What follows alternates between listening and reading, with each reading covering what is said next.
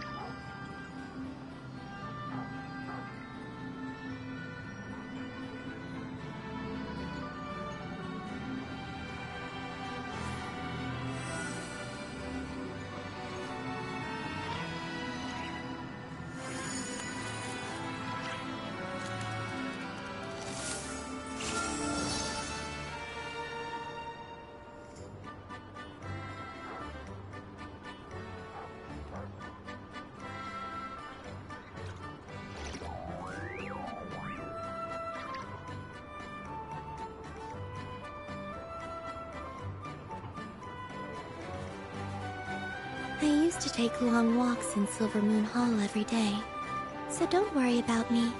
I can keep up.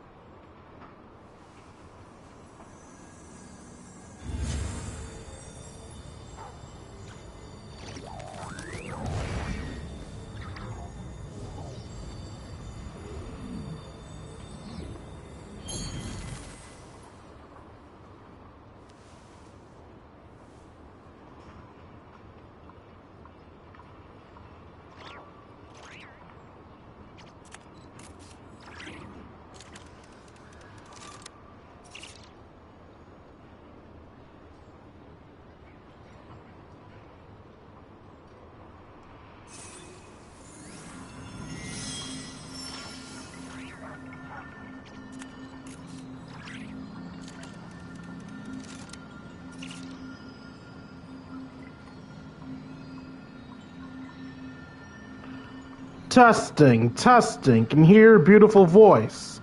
Testing, can hear a beautiful voice. Okay, I'm audible.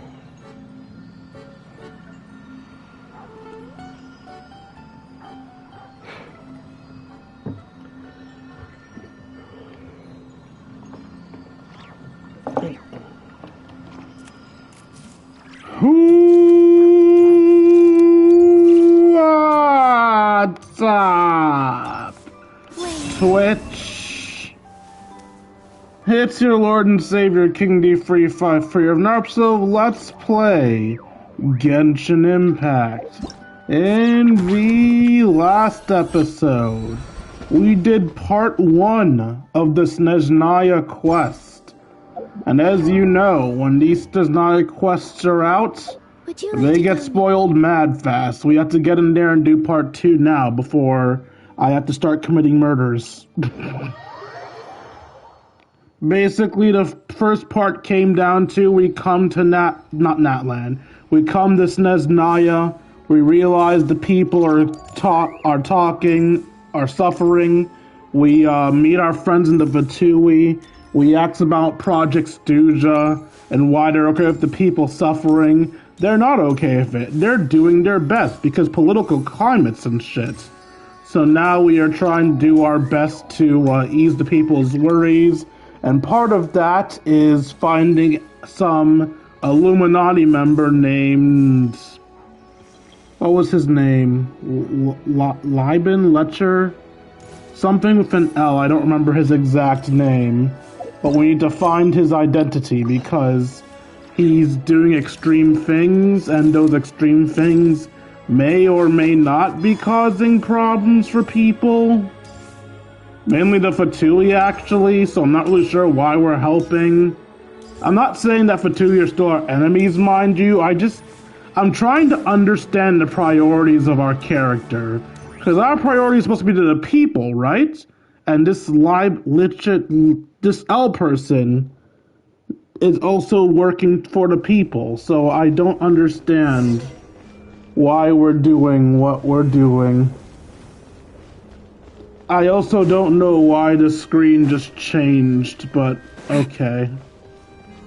I could have sworn this was just part of the main world. I guess it's just us being put in a story scene. They want to make it look dramatic. Yeah, they want to make it look dramatic. Ooh, it sure is cold today. I wonder how much heavier the snow's gonna get. Here to see Odette? I just need to see your tickets for the preview. Perfect. Thank you. I'll hold on to your tickets. Come on in. It's freezing outside.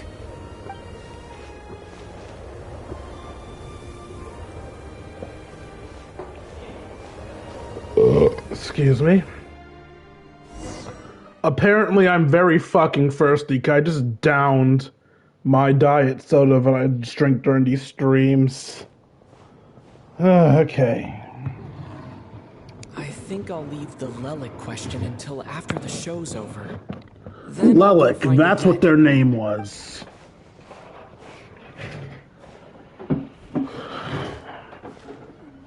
Child said he was originally going to come with Tonya. So I'm guessing Tonya's already here somewhere.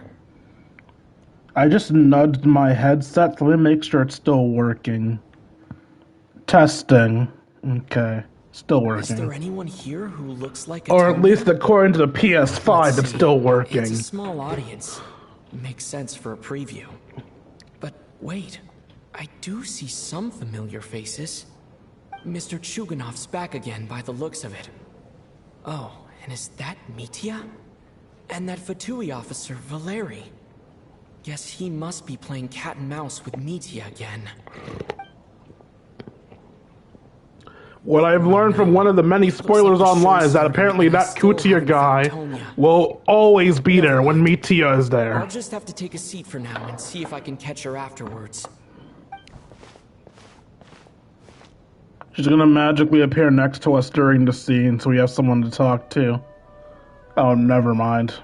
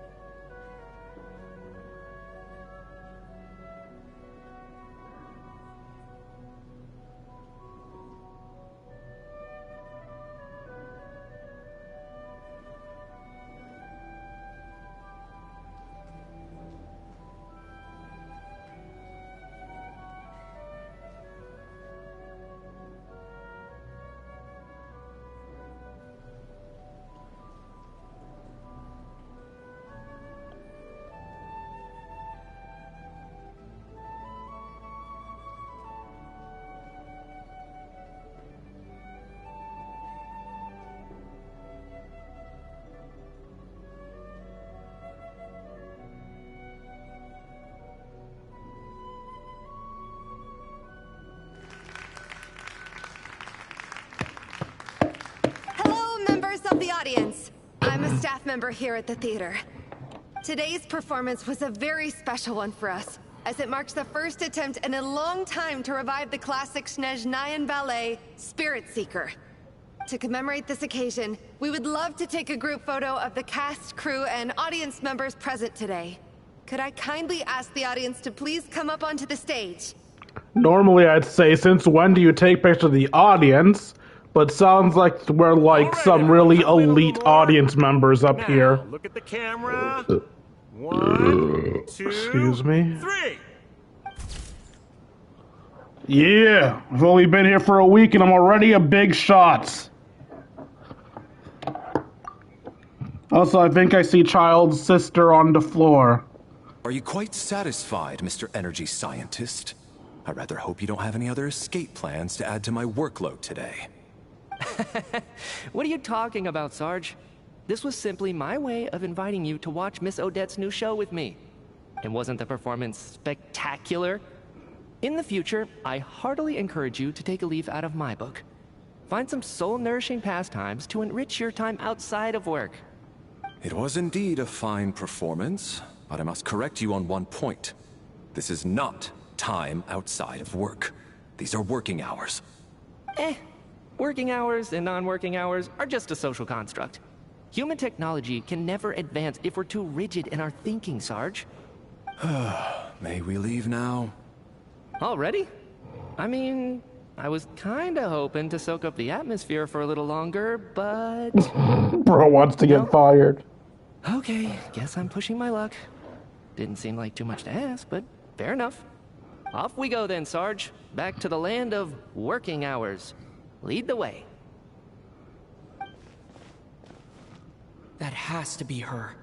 She's the only person in the audience around Tonya's age. Excuse me. That was the hint, Tonya? not the fact that she's the only one with brown hair. Your brother's busy today, so I took his ticket. Don't worry about him, he's fine. Oh, okay. Sorry for the trouble. Why is this trouble? Oh god, you're sickly. What's wrong? Are you sick? No, I'm fine. It's nothing. Are you a sympathy blob? On the way here because Is of your the weather. existence to be cute and sickly and sympathetic, and make me love you for those I haven't reasons seen and snow those like reasons this in a alone? long time. It's most unusual. I know. It's completely white out there. You can barely see a thing. I've never seen such heavy snow in my life. Let's wait it out for now. You'd be lucky not to freeze to death in this weather, let alone find your way. Well, look at that. Maybe we shouldn't be in such a rush to get back after all. What do you think? Let's wait and see. Why do you need to take it so seriously? Fate has given us this wonderful chance to take a break. We owe it to ourselves to make the most of it. Come to think of it, there's a small inn not far from here that always keeps plenty of extra blankets on hand for guests. I know the route well. Shall I head over and borrow a few blankets? That way, anyone in a hurry can wrap up warm for the journey back. Just remember to return them next time you're over this way. Sir, there's really no need to go to all that trouble. Hey, it's no trouble at all. Wait here, I'll be right back. You're working, fucker. You got no The choice. kind gentleman. Very good. My wife and daughter are waiting for me at home, so I shall be heading back as soon as I get my blanket. So... Are you expecting us to go back to the Armory Palace wrapped in blankets too? Don't worry about that. I made arrangements in advance. Should I not return to the Armory Palace within 3.5 hours after Operation Showtime begins, an armed squad will be sent to collect us. They will escort us back. You are one of our key military personnel, so any weather-related risks must be eliminated. Operation Showtime? So, wait. Every single time you drag me back to work when I sneak out, it's a whole official operation? I gotta say, you've really turned this into quite a moral dilemma for me. It's snowing pretty hard out there. I think you should stay here for now. You seem a little under the weather. Sure. My brother might come pick me up in a bit anyway. Yes, let us Time to bond, get to sympathy blob. I should head backstage and find Odette. I need to look her in the eye and ask her about Lelik. Okay, I guess we're not bonding for Excuse sympathy me, blob. are you looking for someone? I'm looking for Odette. Ah, a fan, I'm guessing? Today is just a dress rehearsal, so Miss Odette won't be meeting with fans. She's taking a well-earned rest right now. Sorry, but that area is currently off limits to everyone except the cast and crew. Bad timing, I guess. Well, I might as well stick around. I doubt Odette will be leaving before the snow lets up in any case. An hour goes by, but the snowstorm shows no signs of stopping. What happened to the gentleman who went to fetch the blankets? He How has fucking he still not died. returned? I was thinking the same thing. It's still snowing very hard. Do you think something might have happened to him? Whatever the reason for his delay, I must say I hate nothing more than people who make empty promises and fail to deliver. Bro, shut the fuck up! I have to treat my employees like that on occasion, but that's different.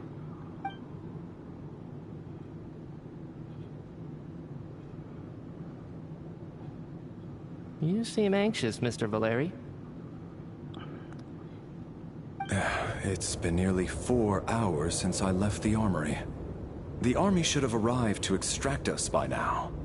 They know how much I despise tardiness and disrupted plans. There's simply no reason that they shouldn't have shown up by now. Their corpses feel very Exceptional guilty. circumstances. Surely a snowstorm like this one counts as such. Few things in this world can stop the Snezniyan army, Mr. Mitya. And a snowstorm is certainly not one of them. Why don't you go out and take a look? They might be right outside, waiting for your orders before they dare come in. An absurd hypothesis. I have no intention of leaving your side for even a moment until I have escorted you back to the Armory Palace. This doesn't look like an ordinary snowstorm to me. That guy who left earlier. It looked like he just vanished into thin air. Either that, or my eyes were playing tricks on me. A man-eating snowstorm? Come on.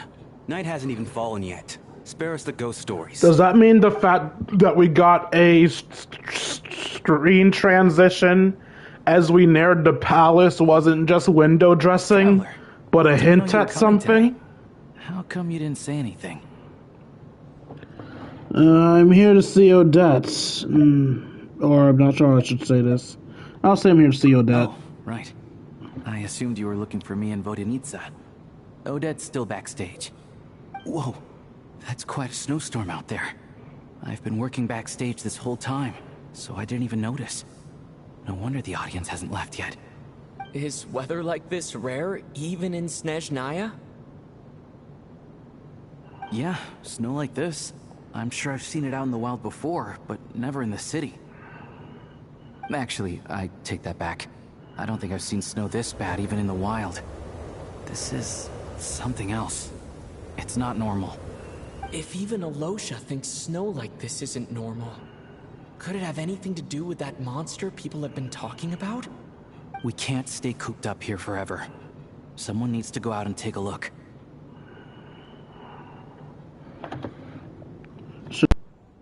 No need. I have plenty of experience with snowstorms. Besides, I work here while you're an audience member. I should be the one to do it.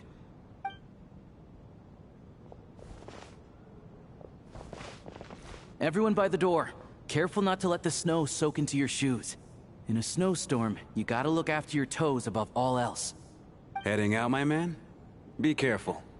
I've been told the snowstorm eats people alive. Thanks for the advice. I am planning to be careful. I just want to take a quick look at the situation out there.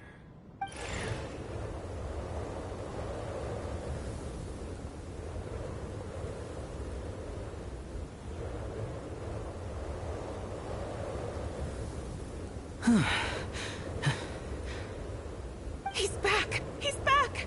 How was it? What's going on out there? Did you see any soldiers patrolling the area? Something about this storm isn't right.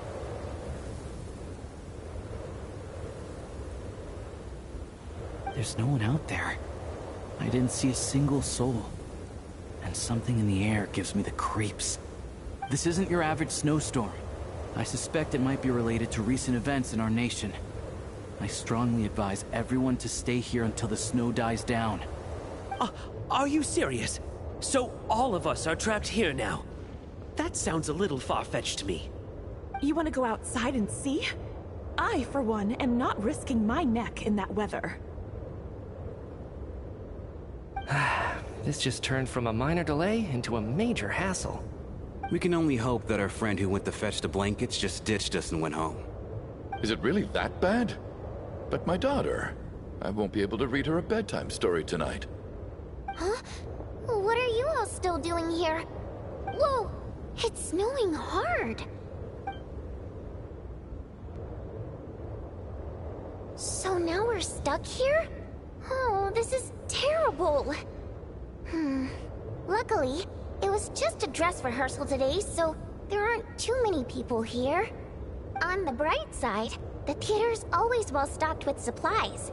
If the snow still doesn't let up as we get into the evening, you can spend the night here, everyone. At least, I assume that's alright? Odette? Fine by me. This seems like a sensible backup plan under the circumstances. My thanks to the theater for being so accommodating. What are you staring outside and praying for, my man? You anxious to get home too? Oh, Your Majesty the Tsaritsa, I beg you, please do not let tonight's snowstorm stop.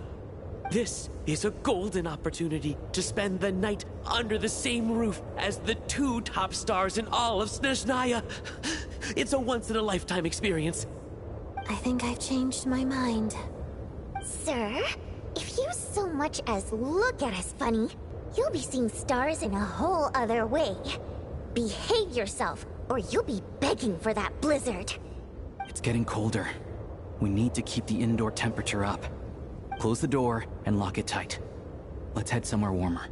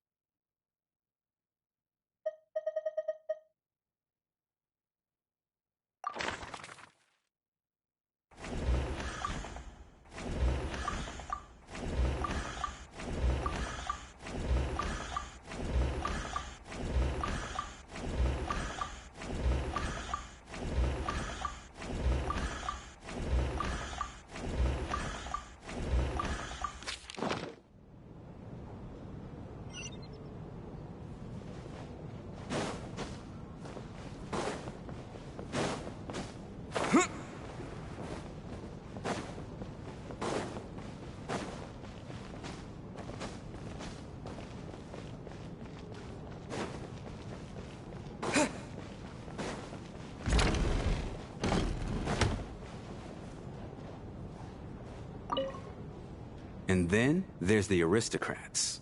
Easiest of all to deal with. You don't need to use any force whatsoever. All you have to do is show them the rope you plan to tie them up with. Do you know why? I don't. Do tell. Because nothing horrifies them more than the thought of a cheap, coarse rope leaving creases on their precious $1,000,000 more coat. They'll do whatever you ask to avoid that fate. Unexpected, but funny nonetheless. Tell me another one. Well, look at that. I got myself a new listener. Hey there. Let me introduce myself. The name's Shram, and I'm a mercenary. The kind that gets paid to do odd jobs for rich folks. And I am Chuganov, an entrepreneur. If my name is unfamiliar to you, you will no doubt have heard of my factory, the renowned Iskra manufacturing plant. Are you really that famous, Mr. Chuganov? How come I've never heard your name before? Excuse me? Is that a joke? Or are you being serious? Oh, I'll have to ask my rope later. He's probably tied up more entrepreneurs than I've ever heard of.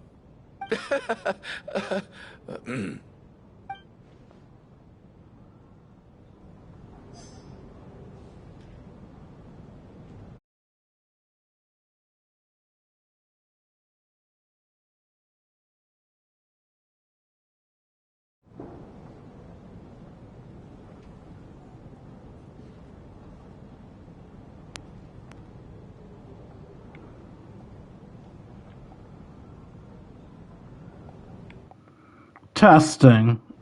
Alright, apparently when I bumped my mic, it went dead again, so... I'm glad I'm over-checking now, because that was necessary. My husband has major trust issues. To him, I doubt even this snowstorm is a good enough excuse for me to stay out all night. That's the price of marrying into wealth. You'll get used to it. I'm not about to stop you if you want to leave, but don't drag me along. Hello? Can I help you?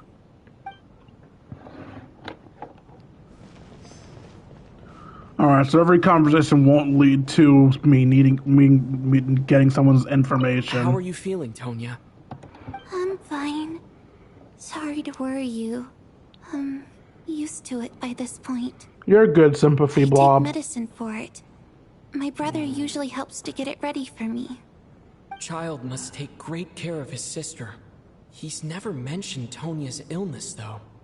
You know, I actually find this whole thing kind of exciting.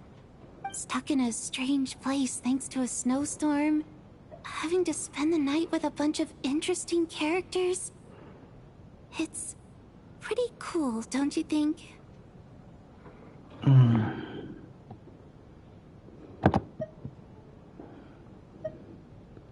You're right, it's certainly a novel experience. Exactly. It's like one of those stories where an ordinary school trip turns into a magical adventure. I've always wanted something like that to happen in real life. School trip turns into a magical adventure. I'm fine, really. Just got a little overexcited. Look after yourself. Otherwise, your brother will come after me.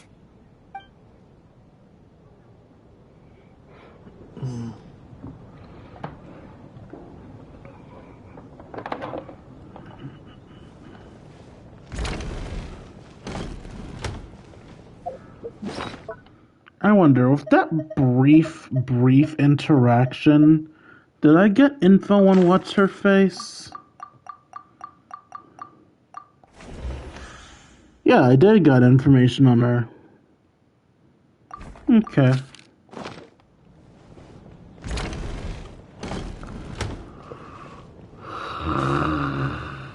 I don't know when I got her name, but I got information on her.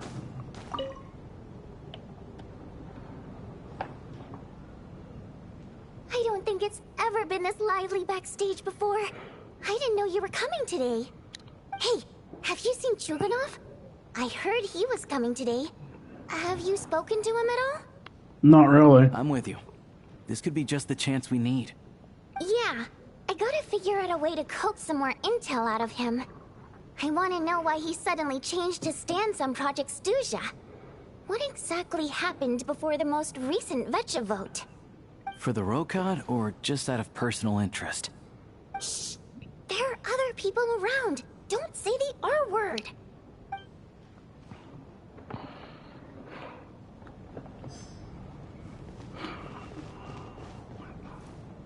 I have to say, even though today was a rehearsal and there were some hiccups along the way, Miss Odette's performance was one of the best I've ever seen, even compared to an actual show.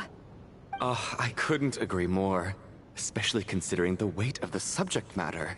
It takes a truly seasoned professional to do justice to a theme like love and regret. Do you think we were coming on too strong? Odette's ignoring us again. What about you? What did you think of today's performance?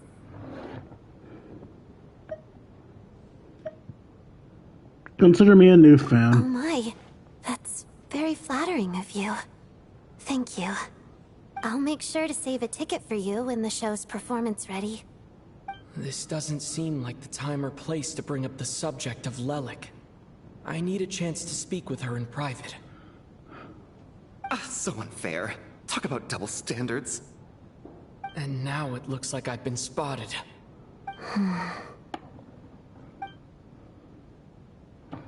You know Mitya too? No, I don't. I just have a feeling that he might be dangerous. Why the parent a peace sign?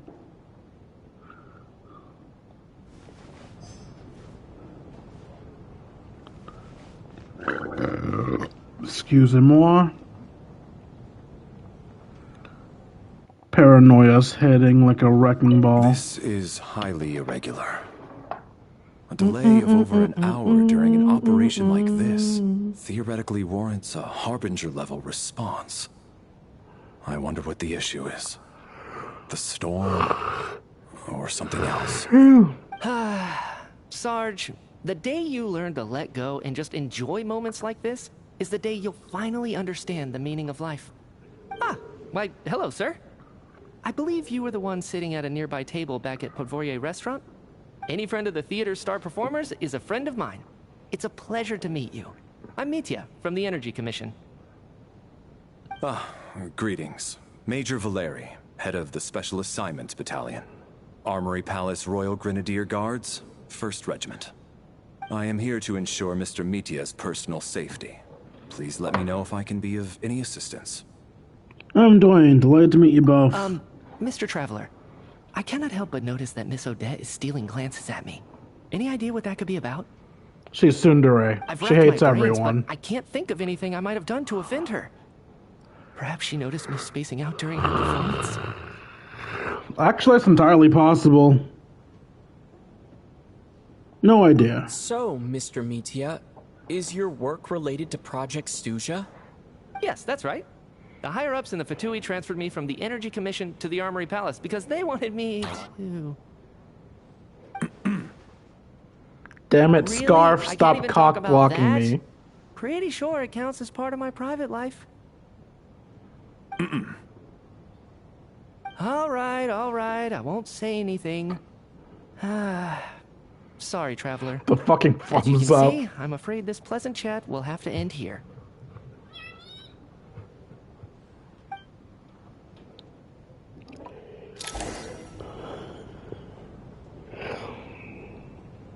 How's it looking, Alosha?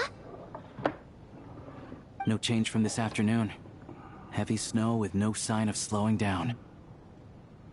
May I have your attention, please? The storm is unlikely to stop tonight, and it'll be even more dangerous outside at night than it was during the day. We at the theater owe everyone here a duty of care. Therefore, we strongly suggest that you stay on site overnight and avoid going outside unless absolutely necessary.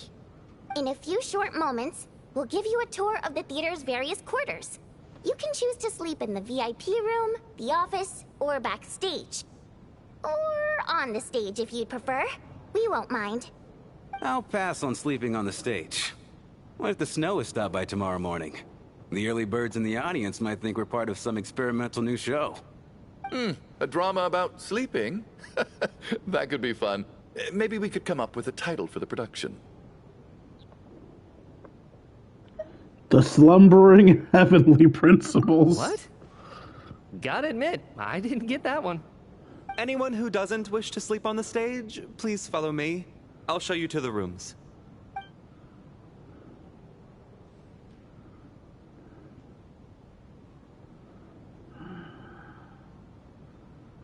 I guess I'll call it a night.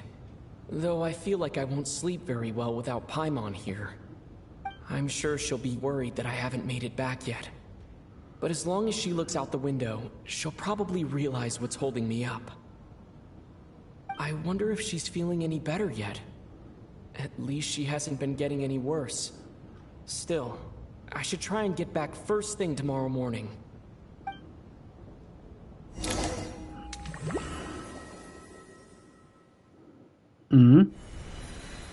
What's that?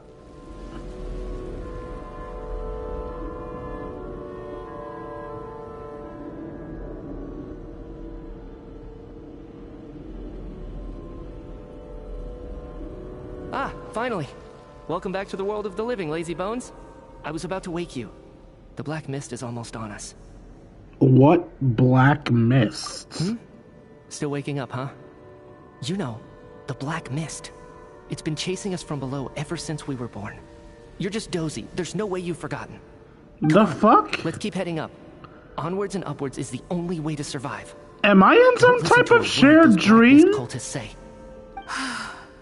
Here we go again. That endless march toward survival. What's going on? That black mist down there is creeping me out. And it's rising. Guess I should head upwards and get away from it. I know I should immediately rush, but I want to see, is it like... everlasting peace. Is it actively coming up? They're just lying to themselves. We're the only heretics left. The only ones who refuse to give in. We have to keep going. But how do you actually know that they're wrong? Dangerous question there, Torgov. Doesn't look like it's actually rising, but... You start a chain reaction that ends in the collapse of your will. Oh, yes it is. Question out of your mind. Stay strong and believe that the black mist means certain death. Okay, but it's not my mind that's the problem. It's My raising body's about to give slowly, up though. on me. It's already starting to falter.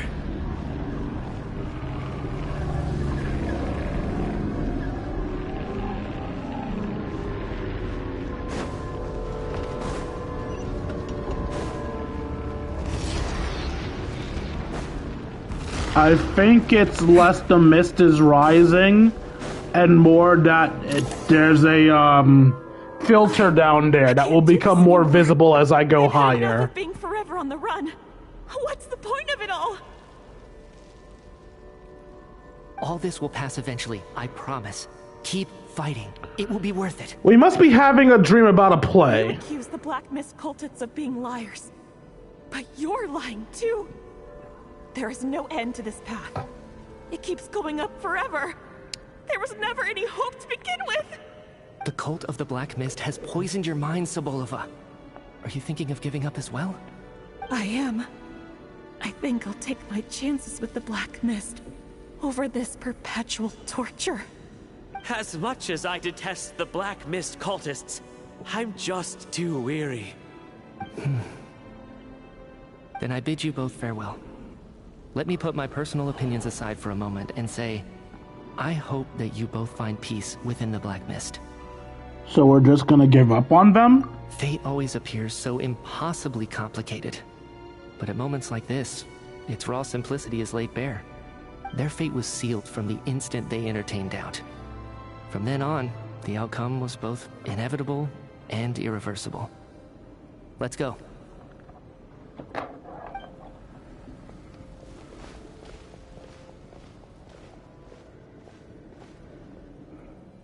Torgov and Sobolova are gone. I never thought the day would come when even they would be swallowed by the Black Mist. It's just you and me now. Is it just me or has the Black Mist stopped moving? Yes, it looks like it's satisfied. For now. This happens from time to time. but it won't be long before the Black Mist starts chasing survivors once again. No one knows how to stop its advance for good. Well, we should make the most of the precious moments of rest that those two bought for us. Alright, I'll make you that rest and collapse right fucking now. Good night. Huh? Are you really that sleepy, Traveler?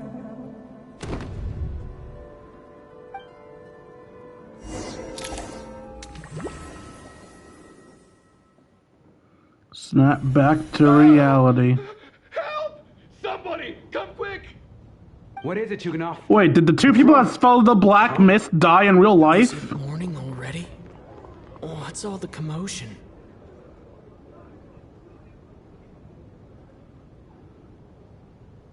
Sounds like it's coming from next door. I should check and see what's going on.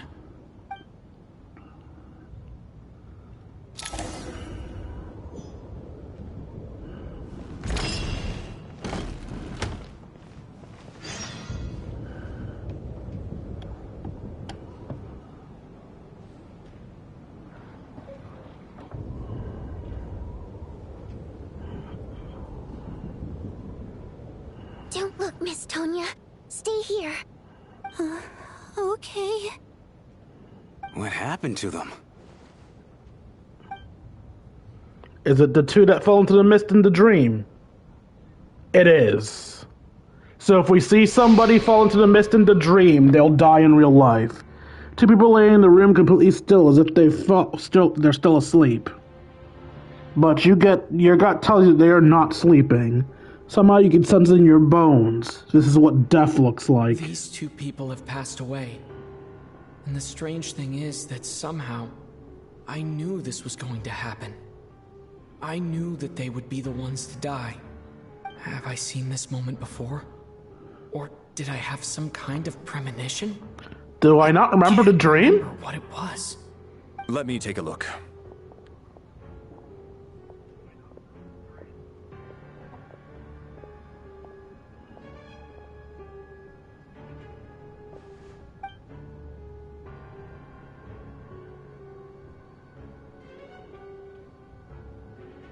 No vital signs in either of them. They're dead. The cause of death, however, remains unclear. No wounds on the bodies, no signs of a struggle, and no skin discoloration caused by the buildup of toxins.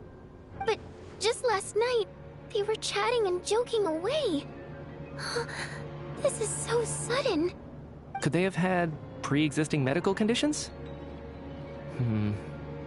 Even then, the odds of them both dying of sudden complications on the same night are extremely low.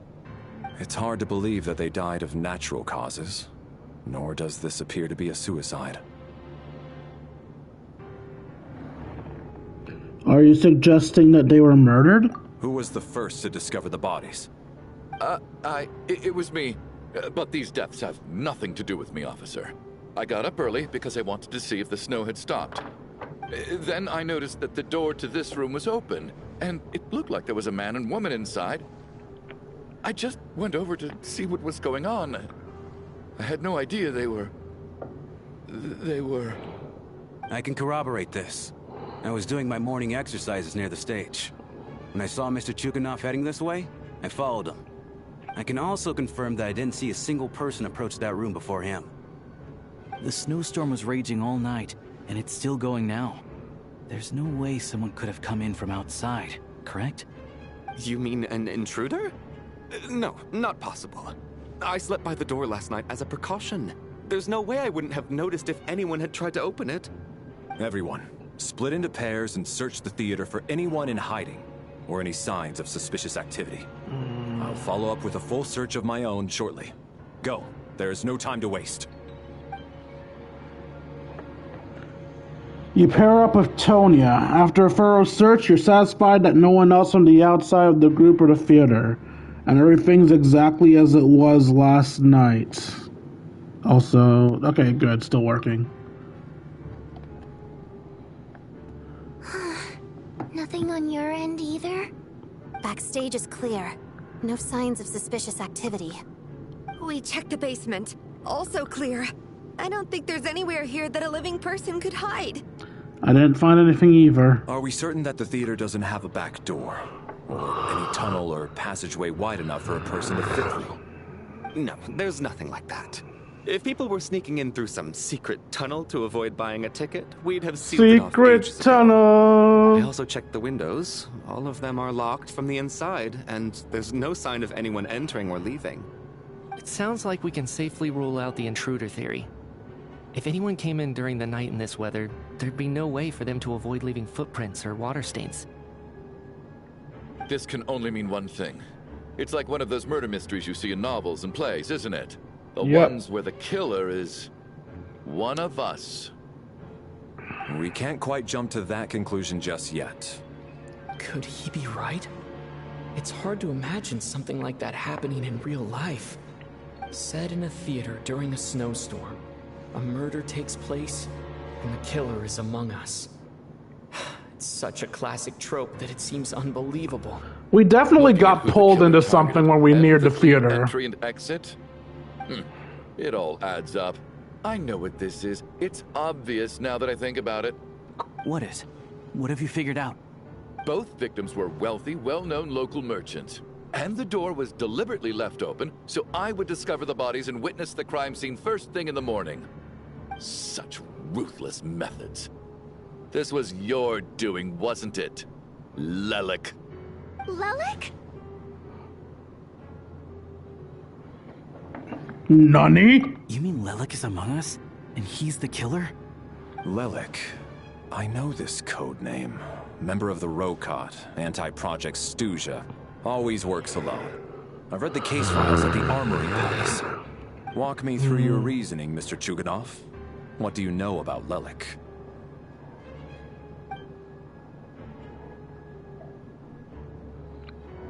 What now, huh? What now, Lelik? What more do you want from me? I already voted against Project Stuzia at the Snezniya Gradvecha. You snuck into my house the other day while I was asleep. Left a threatening letter. And I did all that you asked. But Project Stuzia cannot be so easily shaken. Not with the rooster in charge.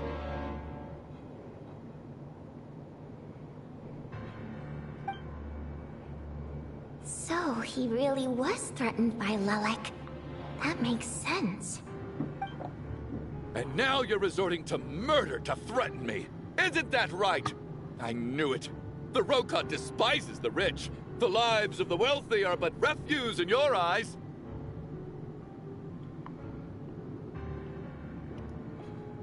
Show yourself! Which one of you is Lelik, Tell me! I'll do whatever you want! Just stop playing these mind games! Dude's already losing it.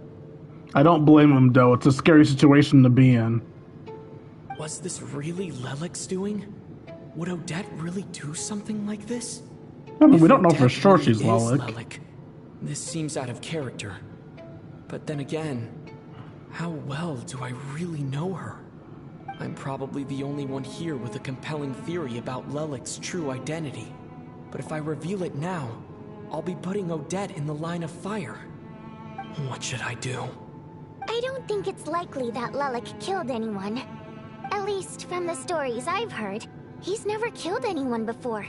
And his name has never come up in connection with any murder cases. Besides, even if Lelik did want to threaten you, why resort to such an extreme and roundabout method? It's not his style at all. I thought his style was threatening people, which includes threatening murder. But her assessment is pretty much identical to mine. Miss Vodyanitsa, why do you suddenly feel the need to speak in Lelik's defense? Defense? Oh, no, it's just... I'm worried that we're jumping to conclusions here, so I wanted to share my point of view. Also, I don't think the Rokot is as bad as you're making it out to be.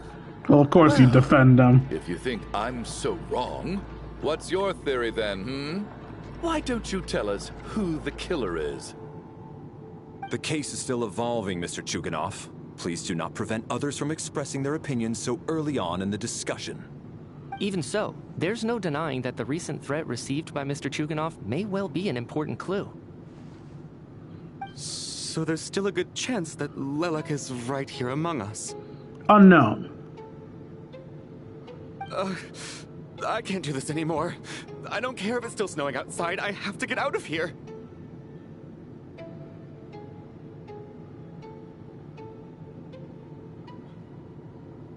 Whoa, take a beat. We all know it's far too dangerous out there. Even the soldiers couldn't get to us. Go out that door, and you might not live to tell the tale. And whoever this Lelek is, they're surely not going to murder anyone in broad daylight. Be sensible, my man. You're safer inside. As much as I regret having to say this, I'd like everyone to cooperate and refrain from exiting the premises until further notice. Because as things stand, every one of us is now a suspect. Unless anyone has further information to share, let's adjourn for now. Feel free to keep searching for clues, but make sure you don't go off alone.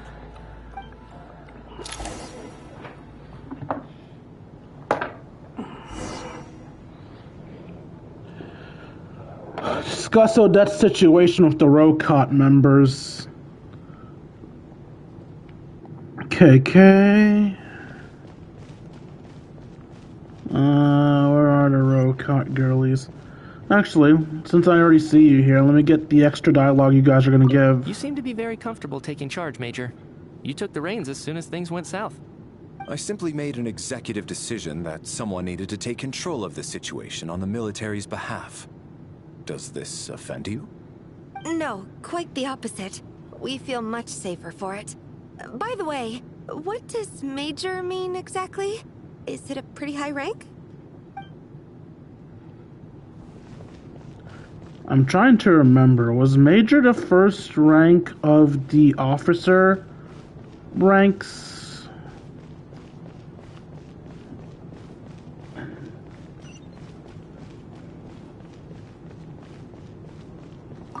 I still find it hard to believe there's a murderer among us. Just last night, I imagined we were like classmates out on a hiking trip. There's no guarantee that you can trust your classmates, especially not when you're locked up together. Why did they do this? Was it for money?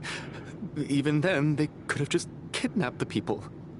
They didn't have to die.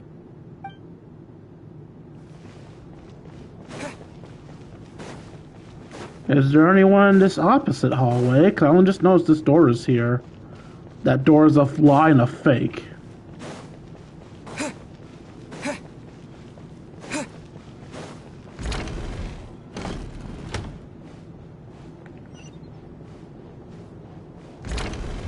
Actually, before I go into that room,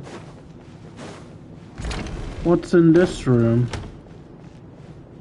Nothing except for 2 couches. Which likely means 2 people were staying in there. And what's downstairs? A storage room. I don't know if this information will become useful, but we now know there's a storage room downstairs. Actually, they said there's nowhere someone could have hidden. Could someone have hidden in the storage room?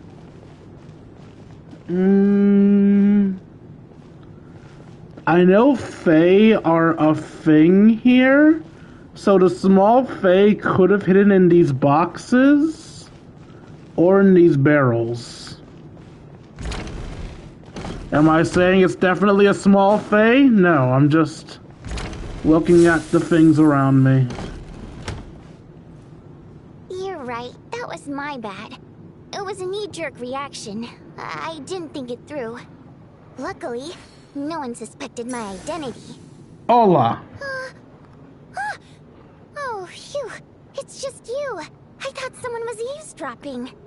Since Vodyanitsa and I were on the same page earlier, I think I should share my thoughts with the Rokot members first. You tell Vodyanitsa and Alyosha about Child's intel on Lelek and your views on the current situation. Whoa. Are you serious? I don't know if this counts as gossip, but it's definitely on track to be the juiciest this whole year. Odette? Really? Odette? Oh god, how dumb does this make me look? Lelek has been right under my nose this whole time. I haven't confirmed shit. Actually, it's exactly what you'd expect. Sometimes, hiding in plain sight is the best strategy. And now that you mention it, the more I think about it, the more sense it seems to make. It all adds up. What are we up to now? 1, 2, 3, 4... What are you counting? Odette's identities. She's my coworker, specifically a ballerina, and also a Fatuz, a member of the Rokot. Now, Lelek. Wait, she's a member of the Rokot? It must be so exhausting. I just want to give her a hug. I guess since I've always known her as a member of the Fatui, it never even crossed my mind that she could be involved with the Rokot, let alone be Lelek. I don't understand. If she's with the Fatui, what reason could she have for being so opposed to Project Station? Probably best if you ask her that in person. Well, since you waited until now to bring this up instead of announcing it to everyone earlier, does that mean we're all on the same page here? She doesn't seem like the type to kill innocent people. Yeah. Lelek may not follow orders from the Rokot leadership, but as far as I'm concerned, she's never crossed the line. If anything, her actions benefit the poor.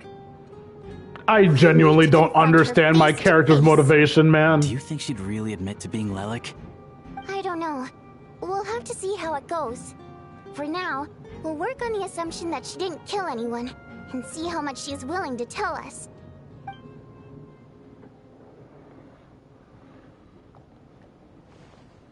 Odette, this is an intervention. Odette's alone. Let's go. Hey, Odette. Okay, so what I saw before was an edit. Makes sense. Keep your voice down. We need to talk. So, you're Lelek, aren't you? What the fuck? Fine. You don't have to say anything or explain yourself. Just hear me out first. None of us believes you kill innocent people. Whoever murdered those 2 people last night, it wasn't you. The Traveler was the first to figure out your identity, but he kept quiet during the discussion just now. Still, it's clear where the group consensus is heading. Everyone believes Lelek is the culprit. If your identity is exposed, you'll be in a really bad spot. We're your colleagues, and we know what kind of person you are. I don't want anything bad to happen to you. So, can you clue us in? Tell us everything. The more we know, the more easily we'll be able to cover for you. Alright. Wait, are you kidding me? I'm Lelek. Okay. No, I'm not the murderer. Well, that was fucking easy. But I don't need you to cover for me. Actually, I'm planning to reveal my identity. Huh? You're gonna reveal that you're Lelek? Here? That's right. I'll admit I was surprised at first when Chuganov guessed that I was here. It was just a lucky guess, but it caught me off guard. Wasn't a lucky guess. Some time to assess the situation and confirm where everyone stands, I don't believe I have anything to worry about. Are you sure you don't need a second opinion? Given the circumstances. Mr. Valeri! What? The fuck?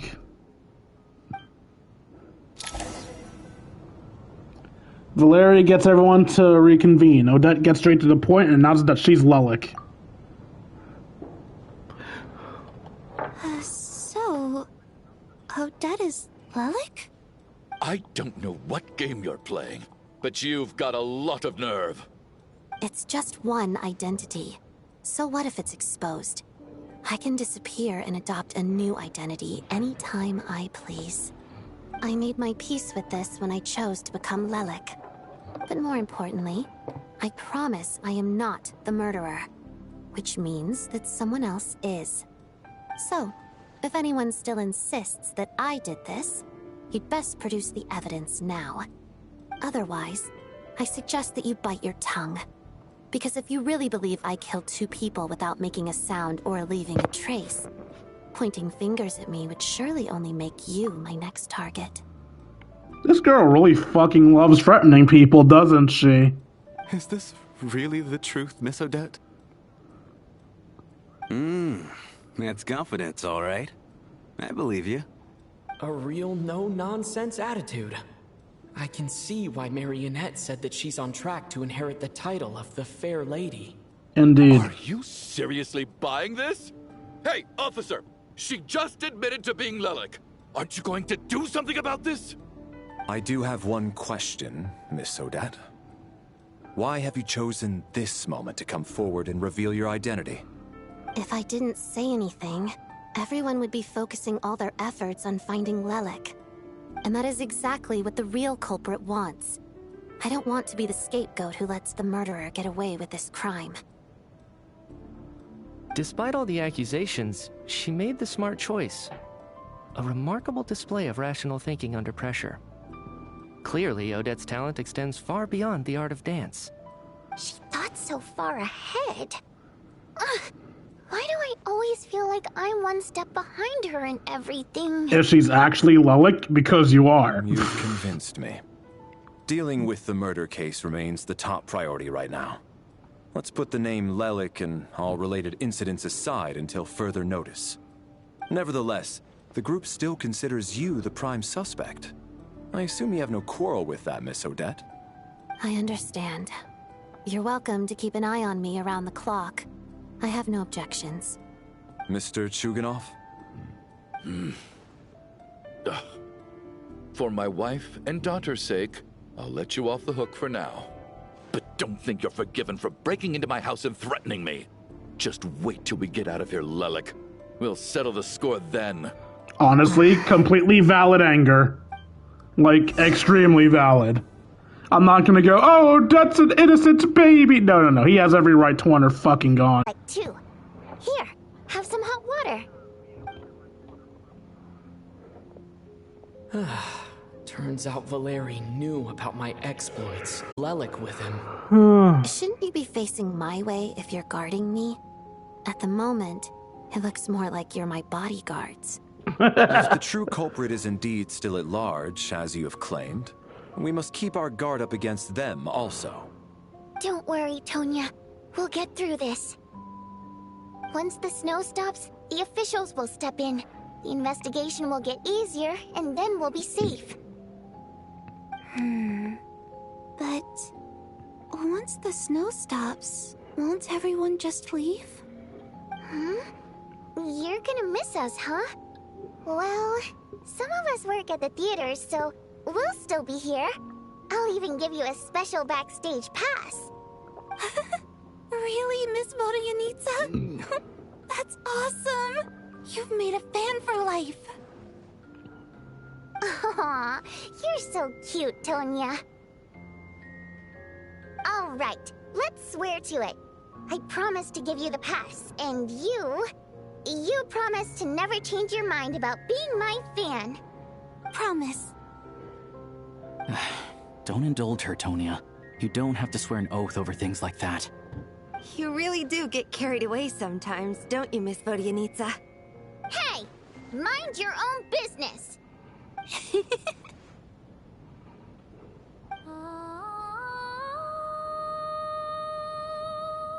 Random singing.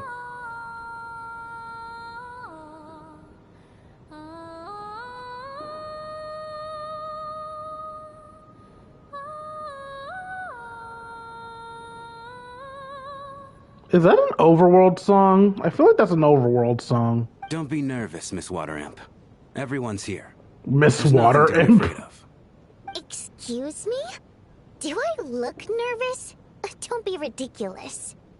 No. You sound nervous, lass. Oh. Wait, but how... Okay, plenty of people know that I'm a water imp, but still... How come you understand our primary mode of expression? Primary mode of expression. I've not come across that concept before. Do enlighten me, Vodyanitsa. Well, it's just... We water imps tend to communicate our emotions to each other by singing, rather than facial expressions. The emotions we convey through song take precedence over our facial expressions. So, we think of it as our primary mode of expression. I'm impressed, Shram. I didn't take you for a man of culture, but you're clearly rather learned. It's not about being cultured or not. The thing is, this mode of expression can usually only be understood by other water imps. It's not a simple case of a song sounding happy or sad. I don't think he's a water imp. I think he's just absurdly knowledgeable due to being a It's mercenary. really not the big deal you're making it out to be. I think I just have a knack for it. Plus, I have a very close friend who's a water imp. A delightful lady. But keep that a secret. Anyway, we spent so much time together that before I knew it, I noticed I could understand her expressions. Oh, I guess that makes sense. Still, Excuse me? the fact that you have a water imp friend is even more surprising. Why? You better watch what I'm singing when I'm around you from now on. Hey, what are you implying? You're not secretly insulting the audience in your songs, are you? Heavens, why would I do a thing like that? I mean, you did just imply you have something to hide. It's getting late. We should discuss our sleeping arrangements for tonight. It's a guard against the killer. Someone needs to keep watch. I suggest that we don't sleep in separate quarters tonight. It will be safer if we all stayed together. As long as someone keeps an eye on Lelik, I'm quite sure we won't have any trouble. Are you saying that you wish to bet your life on Miss Odette being the killer? Nonsense. Of course not. Then I propose the following arrangement for tonight. The Traveler, Odette, and I will form the Night Watch. We'll sleep in shifts, but two of us must be awake at any given time.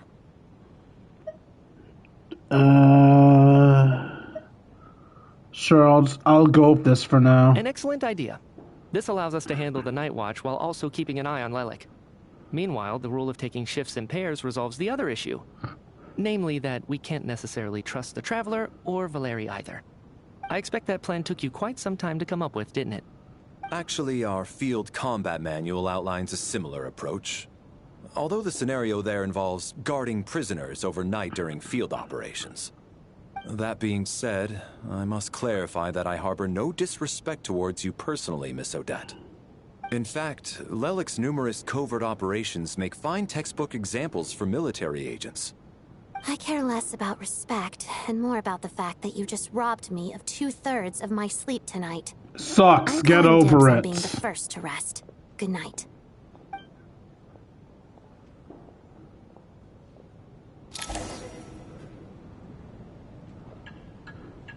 As night falls, you and Valeri take the first watch together.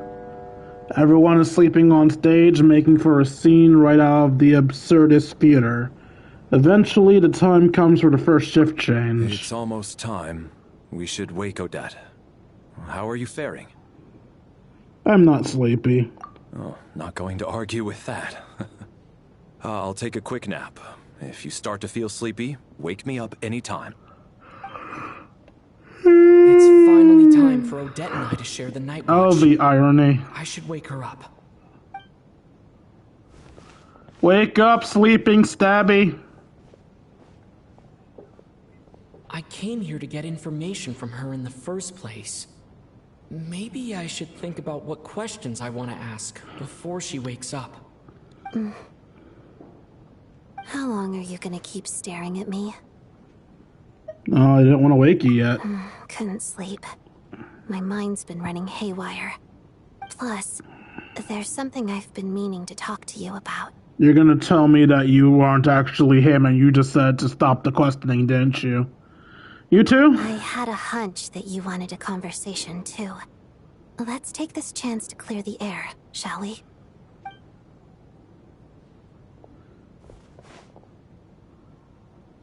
I just had a simple question for you, really. It's, Rosaline. In her final moments, did she have any last words or anything. I don't like that I'm lying to her, but I don't remember. It happened so fast. I see. Well, that was all. I have no other questions. Do you miss her? No. What? She was utterly ruthless in pursuing her goals. That kind of person should be hard to miss. That's a fucking lie. Even though I never approved of her methods, and she was an abrasive person, the fact remains that I am indebted to her. I heard a little about her from Sandrone. Oh, about that from Sandrone. Oh, she told you. I guess that makes sense. I think she and Rosaline were on pretty good terms. Still, she didn't know the full details. Yes. Rosaline wasn't the kind to gossip about this sort of thing. Not that it's any huge secret to me, though. When I was a child, I had to join the Fatui for the sake of my mother and me. I trained under Rosaline. It was extremely grueling, and it didn't exactly come naturally to me. All I could do was try to ignore the biting cold and practice. I was a newcomer who'd managed to make a good first impression on a harbinger. There was pressure to live up to her expectations, to be worthy of the fair lady's reputation. Every day was a struggle against the cold, pain, and fatigue. And most nights, I struggled to fall asleep. After enduring all that, I've become almost immune to the sensation of pain. I suppose that was the cost of survival. Surely, any child who had to experience that would grow to hate her lot in life. Don't you think? You really paid an enormous price. So, I put an equal amount of effort into my ballet. Because in my young mind, that was the only way to defy Is my bro fate. sleeping sitting up? It's my way of telling her. The Fatui's demands and your expectations of me are not what I wish for. One day, I will leave. I think she probably blamed my poor performance in training on my passion for ballet. She knew my heart wasn't in it. One time, when I was secretly practicing a dance at night, she suddenly showed up.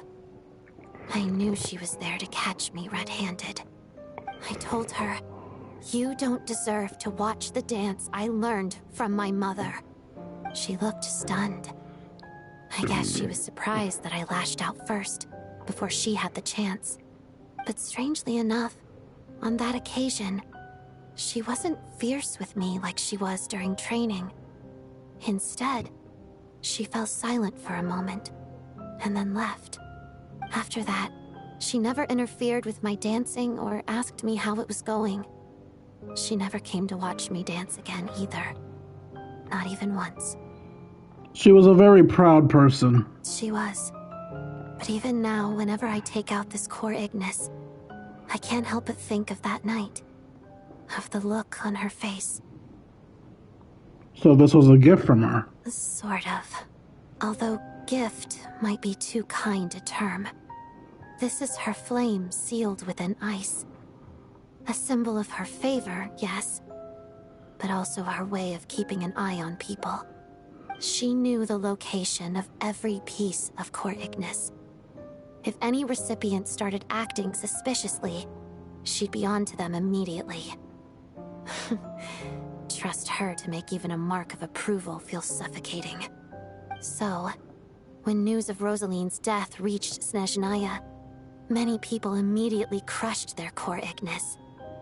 It gave them a profound sense of relief, like they'd broken free from her shackles. But I kept mine. With my sensitivity to pain being as dull as it is, the warmth from this core Ignis is one of the few things I can still feel clearly.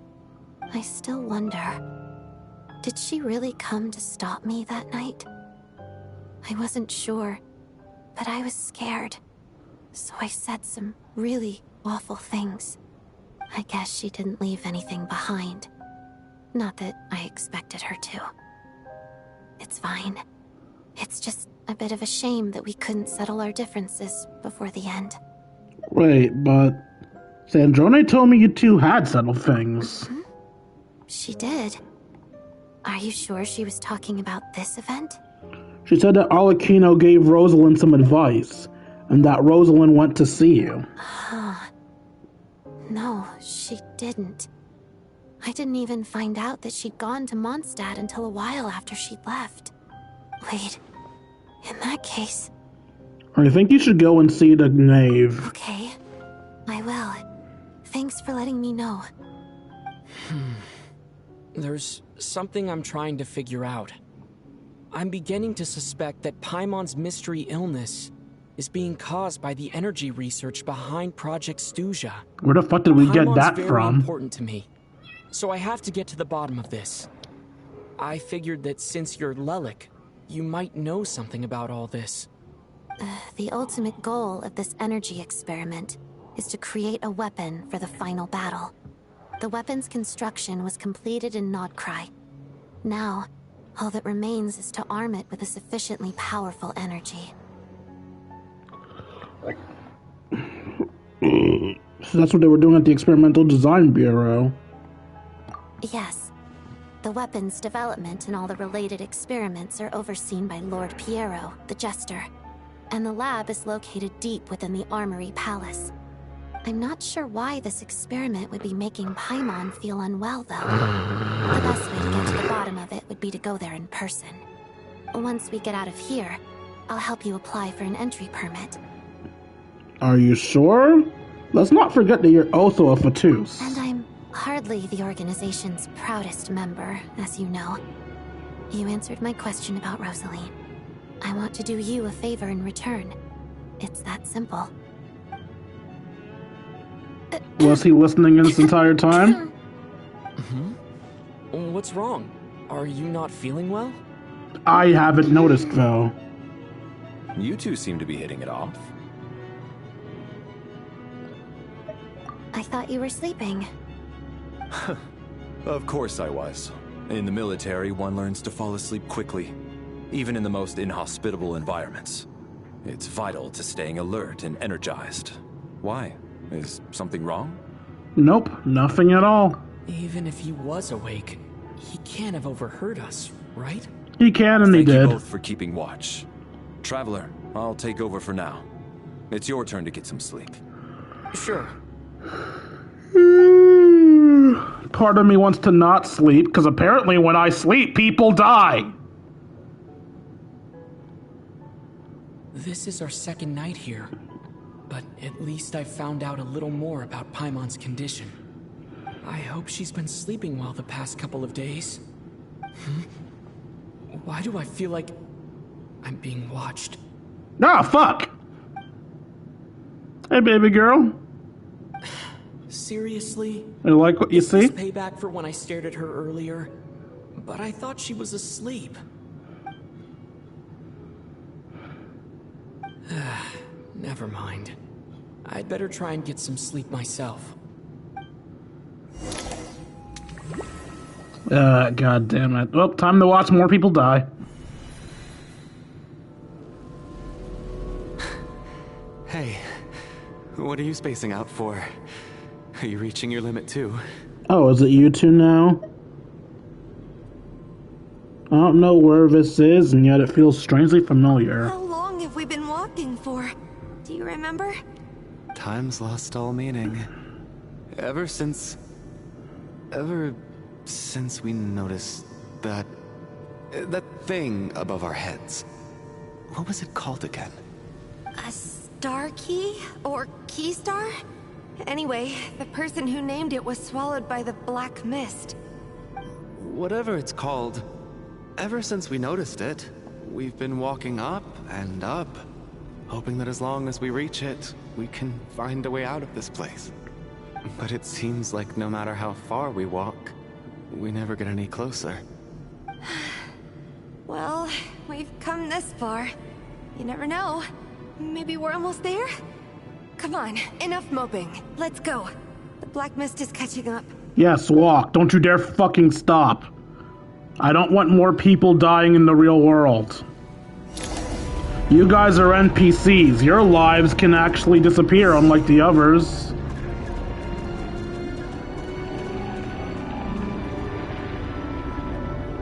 Is it actually rising?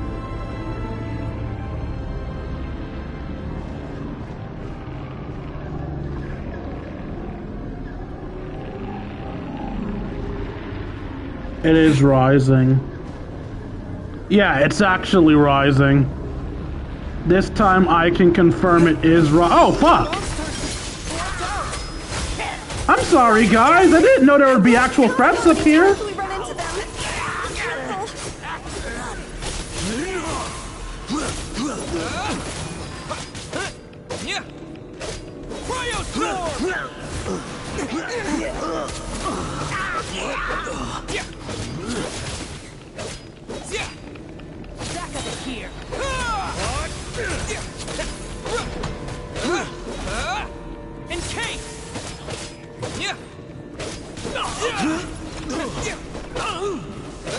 Shut up.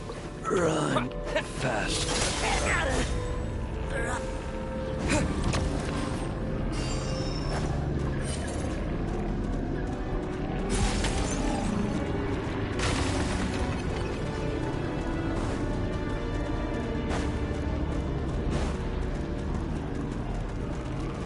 It does look like it's slowed down so we can complete our battle.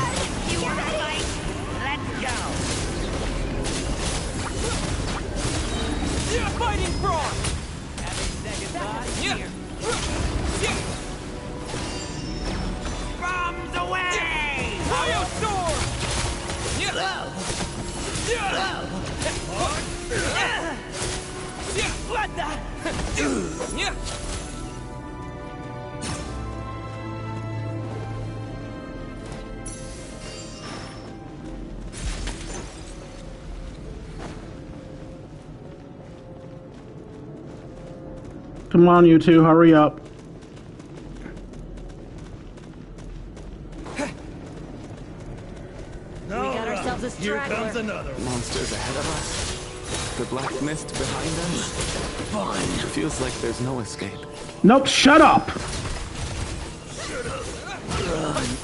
Get that defeatist attitude out your fucking mouth.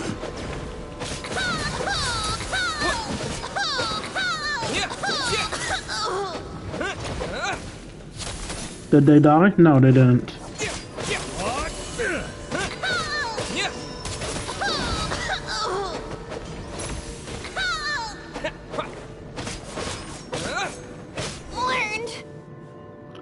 Hey, don't you give up. Keep walking. No, I'm fine. It's just... suddenly I don't want to walk any further. Don't you fucking dare! I get you. In fact, I reached my limit a long time ago. Sometimes it feels like there's hope where there shouldn't be. Yeah. The hope that the star gives us is the only thing keeping us going. But I'm not sure it's real at all. It may just be a collective illusion. Otherwise, why would it always be out of reach? I actually feel like we're slowly getting closer to it. We know you mean well, but you're only saying that to try and encourage us to keep going, aren't you? Shut up and move! Thank you, friend. But enough is enough. Please don't give me any more false hope. Hope is poison in this place. You're going to continue, aren't you? I admire that. I've given up, but I wish you the best. Can I fucking drag them up? I know I'm stronger than them. Catch up to the storm and leave this godforsaken place. God damn it.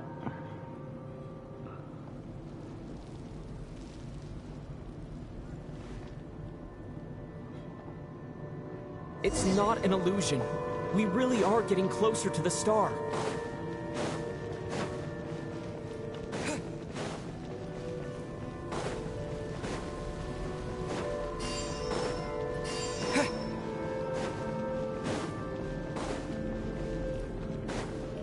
How much distance have I made?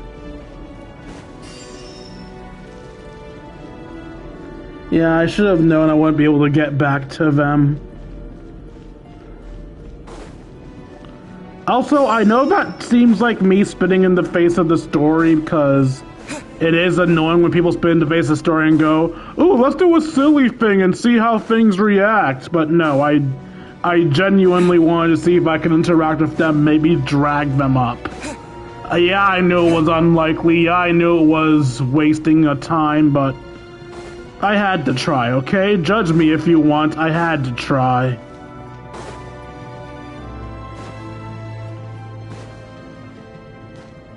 Congratulations.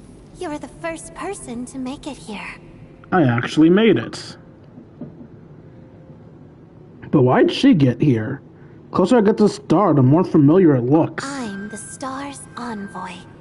The black mist has stopped rising. Its hunger is satisfied for now, having devoured your two companions. This is a good opportunity. I'll let you get some rest before we continue. Continue? What do you mean, leave? The star represents the starting point. It's the waypoint for the beginning. Congratulations on reaching the starting point. Once you are ready, we will head out and walk upwards. I will be right by your side the whole way. After everything I went through to get here, this is just a start? Huh? What's wrong? Hey, don't give up before the journey's even begun.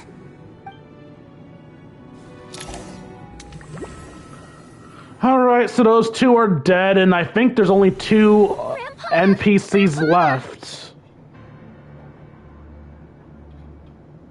Is that Vodianitsa's voice?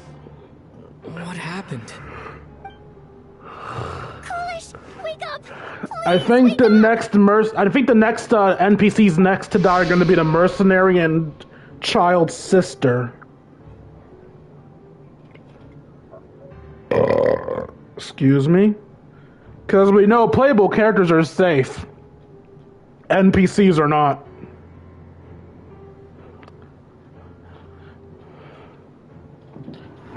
Oh, this is something I'm supposed to read as a narrator. Apologies. Did I miss anything else, or is it just that line? It's just that line. A drama about sleeping, which begins as a joke the other day, is now playing on the stage. No one counted on it being a tragedy. Everyone's gathered around the two sleepers in the center of the stage. Without even inspecting the scene, you already know what has happened, as if someone had told you in advance. Also, am I still audible? Okay, good. I bumped my mic, so I have to check. Coolish, deceased. A staff member at the Kavorsky Theater. Exceptionally diligent and reliable. He rarely makes mistakes. Regular stated know him well, as he has been responsible for checking tickets at the entrance. He also seems to be a fan of Odette, deceased during the night. Rampana, a staff member at the Kavorsky Theater. Drawn there by a dream of celebrity lifestyle, she now handles duties such as deceased during the night. The situation is identical to that of the two casualties. Why didn't I get that update the first time? We cannot ascertain the cause of death. At least there are some elements that we can rule out this time. They slept on the stage with everyone else. So I suppose the surrounding environment can't be a relevant variable. Rampana. Coolish. Weren't some of us keeping watch last night? 3 of us, in fact. How could you not notice something was wrong? I'm as confused as you are. Certainly nothing unusual happened on my watch. Likewise, and from what I've observed so far, both Miss Odette and the Traveler can be trusted. No one's deserting my watch either, and I have no reason to suspect the others. To be honest, I didn't get a wink of sleep last night. I couldn't help but think I was the target, so I just laid there with my eyes closed. I heard the Traveler and Lelik chatting, but otherwise I don't recall hearing any commotion during the night. Me too. I didn't want to wake everyone up, so I was concentrating hard, trying not to cough. I hardly slept at all. If anything had happened, I'm sure I would have noticed. Then, what could possibly be causing this? Once was bad enough. I can't believe it happened again. I worked closely with Rampana and Coolish for so long. I never imagined that one day they'd... And on this stage of all places... Don't get all teary-eyed. We already learned that her physical feelings are fake. 2 days, and we still don't have a single lead. I need to get to the bottom of this as soon as possible. And above all, keep Tonya safe. I'd never be able to look Child in the eye again otherwise. Yeah, bad news. I'm pretty sure she's next. Because I think other than the mercenary, she's the only NPC left. Yes, I just checked. And the NPCs are falling in sets of 2. So we only have ourselves to rely on. If you ask me, this killer can clearly strike whenever All they right, choose. you're an NPC The too. Night You're the Watch one's was gonna die as the useless from the mercenary. start. Lelik must be an expert in poisoning. Clearly, she used some poison that can't be detected on the corpse. Here we go again. Listen, I was already thinking to myself last night, was Lelik's reason for revealing her identity the real story? Well, now I have my answer. It most certainly was not. She's been playing us for fools. You get off on this, don't you? Revealing your identity, only to carry on with your killing spree? That's a hideous thought. One that only a hideous mind like yours could dream up. How dare you? That's enough. Yesterday, you named Lelik as a suspect because the victims were both wealthy merchants. Lelik might have had a motive then, but today's victims were just ordinary people. Not to mention that they were colleagues of Odette and mine. What reason would she have to murder them? Let me guess. Just to scare you? Who knows? Maybe you don't know her as well as you think. I implore you all to ask yourselves, how many people are there really in this world that have what it takes to kill another person? Not many, I'd wager. Lelik is well known to be a ruthless operator, and now she has revealed her identity. How could it be any more obvious? Everything you've said so far is still just conjecture, which doesn't constitute a concrete lead. You need to back up your claims with some evidence. How can you defend her, officer? What did she say to you while you were on night watch? You said you were awake, wouldn't you know? Maybe I shouldn't be so surprised. You military types are always colluding with criminals to target the rich. What? Huh? Is that a thing? Or is he just going mad with fear? All so you can get your grubby paws on our hard-earned fortunes. Then tell us to fall in line. The Fatui, the Druzhna, and the Rokot. Thugs, the lot of you. I think he's just losing his mind at a panic. Don't you dare!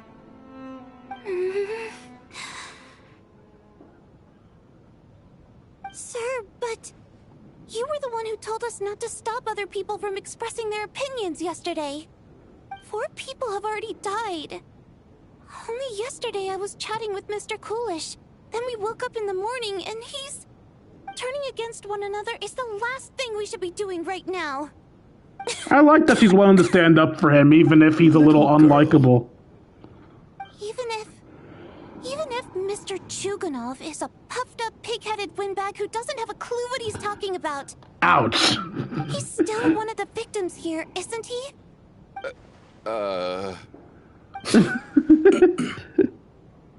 Quite.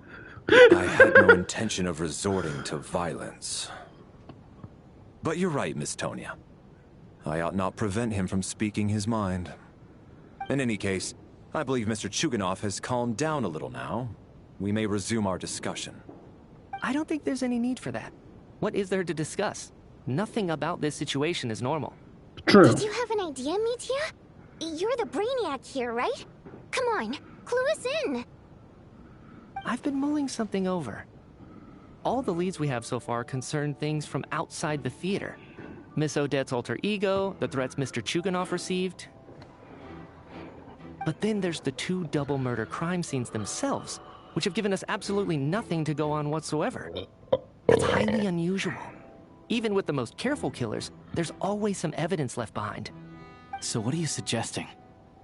I think this could be a supernatural event. It isn't characteristic of human-on-human homicide at all. Correct me if I'm wrong, but aren't you supposed to be a scientist? That doesn't sound like a conclusion someone like you is supposed to make. Unpopular opinion, I think it makes a lot of sense for scientist characters who live in worlds of magic to realize that magic is just another form of science. It clearly exists in your world, so there's no reason to claim that it's fantasy or unreal. It clearly exists. If anything, it would be unscientific to ignore it. Even if you wanted to claim, oh, it's a separate thing from science, you would still have to admit that it exists and is thus something to keep in mind during discussions and research. I got into scientific research because of my insatiable curiosity. But if the present situation defies all known scientific explanations, I don't mind shifting my curiosity toward the paranormal instead. Now that you mention it, I remember when I first came to the theater. I heard rumors about this place being haunted. Haunted? Yeah, I think I heard the same thing. But I mean, they're only rumors, right? We've worked here for years. Surely we would have noticed any spooky goings-on by now. Well, this has taken an unexpected turn. A haunted theater? If Paimon were here, she'd probably be hiding behind me in fear right now. Why don't we take this opportunity to look for clues again with a more open mind? Maybe a different perspective will help us see something different. Very well. Whether it's criminals or ghosts we're looking for, the same rules apply. Everyone needs to tread carefully. I'll move the bodies into the same room for now.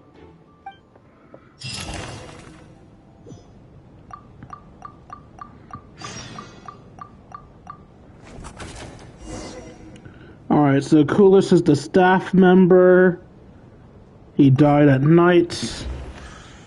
Nothing new about Alyosha, except for the fact he's the first person that we befriended. I don't know why that was added.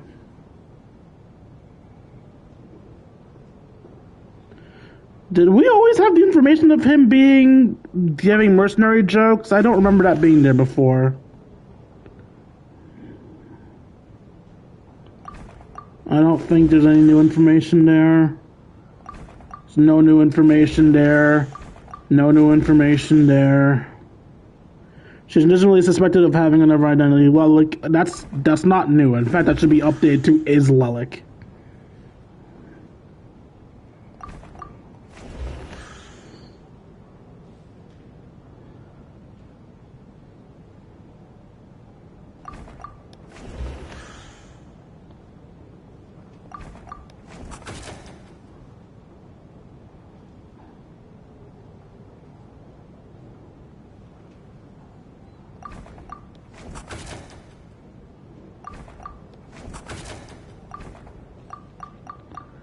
So yeah, most likely these two will die next, or him and her will die next.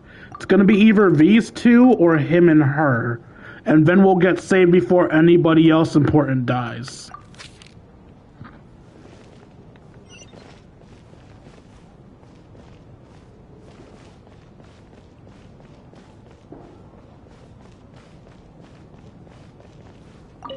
I need to think very hard about whether there's anything that ever needed hiding. After all these years, there must be some things even I've forgotten about. And are you the only one on the stage?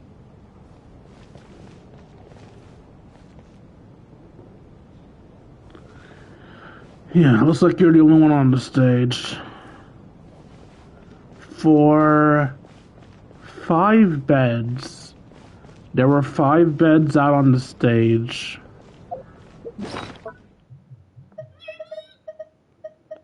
How many of us were there that were alive?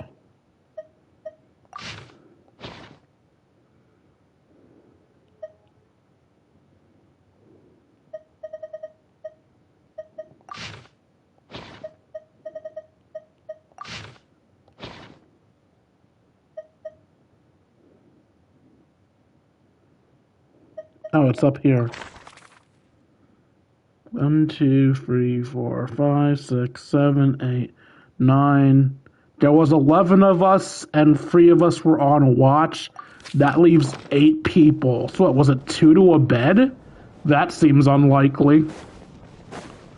I suppose I shouldn't think too hard about this. It was likely just a case of they didn't care that much. No, here's the other 4. Okay, so there was a bed per person. Just that, for some reason, some of the people were in a fucking circle over here.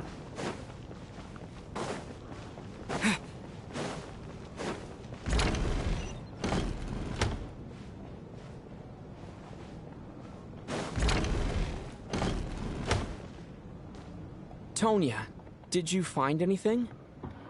Not yet. Still looking. So, are we supposed to be looking for something paranormal? I think I'd prefer teaming up with you than looking around on my own. This looks like somebody's notebook. Shall we read it together?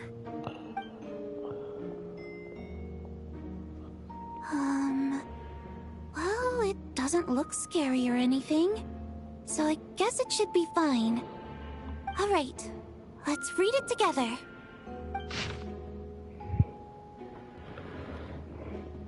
You once told me I would understand someday, but even now I still don't.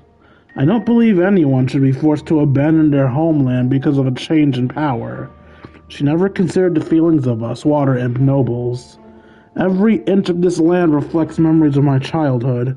By closing the eyes, I still hear everyone's songs echoing everywhere. I will not forgive those who drove us away. And I wish you very much, Mother. Okay, I knew her emotions were fake. I didn't think it would go so far that she might be the murderer. I mean, it still isn't guaranteed, but it's a possibility. She is, by definition, a magic user. I often find myself missing that dress with the tassels, the heavy bed curtains, and the first rays of sunlight that would stream into the manor each morning. But it's alright now. If I narrow my eyes just a little, the light seeping through the crack backstage feels just like another one of our manor. I know that life is gone forever, and I can miss it all I want, but I also feel that what I have here now is no less than what I lost. The fantastic sets designed by the prop master, the many fans who come all this way to see me, the quiet dancing girl who doesn't talk much, these are all mine. I won't lose any of it again. Never. Absolutely never. I've joined a rather remarkable organization, though I can't tell you its name. Whatever that great figure intends to do this time, there should always be someone looking out for the misfortunes of ordinary people. That's what our organization exists for. Even now I still don't understand her. Why does that those in power always seem this way? They clearly have the ability to bring greater happiness. Some say she has her own difficulties. What would possibly trouble someone so seemingly omnipotent? Never mind. I just focus on what I can do. I suppose you'll all hear about our organization sooner or later. Its name is... never mind. I'll leave it a mystery for now. Huh. This has to be Vodianitsa's writing, surely. Maybe it's a little rude for us to peek at this. I feel like I just read someone's secret diary by accident. Since this is an accident, it should be fine. It sounds like she's writing this for her parents, right? I don't understand. Why put this stuff in a notebook instead of mailing it in a letter? Because her water imp parents belong to the aristocracy, who were driven out of Snezniya by the Tsaritsa long ago. And now they live somewhere new, where the postman can't get to. Alright, I need to get to that as soon as possible. I got somebody in my Discord to drop off some of Sandrone's level up materials for me. Because due to my bad vision, I can't pick them up. I can't see them in the overworld. So, as soon as this quest is done, I need to rush to that spot where they left that storage unit for me. Oh, hey, Vodianitsa. I can explain. We're sorry. It's fine. My fault for not storing it properly. I can't leave things lying around and expect them to get ignored when everyone's scouring the place for clues. Alright, give me my notebook back. I'll take over the investigation in this room. Hey, you're not allowed to hide shit. No, keep the book. Read it.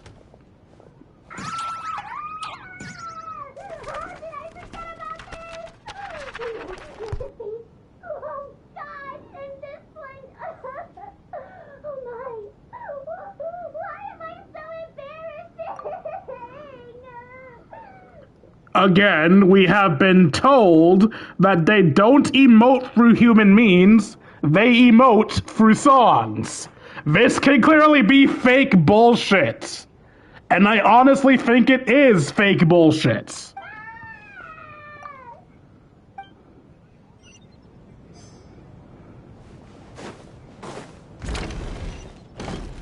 Wait, no, I want to interact with her post freakout. I can't interact with her post freakout. She locked the door. No, but genuinely, I think she's hiding something. I don't trust her.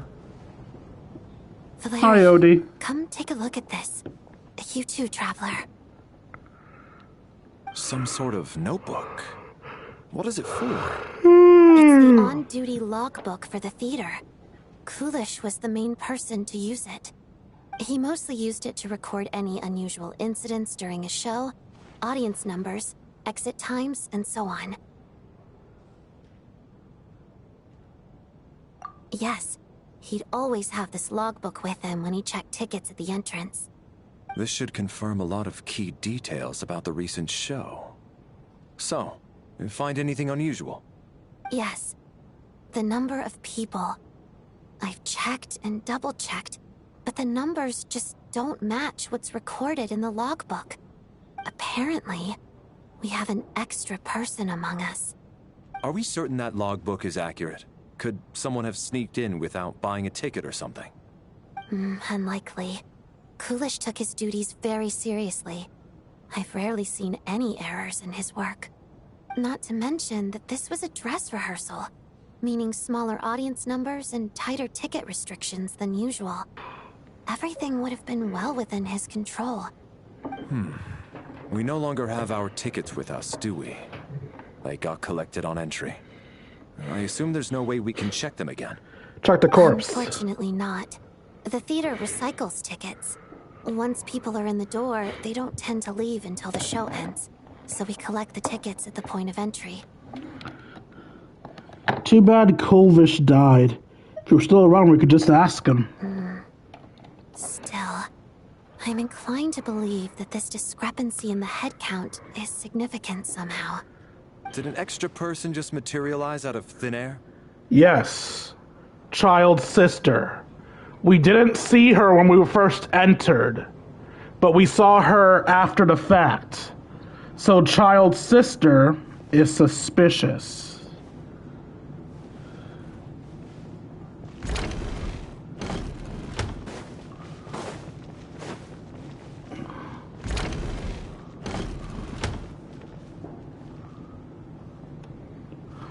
Traveler, since you're here, come take a look at this. Alosha found it. We're both curious to hear your perspective. It appears to be an investigation report. And the focus of the investigation was the rumors of haunting we heard about earlier. An investigation report. Investigation?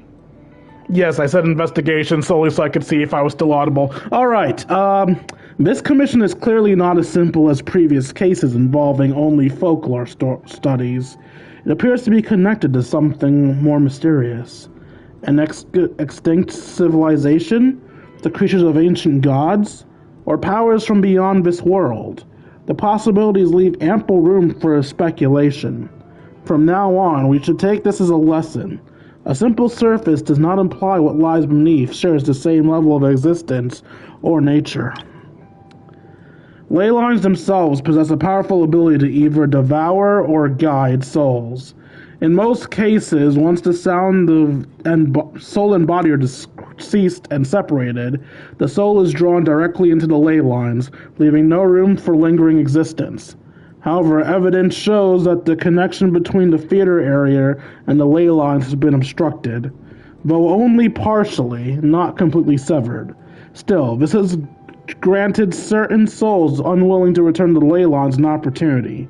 If their resistance is strong enough, they may even linger in the theater indefinitely, in theory. However, these souls within the theater are incapable of influencing the physical world. Only under extremely rare circumstances can they produce phenomena observable to the human eye. Overall, they can be considered harmless. This assessment may be conveyed in advance to the theater's management to reassure them. But for me, this investigation does not end here. Uncovering the reason why ley lines have been obstructed is the true focus of this inquiry. After consulting multiple sources, the most reliable hypothesis at present appears to be the existence of an angel civilization and its preliminary attempts at ley line renovation. There is too little information available here. I must return home as soon as possible. An investigation report, huh? Looks quite old. This person's name looks to be of Sumeru origin to me. Was the investigator from Sumeru? The theater manager must have hired an investigator once specifically to look into this issue. But it doesn't look like anyone ever looked at the report. Presumably, the manager wanted to know if the supposed haunting was dangerous, while also being fearful of word getting out in case it affected the theater's business. Anyway, the bottom line is, the haunting is actually real after all. It's caused by an obstruction in the ley lines. Is there any chance this is the key to finally making some progress with the murder cases? Ley line problems are pretty unexceptional to me by this point. And while it certainly offers an explanation for the ghosts, it's hard to imagine what connection it could have to these two murder cases. Some of the language that appears at the very end of the report caught my eye. Angel civilization, ley line renovation? My area of research doesn't touch on any of that, so it's completely outside of my wheelhouse. Huh? A piece of paper just fell out from the report. It landed right by your feet. Let's see.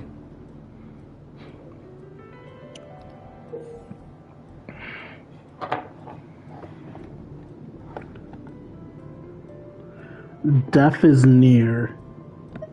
Spirit almost know how you look at it. How unnerving. It was tucked inside the report, so it must be a note left by the author. Death is near. Is that supposed to be what's going on here? With us? In the theater? But if so, how did the author foresee it? Could he predict the future somehow? Maybe things are more complicated than we thought. No, wait a second. If we take the report and the note at face value, they completely contradict one another. The report definitively concludes that the hauntings in the theater are harmless and cannot affect the real world.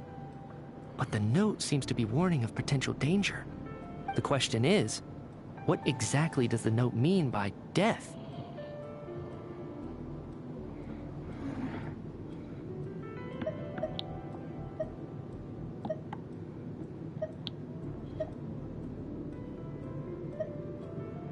Is it referring to the victims? The various ways we could interpret this keyword lead in completely different directions. Let's pause our analysis here for now. I think we need more information. Also, I pointed out that child sister is suspicious because we didn't see her when we first entered. It's not impossible, is it? If anything, it's the natural conclusion. It should also be noted that the mercenary is also suspicious due to when the Fae pointed out that he could read her emotions when no one else could. Quite frankly, I find her, him, and child sister to all be to be suspicious as hell. I can't say which one is the most suspicious. If I absolutely had to, my pointer finger would go to child sister. But at the same time, we did know she was going to be here before the others, so it's not like it's out of possibility of her being here. But I could also see a scenario where she wasn't able to reach because of her sickness, and thus whatever ghost, murderer, psychopath is just pretending to be her. Well, I beg to differ. This sounds to me like a product of a researcher's vivid imagination. And perhaps it's because I'm still viewing this through the lens of a typical murder investigation. But still, I'm struggling to be persuaded by your theory. Does it really sound that far-fetched? Alright, well, let's treat that as speculation for now. I do agree with what you've said, so let's go with your idea for now. Good. Okay, now that we finally have some meaningful leads, I think it's time to reconvene. Let's get the others.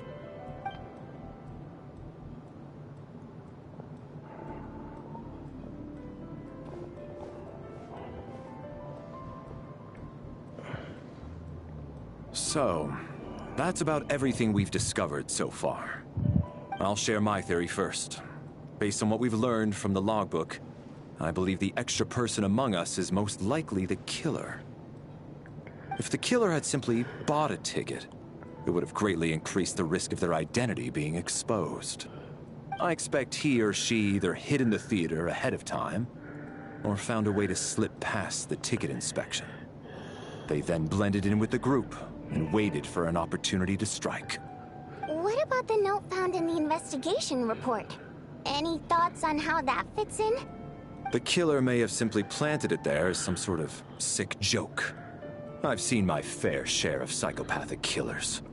They love playing cryptic mind games. So, it has nothing to do with the haunting of the theater after all. This theory makes sense to me. If we have an audience member unaccounted for, chances are they didn't come here to watch the show. Could it really be that simple? So, in other words, all we have to do is find out who got in here without a ticket, and all our problems will be solved? Then let me make one thing clear. All the theater staff should be well aware that I came here for the rehearsal legitimately, yes? There's no way I'm the one who didn't have a ticket. It's true. I hear you used every trick in the book to get a hold of that ticket, too. Everything short of throwing a temper tantrum and rolling around on the floor at the entrance. I most certainly did not degrade myself in such a way. Probably a stupid question, but I might as well ask. Did anyone here get in without having their ticket checked? Guess it was naive of me to expect them to just admit to it. Especially after the unprompted Lelic reveal. Once was already a miracle. Twice would be unfathomable. Okay. The most likely extra person who under our ticket is... It's either him or her. Because he doesn't really have any reason that he would be considered a person of interest. He works here. I got a ticket. She works here. She works here. These two are both high-ranking military members. Technically speaking, she is Child's sister. So she could have got... Wait, no, she did have a ticket, because Child had 2 tickets. So it has to be him. I am still suspicious of her, though, because we did not see her when we entered. But for now, I'll select him. I don't believe any of us here knew Shram before all this. If no one can verify Shram's identity... Mr. Shram, did you really go through the ticket inspection to get in here? Huh? Me? Why am I being singled out, my friend? Do I seem that suspicious? It's not that you stand out as suspicious. More that everyone else has been ruled out as trustworthy. Okay. Well, we spent the best part of 2 days together now, so I'm sure you can all tell what kind of person I am. I'm a true gentleman. I never dream of doing something like sneaking to the theater without a ticket. Dude, you're a mercenary. The fuck do you mean? I have no doubt that you're a good person. But the problem is, none of us here actually know you, so no one can say for sure that you are who you claim to be. Although, actually, what was it you said last night? Yeah, you're friends with that water imp, which is why you understand our primary mode of expression. Last time I checked, There were barely any of us remaining in Snezniya, since most of the water imps left. Could you tell me a little bit more about your friend? Oh, was her diary supposed to be another hint? And I suppose it's also kind of a way for everyone else to get to know you a little better.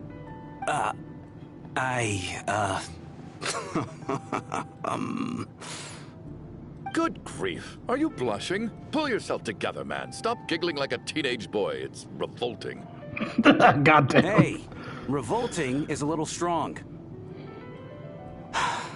All right, fine. I'll admit it. That water imp friend of mine, the truth is, we're dating. I figured that was the the bodyguard case. hired by our family. But the stars must have aligned, because sparks began to fly between me and their daughter. Never in my wildest dreams did I think I'd get so lucky. We don't need details. Just get to the point. Okay. I'm just a little hesitant to reveal her name, that's all. You know how it is. These are delicate times. Even with me to protect her. If word gets out that she's dating a human, both the Fae and human factions will give her a hard time. Just whisper it to the other water imp. Really? Wait, no. That can't be. Was that sound effect it telling me that I was wrong? What the devil are you talking about? Why is everyone looking at me like that? Surely you can understand where I'm coming from. Delicate times? Factions? Yes? You know, the Civil War? Last time I checked, the Fae and the humans were still at each other's throats. If I'm not mistaken, the last significant civil war in Snezniya history was over 400 years ago. Oh, so when he's Her a Majesty, ghost? the Tsaritsa, had just taken the throne and was consolidating her reign. What do you mean, 400 years ago? What's going on here? Is Shram from the past? All right, Mr. Mitya, you win this round. As far-fetched as it is, it appears that your theory may be correct. I'm just as amazed as you are. I didn't even believe it myself, to be honest. Is someone going to explain what's going on here? From the look on your face, you figured it out too, haven't you, Traveler?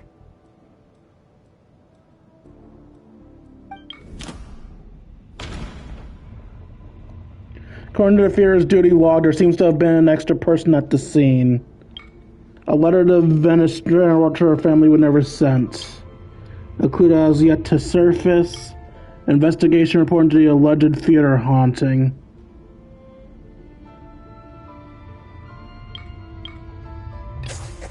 The theater's ley lines have been modified to block souls within its grounds from returning to them.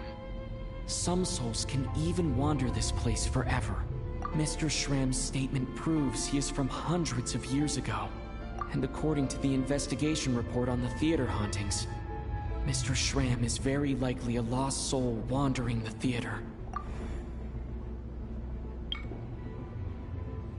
The true nature of the extra person is a soul wandering the theater.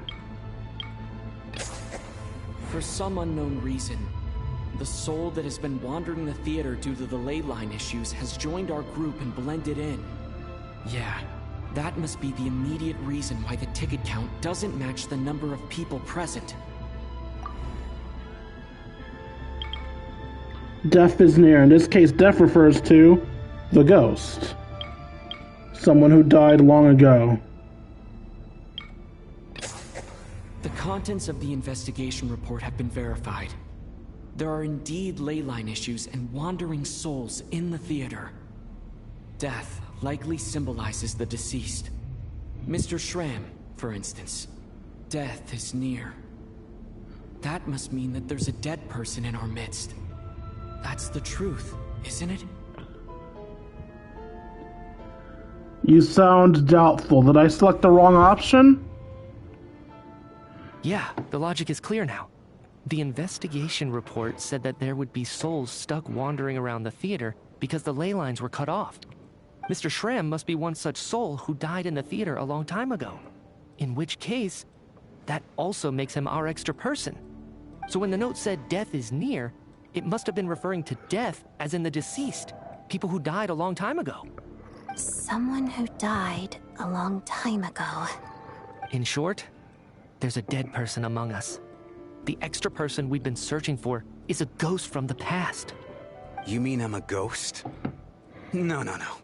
Don't make jokes like that, my man. There must be some mistake. But even if I was dead, I know for a fact I didn't kill anyone these past 2 nights. Yeah, even if all that's true, the report also said the souls inside the theater can't affect reality, right? They're harmless. Then what if the problem isn't the souls at all, but the ley lines themselves? The ley lines have a powerful ability to attract and devour souls. Let's say that the ley lines are like a black hole, constantly seeking to engulf souls. But the souls that don't want to return are trying to avoid being sucked in. Huh. Why does this analogy sound so familiar? I have no What happens clue. when the black hole can't achieve The its Black goal? Mist? I'm only speculating here, but what if it ended up swallowing innocent souls by mistake, or intentionally taking other souls to compensate? That could explain why we weren't able to determine a cause of death. If you're right, and their souls were devoured by the ley lines, it does make some sense. It does seem to explain a lot of the things we couldn't make sense of. Does that mean it's true? Except there's no concrete evidence. Mitya is relying on a lot of logical leaps. Still, it seems like the best explanation we have under the circumstances. All right, so how could Shram not know that he's dead? Seems a little unlikely that he hasn't noticed anything unusual even after several days interacting with us. On the contrary, it's perfectly normal for a soul to wander the theater for centuries without questioning their existence or reason for being there. It's simply what's natural for them.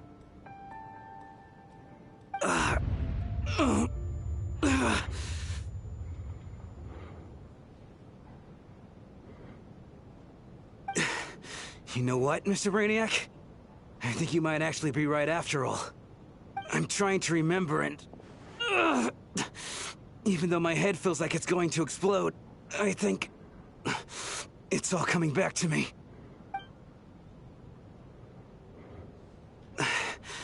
I was the one who didn't want to remember my own death, so I forced myself to forget. Well, I'm sure those are painful memories. My lady and I snuck out to go on a date one day. We bought tickets for the theater. It wasn't really my thing, but I was just happy to be together. All of a sudden, a group of people burst into the theater, shouting for all the water imps to get out, performers and audience members included. It was clear the conflict between humans and Fae had reached a boiling point. This time, the extremists were even coming after the water imps who had nothing to do with the war. I thought I could pull one over on them, so I took off my jacket, draped it over my lady, and tried to sneak out amid the chaos. But I got caught. They started shouting, calling me a traitor to humanity. But I was going to do whatever it took to buy our chance to escape, no matter how many people stood in my way. I had to, both as their bodyguard and out of love. It's all right, friend. You can stop there if you want. You don't need to dig all that up again. It's just... even now, I'm still struggling to accept the truth. How could I be dead? I'm sorry, everyone. If I'd known I was a dead man walking, I wouldn't have dragged you down with me. If I'm the cause of all this death, then punish me however you see fit. But, Mr. Shrim... I mean, even if the ley lines are taking souls because of you, you aren't the cause of it per se. It's not You your said I've been fault. wandering the theater for centuries, right?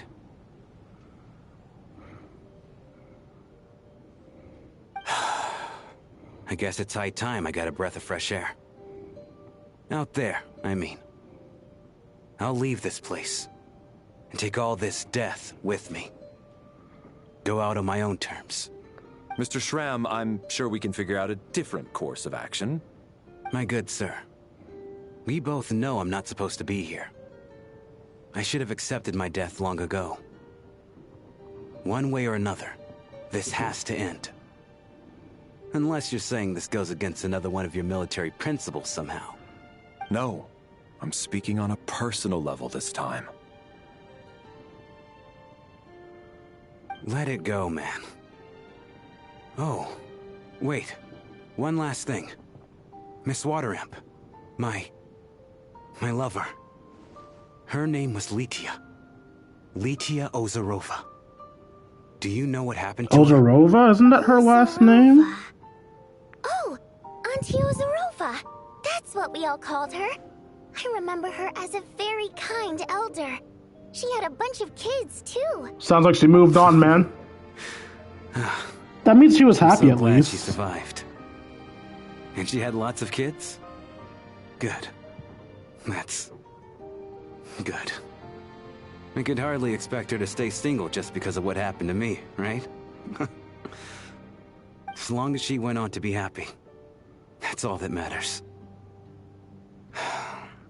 Besides, I'm dead. My soul's been wandering around here for so long because I was worried about her. But now, I can go without regret. There's no need to see me off, my friends. I've enjoyed our time together over these past few days. Perhaps we'll meet again in the next life.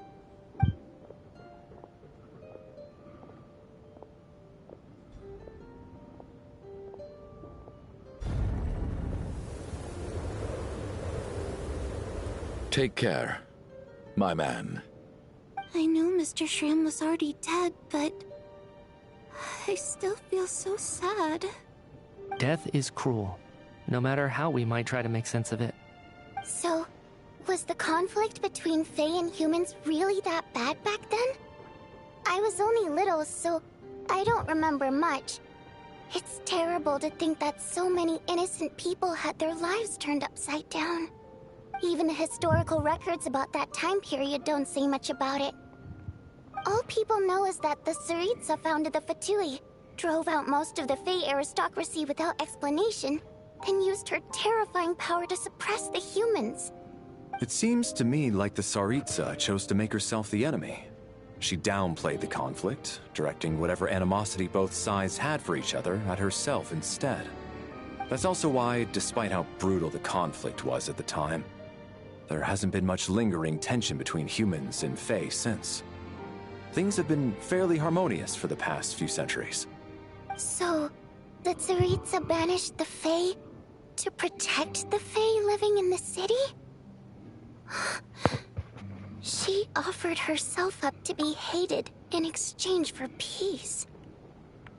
Yeah, I'm sure that's true. 1 second. Alright, good. Still audible. I had bumped my mic while wiping my eyes. Maybe it's not quite as bad as it sounds. I don't think Her Majesty is too concerned if mortals hate her or not. And besides, there are very few who truly do. And I bumped the mic again. I had no idea. Alright, if Mitia's theory is correct, then I think we can consider this matter settled. Let's all take a break.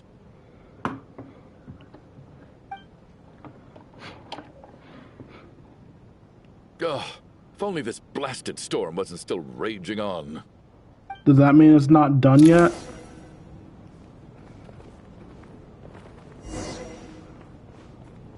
Return to your room. Let me talk to everyone first.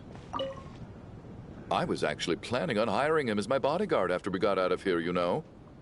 Oh, poor guy.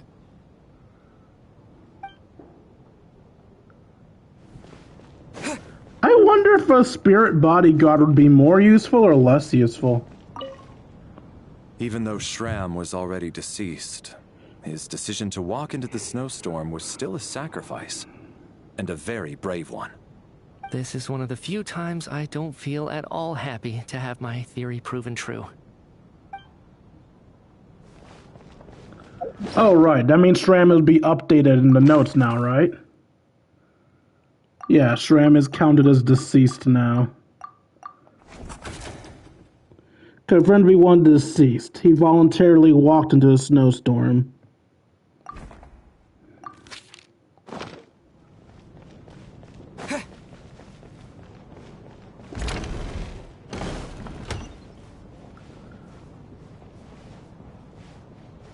My room is that way.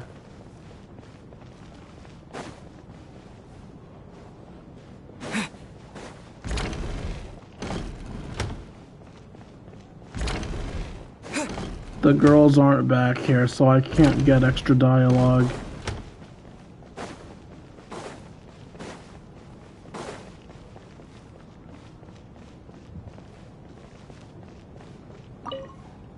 At least the lingering regret that kept him here has been put to rest. That's not necessarily a bad thing.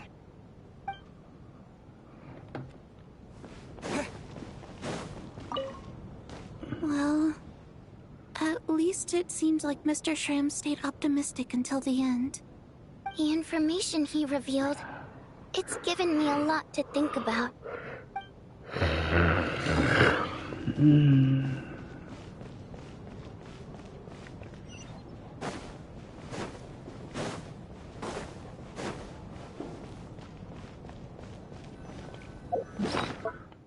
There's possible intel in the photo? Whatever intel updates could there be? Did we get an update about her thing? Did it always say she cared about over regular people? Yours is the same as before. Yours is the same as before. Yours is the same as before. Mine's the same as before. Same as before. Same as before. Nothing new other than the fact that he knows he's a ghost. Nothing new. Yeah, I don't know what new shit they expected me to find there. I can hear the storm just rest until in my bedroom. Stops. I still can't believe Shram turned out to be a ghost who'd been in the theater for hundreds of years. To think he was dead this whole time. What a strange turn of events. Knock, knock. Huh? Who's there? Knock, knock. You know the door isn't closed, right? It's a knock-knock joke, you dumbass! Think of it as a signal, then. When I'm entering someone else's room and I knock, I'm here as Odette. If I don't knock, it's Lelik. Please come in, Miss Odette. Thanks. So, why did you come to find me? Is there something I can help with? Vodyanitsa said you knew about my secret identity from the start. But when everyone was discussing who Lelik could be, you were worried that revealing what you knew would be unfair to me. So you kept it to yourself, right? You just came here to thank me? Yes. I'm extremely grateful for that. It's nothing. I mean, you didn't hold what happened with Signora against me, so I should thank you for that as well. Actually, there's something else as well. I found myself in a situation similar to the one you were in when you helped conceal my identity. So I thought I'd come and ask you for advice. What's the situation? It's about Mitya. Before all of this, the last time I saw him, he was dead. Nani? As I'm sure you know, my goal as Lelik was to stop Project Stuja. Well, when I found out the tech lead for the experiment behind Project Stuja was Mitya, I immediately started planning to track him down and threaten him to back out. I often saw him around the theater, but I soon concluded that making my move there would risk exposing my identity. So I decided to infiltrate the Armory Palace and go directly to his lab. That way, the threat would be much more effective. That must be basically the most classified place in Snezniya. You must infiltrate it. You really do have what it takes to be a harbinger. Well, I suppose there was a bit of luck involved. But I am a Fatus, so I already had some... I forgot to double check that my mic's still working. But when I finally made it to his lab, Mitya seemed to be dead. Okay, I'm working. Up to... How did you know? I checked his breathing and his pulse. He had no vital signs whatsoever. I'm certain of that. I thought maybe another anti-Project Stuja activist had beaten me to it, and chosen a much more brutal method. So I made myself scarce. That's why you were so on guard around Mitya that first night here. Yes. When I saw him sitting in the audience during the performance, I could barely contain the shock. To me, it was a miracle. Somehow, he'd come back from the dead. But then, the murders started happening and things got so complicated that it wasn't really at the front of my mind. That is, until Mitya himself said there must be a dead person among us.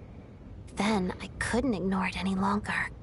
And yet, you thought that bringing it up right away would single Mitya out. Just like when everyone was suspecting Lelik. Exactly. I thought there could be something I was missing. Besides, we soon figured out that Mr. Schramm was a ghost. And we knew there was only one extra person. So we thought he had to be the one. But now, it seems like there's another candidate. I understand why you kept it to yourself. There was so much information being thrown around during that discussion. Bringing up Mitya would have just introduced more confusion. So, what do you think we should do? Let me confirm one thing first. When was it that you found Mitya dead? Around a week ago. Sometime in the afternoon. A week ago? That's earlier than I thought. I saw him just a few days ago at a restaurant. That definitely would have been after you found him dead. He seemed completely normal to me. Chatting with Vodyanitsa, trying to avoid Valeri. So he was definitely alive on that day. Huh. Well, all I can say is I know what I saw.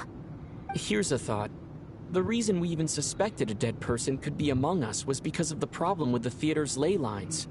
But Mitya's death happened inside the Armory Palace. The ley lines affecting the theater shouldn't reach that far. Just as I thought. You're right.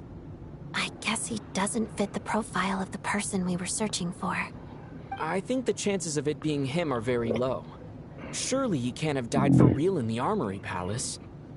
Unless... Unless what? Unless he really did come back from the dead. You're right. Do you think we need to disclose this to the others? Huh, what's this? A private meet and greet? Where do I line up? Honestly, I'd be fine just telling him what we figured out. Not what's going on here. Well, I was just making the rounds. Thought I'd try to lighten the mood a bit. Vodyanitsa's handing out food if you're hungry. I'm always hungry.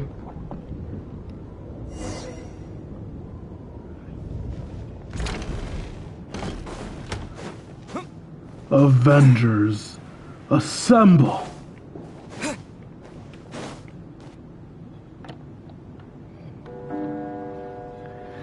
Outside, a snowstorm teacher's raised where you know it, something happens. What is going on with this storm? Could it be connected to that monster that just arrived in Snezniya?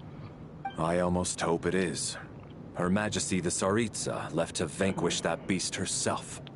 We just need to wait for her triumphant return. Do you think people still feel the cold after they die? I'm wondering about Schramm. Oh, maybe we should have given him a coat before he went out there. Death itself is cold, isn't it? I'm sure the storm will embrace him. Well, I hope he has a safe journey. I'm going to miss him, I think. It's not like we can blame him for Rampana and Honestly, so will I like that character. Back on it, we barely made it out alive ourselves. Honestly, so will I. Once we get out of here, how are we going to explain what happened to their families?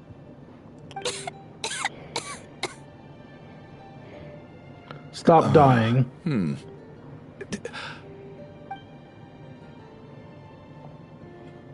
Are you okay? Here, take this. I've never used it.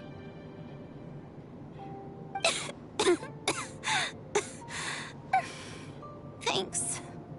Look who's Mr. Nice Guy all of a sudden. Is it because Tonya stood up for you this morning? At least you know how to return a favor. Yeah, without Tonya, who knows how badly he would have been hurt. I told you already, I never intended to resort to violence. Bullshit. Duh, bunch of rascals. Little girl? I was rather surprised when you spoke up for me this morning. I didn't think I had many admirers here, so, thank you. I'd hardly call her an admirer. She roasted your ass. I said some bad stuff about you too. I've been too embarrassed to admit it, but you remind me a lot of my daughter. So kind to everyone, but never lets her old man off the hook. Unless my wife and I are having a fight, then she's always on my side. Especially when she was little. Every time I took her out... Stop dying! All right, easy now. How long have you had that cough, Tonya? I don't know. It's probably been a while. I'm fine. Again, I've been suspicious of Tonya for a while since we never saw her when we walked in. I'm starting to think that either Tonya or him are also dead. Because it's possible that Tonya could be a dead ghost of his daughter, and that's why he never brought his daughter to the shows, because she's already dead. Or he never brought them to the shows because he's dead and he can't bring someone from the outside world. Hard to say. I'm trying to remember if we've ever seen him outside the theater. We've also never seen Tonya outside the theater. Hell, I don't think we've ever seen a picture of Tonya. Are you taking anything for it? Yeah. I'll be fine once I see my brother. He's gonna pick some frost fairy flower leaves and brew a tonic for me. I'll feel much better once I drink that. I see. That's good to hear then. Yep, We should probably one of these two discuss is dead. arrangements for tonight. Now that the deceased has left our midst, there shouldn't be any more incidents. However, out of an abundance of caution, I'll keep watch. Shouldn't we take shifts? I can take one if needed. No need. I managed to get a nap in earlier, so I have plenty of energy right now.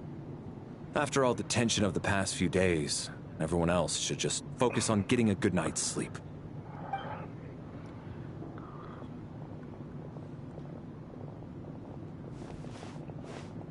What a long day. This whole situation turned out to be way more complicated than I expected. I don't think it's done. He's right. I should just try to calm down and get some rest. The last thing I want is to give myself nightmares. You're already having nightmares. And here comes another one. He's awake. He's awake! Get over here, you big lug, and take a look. If you must call me something, call me Mr. Door. The Black Mist is coming. You need to Mr. go. Door? Black Mist? Haven't I heard that before? Are you all right? Can you walk? We just got attacked by monsters on our way up. That Mr. Door fellow protected us. He just seemed to come out of nowhere. Not much of a talker, but when it comes to taking down monsters, that man doesn't hold back. Curses! The Black Mist is catching up to us. We need to keep going. Mr. Door, I don't believe I've ever seen you around here before. I'm not gonna bother waiting to see if it's going There's no up. need to try to get to know me. I'm just Mr. Door. I have to find the door that belongs to me. Oh, well, anyway, we're lucky to have you here. Thanks for saving us, sir. Mr. Door, monsters! Looking for trouble. I can just push these ones off. No need to thank me. This is where my duty lies. Having second.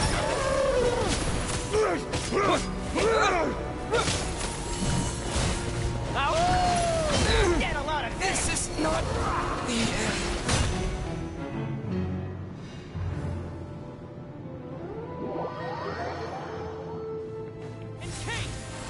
Looking for trouble?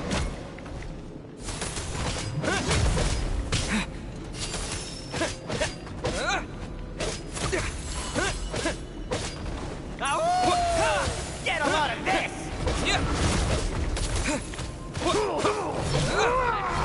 Any second thoughts? I didn't mean to grab that yet.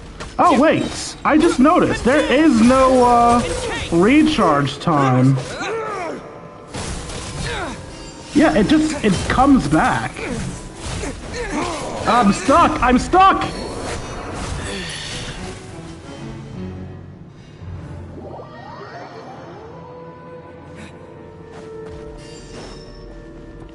Looking for trouble? What the? What the? Ready to taste my fists? You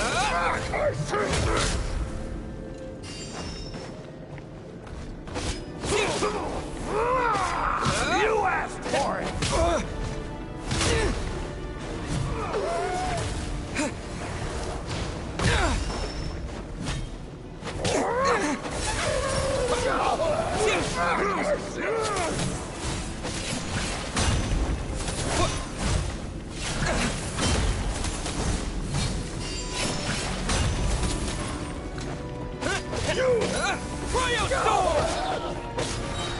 Fighting frog!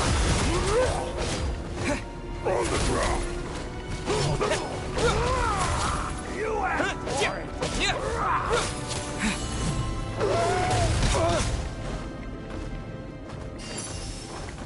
Missed you, boy!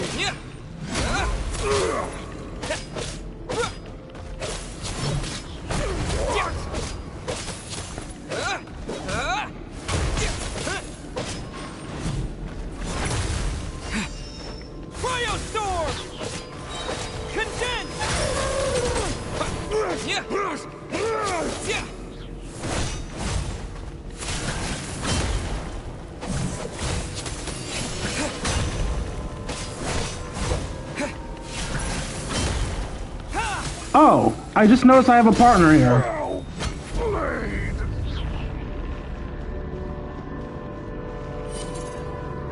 That's why I was losing so handily. They didn't expect me to fight him straight up. They expected me to use the Valore alt. But I didn't see it there, so I never made use of it. So we're doing this the hard way.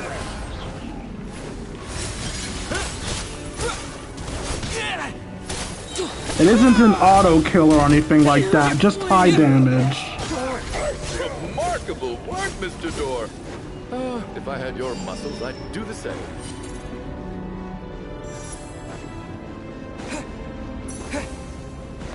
Yeah, one of these fights is going to be easier now to actually see him there. Are none of these doors the one you're looking for? No.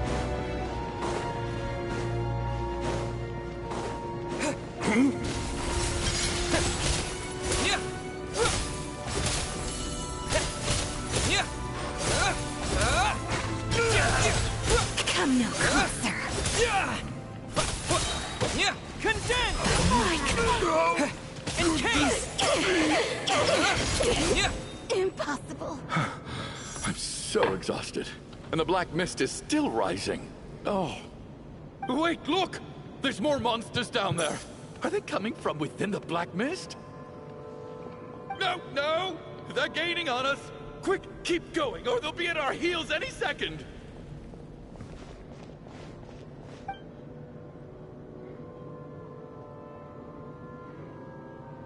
Mr. Door, what are you doing? We need to get out of here. They're coming! Found it. This is my door. What? You mean you're going to stay here? I am a door. This is where my duty lies. So he meant a door for closing, not for opening. No! You saved us. We can't leave you behind. You must keep going. A door can only keep things out for so long. You must make haste. But... Oh, you're right. Let's go. We can't let Mr. Door's sacrifice be in vain.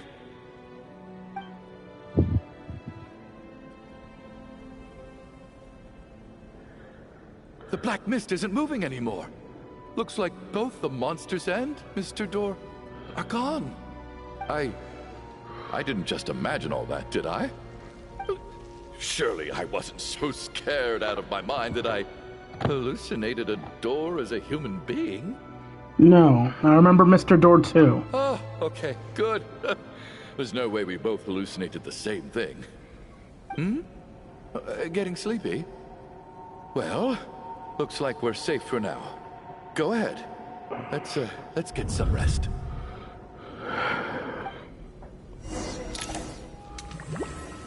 He was the first person to rest alongside us. Everybody else just watched us faint. What time is it?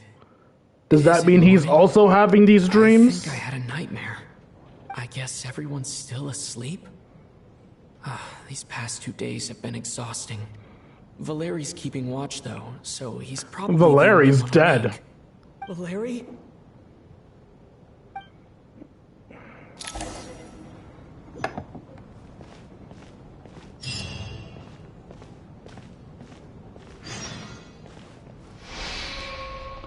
He looks calm and composed as ever.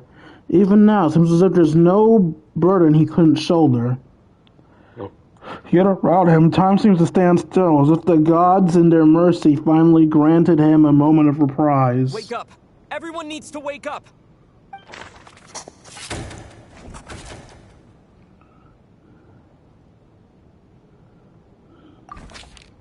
Just like the last 2 nights. No clear cause of death. I've been a real thorn in your side, haven't I, Mr. Valeri? Now you can rest in peace. But for me, life will be all the duller for not having to run away from you, my friend. How's Tonya? Is she okay? I just checked on her, and it doesn't seem like anything serious. She's just exhausted from the past couple of days, and she's still recovering from her illness. We should let her sleep a bit longer. That means Valeri was the only one who died last night. If Valeri was awake and keeping watch, it would have been impossible to kill him without waking everyone else up. That much is certain. This is so frustrating. Why has nothing changed since yesterday? I thought we already dealt with the dead person causing all this. Actually, one thing has changed. There's only 1 victim this time, not 2. Does that mean... It's 1 per ghost, and the last one is Child's sister. No, he didn't die twice in a single night.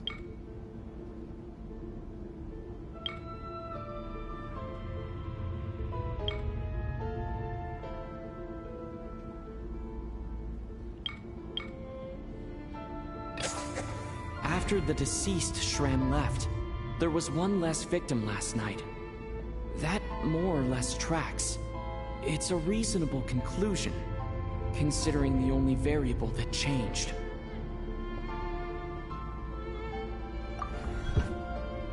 The number of people who die each night is equivalent to the number of dead among us. That's your theory, right? And the other dead is We Child's identified Mr. sister. Shram, and the night after he left, the death toll dropped from 2 to 1. Well, it could also be the Logic, there must be noble. 1 more dead person left among us. Child's sister or the noble. I'm leaning towards Child's sister. Another one? But there was only 1 person unaccounted for in the ticket checks, right? The head count should match up now. Having an extra person was definitely a cause for alarm, but being 1 person short isn't nearly as unusual. Someone could have left in the middle of the show, or made it out before the storm hit. 1 more dead person among us. If Mitya's theory is right, then what Odette told me seems a lot more relevant. It's just, at the time, we had no reason to think there was more than 1 dead person. If only we'd taken it more seriously as a possibility, maybe this could have been avoided. I'm sorry. This is my fault. I had information that could have been helpful, but I held back. I should have brought it up right away. I'm partly to blame as well. I was too quick to dismiss Odette's concerns. What is this about? What have you two been getting up to behind my back?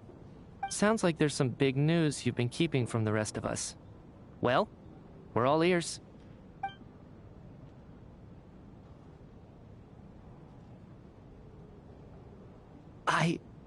I'm the dead person? Wow, that's certainly news to me.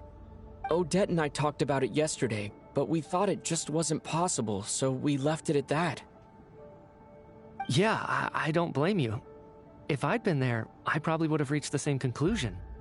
It just sounds too unbelievable.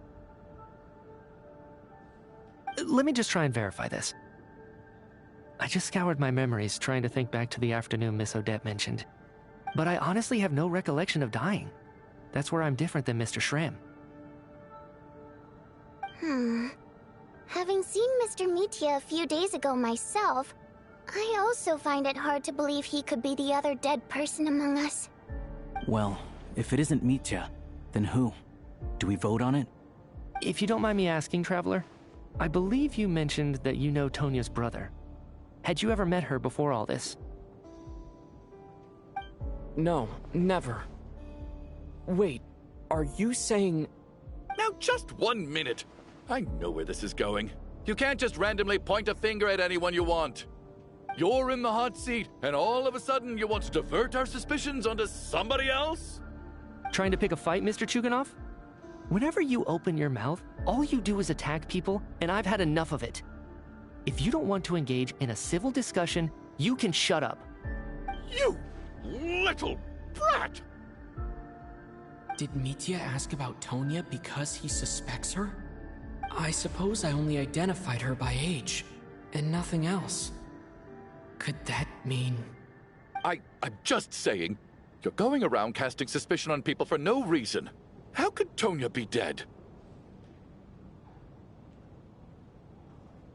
I can vouch for her, if nothing else. I've seen her before. She's the sister of that Harbinger, isn't she? The one called Child. Oh, really? You're telling the truth? Since being here, I don't think I ever mentioned she was Child's sister specifically. Does Chuganov actually know her? If Chuganov can vouch for her, then it can't be Tonya either. In which case, it seems unlikely that there's another dead person among us at all. Miss Odette, could you go over that afternoon with me one more time, when you found me dead? No problem.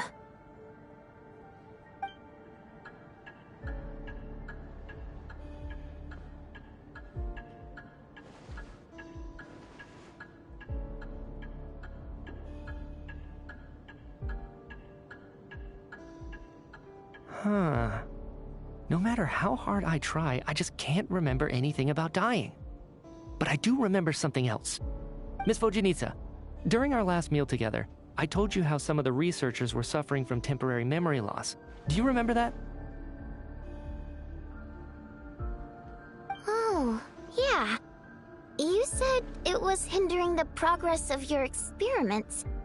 You thought they were just under too much stress or something. Right. And even though I don't remember dying that day, I'm pretty sure I experienced something like amnesia. Some of my memories from that afternoon are missing. Are you suggesting you're missing the memory of your... Of course. How am I only just realizing this? Humans aren't necessarily aware of their own death. You mean being silently assassinated, or dying in your sleep? Situations like that? The researcher's amnesia. Suddenly it all makes sense. I must thank you, Odette. I think your perspective just helped me reach a breakthrough on a series of issues that have been troubling me for quite some time. All right. It's decided then. I'll be the one to leave today. Oh, leave? Hey, wait a minute. Aren't you rushing into this? What if you're wrong? You'll pay with your life. Come on, kid. Aren't you gonna fight for your life? This seems like a rash decision. I have other reasons beyond what's been discussed. In fact, thinking back, I remember during Miss Odette's performance, while I was sitting in the audience stalls, a brilliant new idea for my research popped into my mind. But then, my train of thought suddenly cut off. I can't remember it now at all, and I didn't take any notes. I guess that must be another instance of temporary amnesia. No. Hold on. I see where you're going with this. You're suggesting that each instance of temporary amnesia is a death, right? There's a glaringly obvious flaw in that idea, no? How can one person die so many times? I believe Miss Odette's account. During the period where my memory is blank, I must have been either dead or in a similar state. All it would take is for the same thing to happen in the theater, and I would come under the effect of the ley lines in this vicinity. This increases the likelihood of me being the deceased, does it not? But... There's no evidence to suggest that anyone other than me is a candidate for the deceased. So allow me, as a scientist, to treat this as an experiment. Please relax, everyone. I don't think things are as bad as they may seem. If I really am the deceased, then to leave the theater will be a relief for me. If, on the other hand, I'm still alive right now, well, apparently you've all witnessed my resurrection recently anyway. Who's to say I won't return from the dead again this time? Mitya's right. This is the only thing we can try right now. I think he's deliberately downplaying the gravity of the situation, though. He probably doesn't want to burden everyone. What is a scientist if not someone who gambles on experiment after experiment in an attempt to obtain the truth? With this snowstorm, the ley line phenomenon, ghosts of the dead, and my amnesia, we've been paralyzed by not knowing and powerless to do anything about it. It's a terrible feeling. But if I do get resurrected, you can be sure that I'll come back with the truth of all this. Just you wait.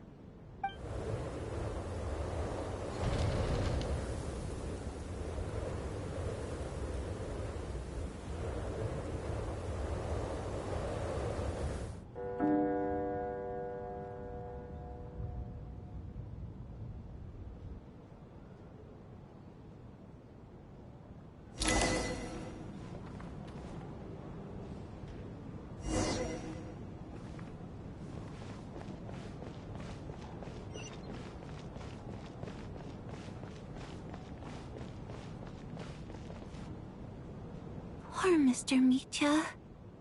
I didn't even get to see him one last time. Maybe it's a good thing that you weren't there to see it. It was a hard thing to watch. I hate goodbyes. Why does it feel like everyone around me is slowly disappearing? Not just in here, I mean. In the outside world, too. Maybe it's the realization that, at the end of life, everyone has to face it alone. Come to think of it, the main reason we're still alive right now is pure luck. Each morning here, for every one of us, there's the chance that we might not wake up. You could take it a step further and say that the same is true outside, too. Who can never be 100% sure when they drift off to sleep that they'll open their eyes again in the morning? If I make it out of here, I'm going to cherish every moment that I'm awake and live without any regrets. Without regrets? I feel like a strange sense of anxiety has been quietly growing inside me over the last 2 days.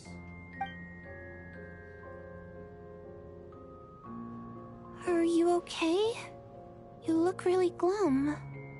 If something's bugging you, let's talk about it. There's only a few of us left here now. After everything we've been through, what's the point in keeping things bottled up? I have a travel companion named Paimon. Alosha and Odette have met her before. She's been feeling unwell recently. You're worried about her, aren't you? That makes sense. We've been trapped in here for days. To be honest, I used to feel like I was just a spectator in this world, watching everything that happens from the sidelines. Maybe it's because I'm a descender. A descender? But with Paimon by my side, over time, I slowly felt my connection to this world growing stronger. She loves eating, sleeping, and having fun, but she's also a great guide. It's her authenticity that makes this whole world feel more real for me. Over the last few days that we've been apart, I've often caught myself wondering, what would Paimon say if she were here right now?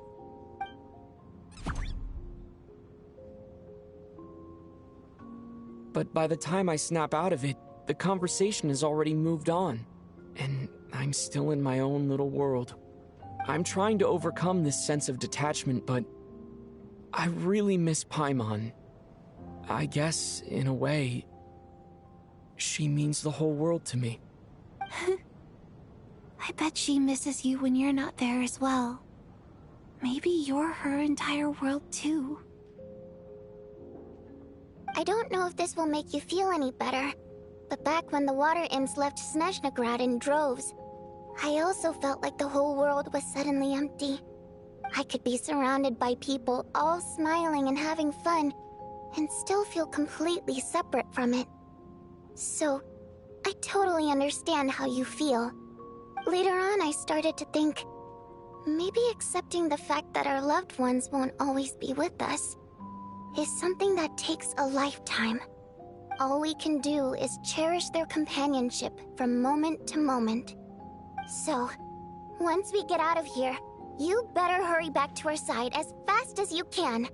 You can't let your story end in regret. That's the trope I hate the most. Thank you. That's exactly what I needed to hear. But Vodyanitsa, if you hate goodbyes too, why didn't you leave with your people? That's just the choice I made. I used to regret it, but I don't anymore. Like I said before, singing is a water imp's primary mode of expression. It's how we convey our emotions.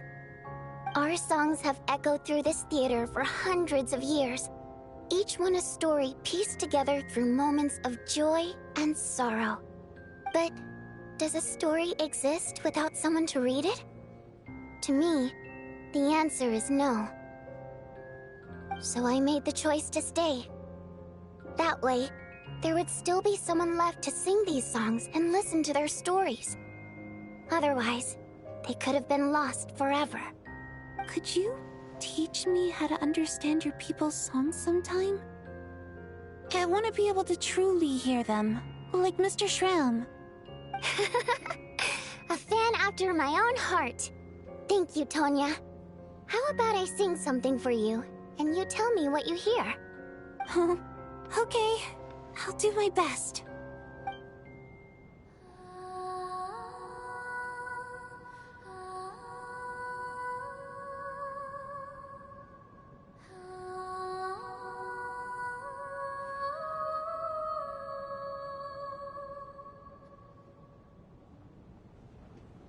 I've never heard that one before. I feel like I can hear a sense of longing somehow. I wonder why that is. Color me impressed, Tonya. You're a keen listener. Most people can only tell if a song is happy or sad. I didn't think you'd be able to pick up on such specific details. So, what's the song about then? Come on, tell me!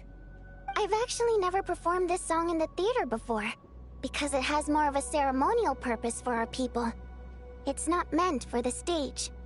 It means something like, may those we have lost watch over us, and follow this song back home in the night, so that we might be reunited once more.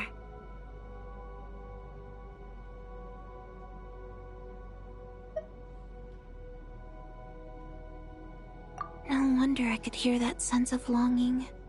You sing it for loved ones who have passed away. I hope it reaches them. It's getting late, Tonya, and you're not well. We should all turn in early. I suppose there's no reason to keep watch tonight. Okay. But, before I go to bed, could you sing that song a couple more times for me, Vodyanitsa? Of course. Anything for my #1 fan.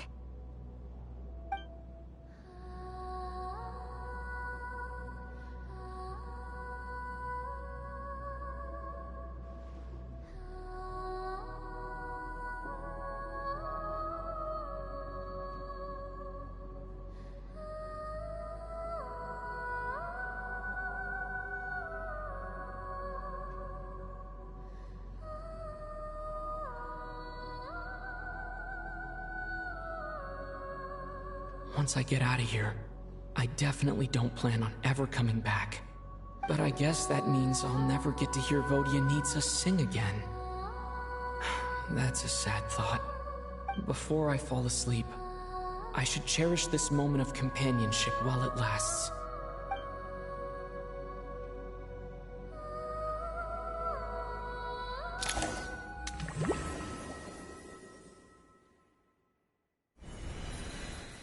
Where am I? It's so dark in here, and I feel kind of dizzy. Am I alone?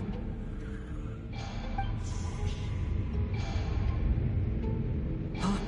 What was that noise?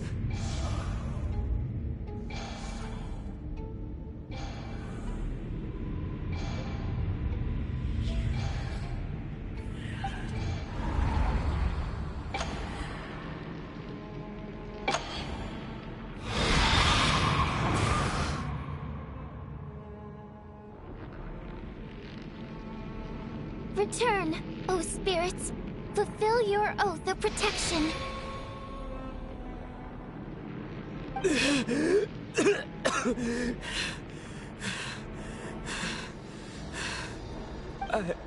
I'm alive?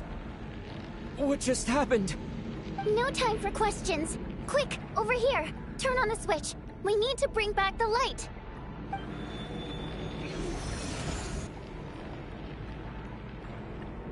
All right, we're safe.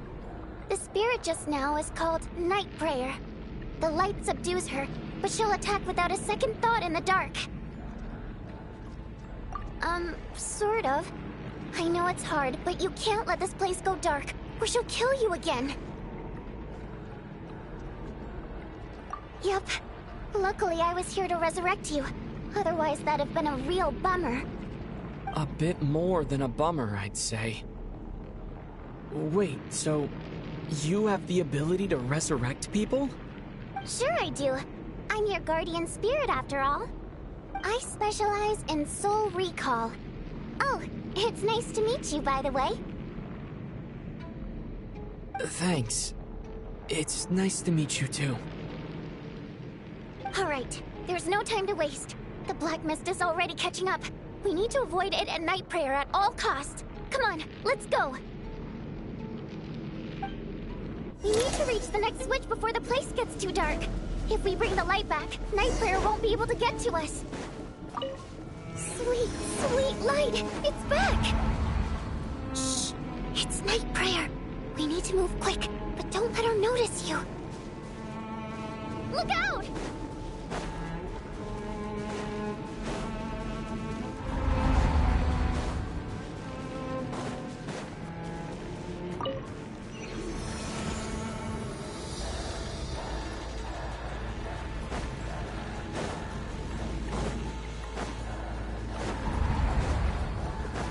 Which is over there.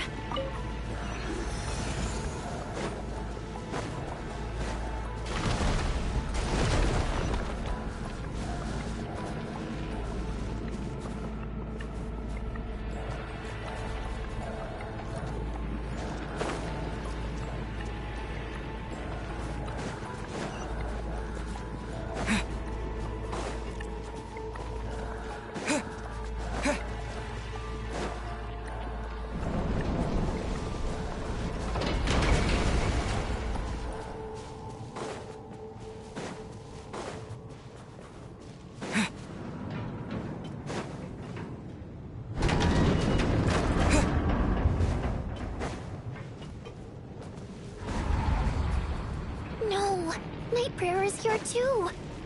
This can't be the only path. The switch is just up ahead. Hurry! It's too dark. We're not gonna make it. Come on, faster!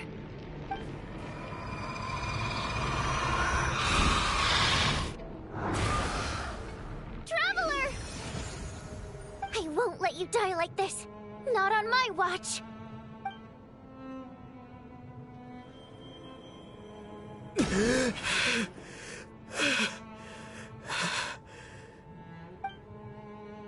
Even though it's not permanent, Dying is definitely not a pleasant experience. Great. You're back. Yeah, thanks to you. Time for you to get out of here. Quick, before the light runs out. What about you? You're not coming with me? I can't. I've already been used up. A guardian spirit's skills are finite. I can only resurrect someone so many times. I might not look any different, but my essence has been exhausted. Now, I will slowly start to fade away. I can go no further. The black mist is where I belong.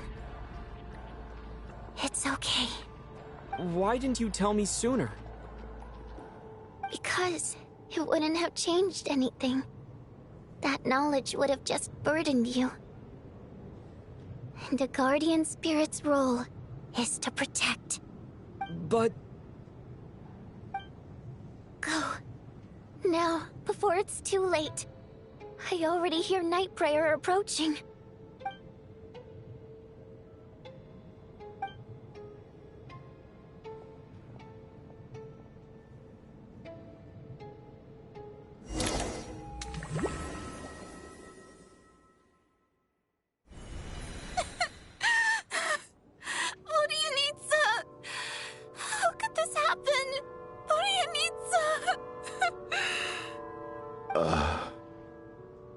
Well, I guess there's no need to inspect the body.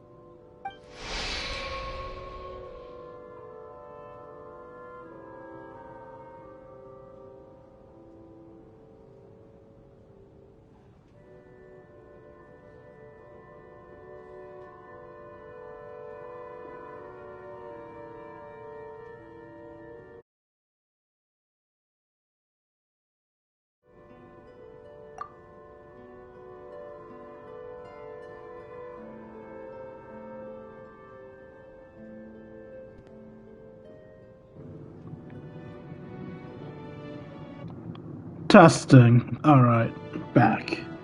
I don't think I was gone too long. I think it went dead after I hit my mic again. Your emotions begin to respond in kind, leaving a heavy feeling in your chest. Vodyanitsa, deceased during the night. This wasn't supposed to happen. You lied to us, didn't you, Chuganov? You've been lying from the start. Take a long, hard look at yourself before you go around accusing other people. I suspected you on day one, Lelik, and now look where we are. By some strange coincidence, you've never been targeted. You just happen to have survived this long? No, you should be the prime suspect. Guys, let's not do this. You little hunter, ever so content with staying on the sidelines. Yet you were the one who stopped us from leaving from the start. Why are you trying to keep us here? Now you're just lashing out indiscriminately. That's either a sign of anxiety or a guilty conscience. I think There it's was all both. this passion and bravado before. Decided to fight until the bitter end. Is that it? Is that a threat? Fine, bring it on. You think I'm afraid to die after all this? You want to kill me?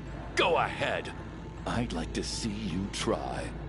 After all the trauma of the past few days, everyone's been pushed to the breaking point. Valeri and Mitya aren't here anymore. Someone else needs to step up and take charge. So me? But first, I need to think this through. Considering everyone left, who's the most likely candidate for the deceased? Child sister.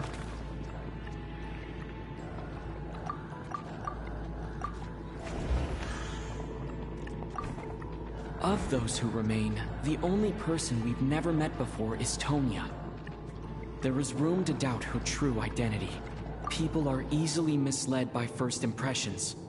Now that I think about it, Child Sister was in fact a label I imposed on her due to my own assumptions. But Mr. Chuganov vouched for Tonya's identity yesterday. With basically no other possibilities left. Could it be? I think he vouched for her out of desperation. How's She was the only one that protected him. He doesn't want to believe she's dead. Your brother Ajax must have mentioned me in his letters home, right? Did he say anything about a blonde traveler? No. And my brother's name is Razik, not Ajax. Yep, it's her. Chuganov, looks like it's your turn to do some explaining. Yesterday, you said you could vouch for Tonya. Why did you give us a false testimony? I knew you were behind this, Chuganov. You've been lying through your teeth from the start. Everything about you is fake. Down to the wife and daughter you're always talking about. Your entire family man persona is a charade, isn't it? No, I don't think that's true. Before it's revealed what's actually true, I want to give my belief on what happened. I think he was a family man. He does have a wife and daughter, and I believe that his daughter, and possibly both of them, died. I think this ghost girl reminds him of his wife, no, not of his wife and daughter. She reminds him of his daughter, and as such, he couldn't bear to think of her already being dead or her being yet another person we need to get rid of, which is why he worked so hard to protect her. He was a family man. He just doesn't have a family left to bring with him. That's what I believe the case is. He didn't start lying about anything until the night before, when he saw this innocent little girl who went out of her way to defend him about to be killed. That night, when I infiltrated your place as Lelik, I noticed you were home alone. Didn't think much of it at the time. Just thought everyone else was out. But thinking back on it now, that doesn't seem very likely. My guess is, you live alone, don't you? Even that was a lie? But why would he lie about having a family? Oh! Curses! Oh! Why is there no end to this blasted snowstorm? If it would just stop! If it would just stop. I think I remember now. I know how I ended up here. It feels like a distant memory. But at the same time, it's just like it was yesterday. The reason I'm always coughing is because I got sick with frostbite. The locals usually call it the snow cough. It's not a very common illness. It's partly genetic and partly caused by the cold climate, but it can be fatal.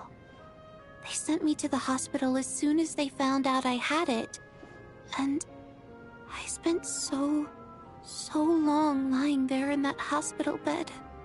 After a while, I felt myself growing weaker and weaker. Nothing seemed to be working anymore.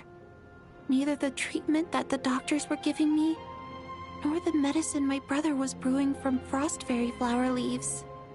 So one day, I told my brother that I wanted him to take me outside for once, so things could be like they used to, just for one day.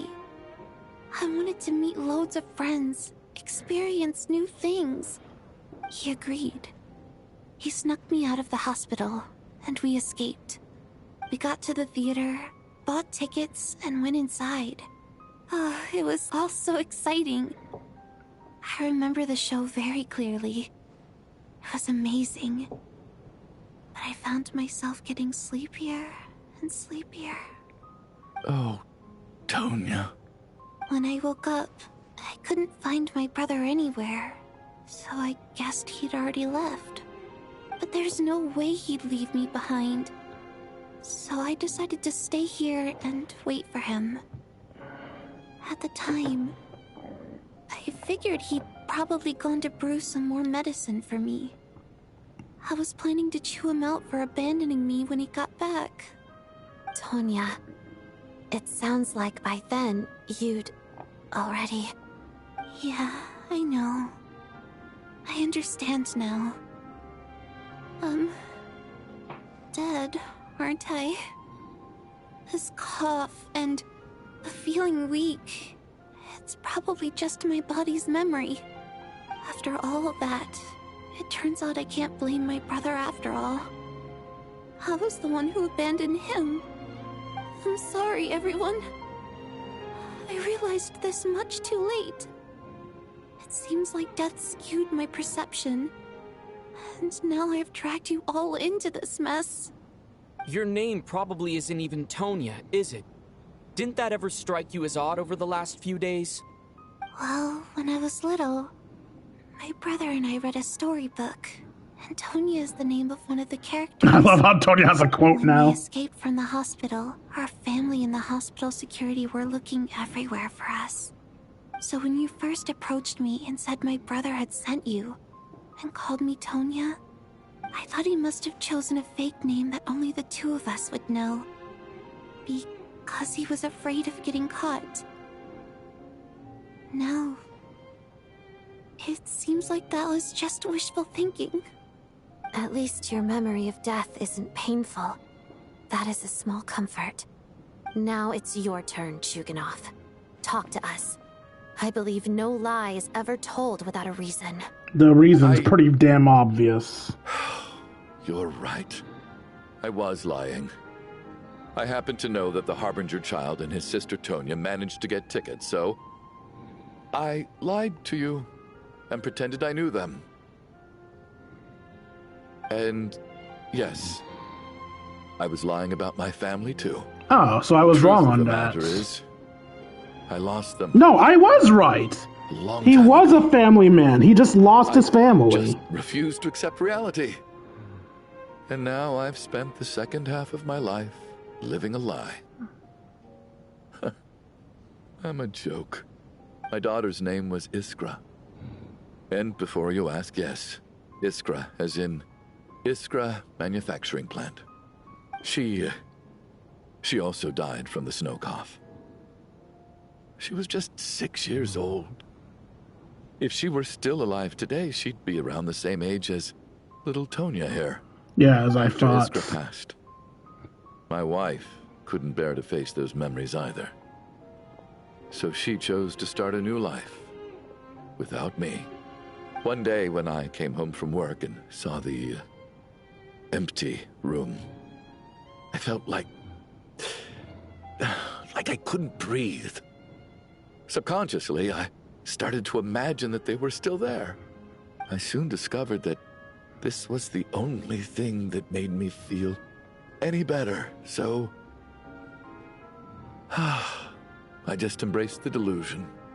Nothing more than a pathetic means of escapism, I know. But at least it's not a crime. So explain your false testimony then. It's pretty The night fucking before last, obvious. When I was chatting with Tonya, she mentioned that her brother would brew medicine for her from frost fairy flower leaves.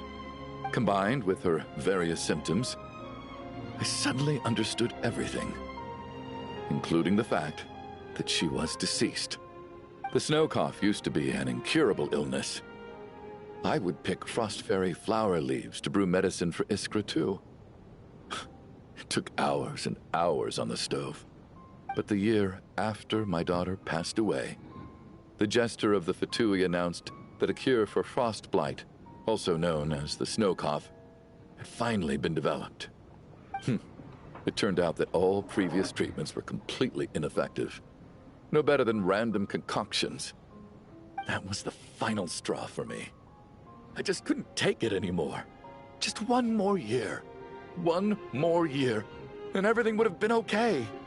So, more than anyone, I know full well that in this day and age, no one in their right mind would still be using frost flower leaves to brew medicine for the snow cough. Poor Miss Tonya, therefore, had to have been from an era when snow cough was still a terminal illness. So, you projected your daughter onto her? Even though you knew she was one of the dead? Even though you knew that protecting her would get you killed? That doesn't make any sense. You knew she was already dead. What did you hope to achieve by protecting her? I just don't believe in your crackpot theories, nor do I approve of your actions. How can you just declare a living person dead and throw them out into that snowstorm? Nitya's gone. My good buddy Shram's gone. And now it's Tonya's turn, isn't it? The others I can make my peace with, but little Miss Tonya, here she is, standing right in front of us, alive and breathing, and fighting her own battles. Yet you're quite happy to say she's dead? I just want her to live. Once this snowstorm is over, the very moment it stops, I'm going to march out that door and find someone who can fetch the very best medicine for her snow cough. I'll be damned if I'm gonna let you cast her out into the snowstorm before I have the chance to cure her. Not again. Not this time. Not when the cure is right within our grasp. I'd never be able to forgive myself. Mr. Chuganov, stop. I can't let you do this. Tonya. By the sounds of it, you've known I was dead since the night before last, right? I really liked Mr. Valeri, Mr. Mitya, and Miss Vodyanitsa. And now they're all dead because of me. I'm not happy about that. The reality is, you've been trying to fight your own demons through me. But all you've really done is trap me inside your delusion along with you. No! Listen to me. I want to save you. I do! Well, at this point, I'm quite sure that I'm dead. I don't need to be saved. The time I got to spend with all of you is more than enough for me. Despite all the bad things that kept happening, I got to meet so many interesting people and spend so many days and nights by your side. Since the day I escaped that hospital until now, this has been an adventure I never even dared to dream of. I'm very fond of you all. If it were only possible, I'd trade my soul to bring back the ones who died. If it meant things didn't have to end like this. And that's why I'm not fond of you at all, Mr. Chuganov. I'm sorry. It's them that you owe an apology to, sir. Not me. Well then, I suppose this is it. It's time for my adventure to end. I've caused enough trouble. You're leaving already? It's still early. Don't you want to stay a little longer? No thank you. Oh, and by the way, my name is Patashka. It was nice meeting you all. Feels strange that we're only being properly introduced now that it's time to say goodbye. Tashka. Someone stop him! What are you doing, Chuganov? Are you crazy? Let me leave. I can't keep lying to myself anymore. In your dreams. Don't think you're getting off that easy when you had a hand in the deaths of so many people. You of all people don't get to talk. Enhanced interrogation techniques since they were founded. Once we're out of here, Lelik will personally give you a taste of every last one. Can we not torture the guy? The snowstorm continues if it never stops. Something, something, something. I think we should leave. I doubt this snowstorm is ever going to stop. For all we know, this storm might have destroyed all of Snezniya by now. Maybe even the whole world. I'm starting to feel the same way. Wait, we finally solved the mystery of the haunted theater today. Maybe let's at least try to enjoy tonight? Fair enough. I don't particularly feel like dying in Chuganov's company anyway. And yet you won't let me die first. Hey, Chuganov, on a serious note, if we do make it out of here, you should close down that factory of yours. A lot of people are freezing thanks to you. Is this really the time to be discussing my factory? All right, fine. I'll shut it down. Doesn't matter to me anymore. Nani? Am I hearing things? Or was that a knock at the door?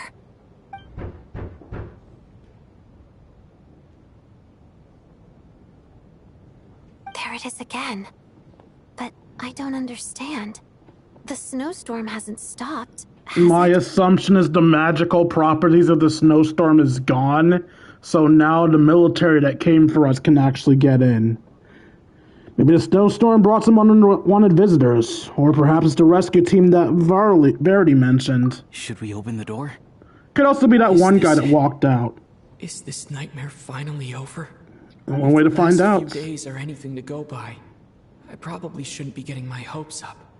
Whatever lies beyond that door at this moment, it could be something even more terrifying than everything we've been through so far. I only barely nudged my mic, but I'm going to check anyway. Alright, we're good.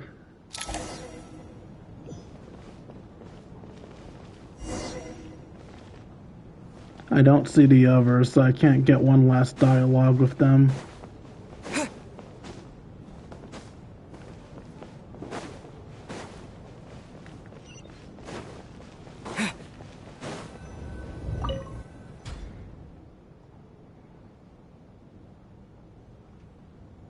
Yep, it's him.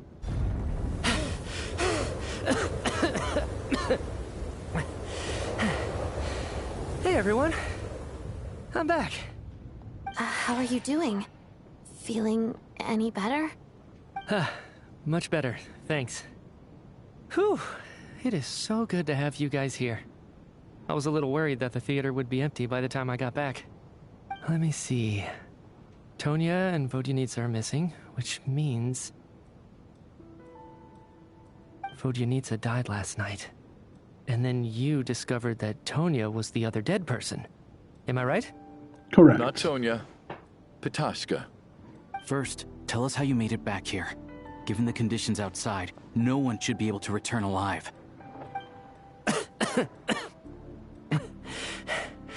You're right. The thing that got me back safely was a song. I heard someone singing.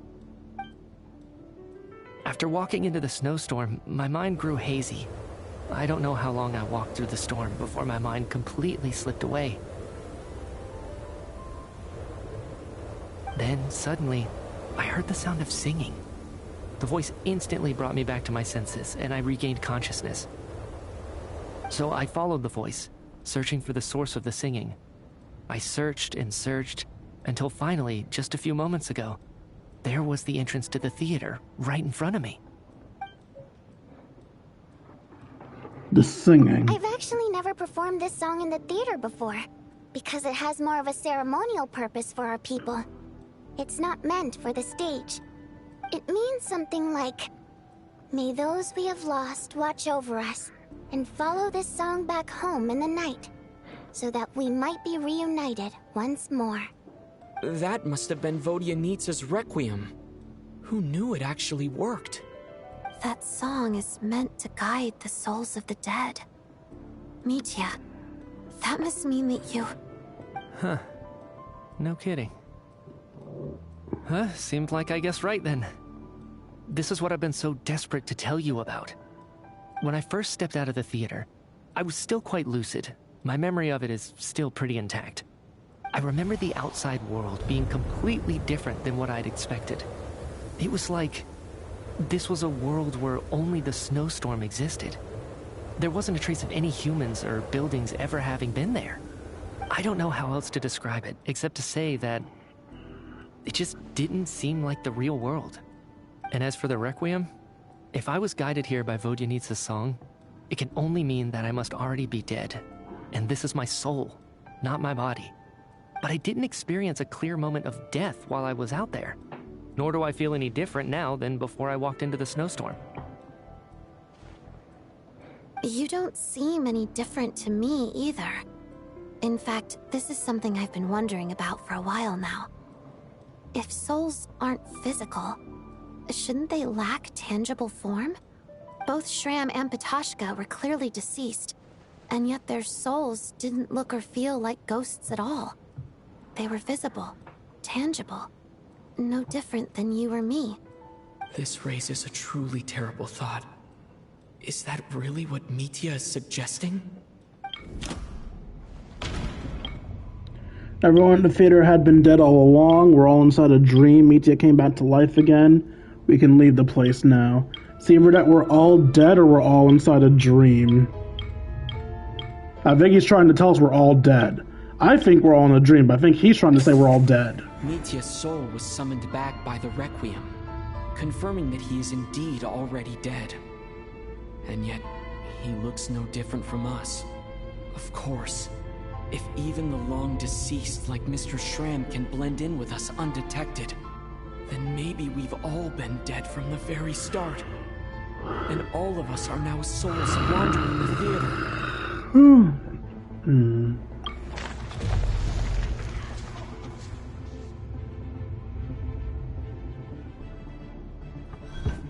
Yes.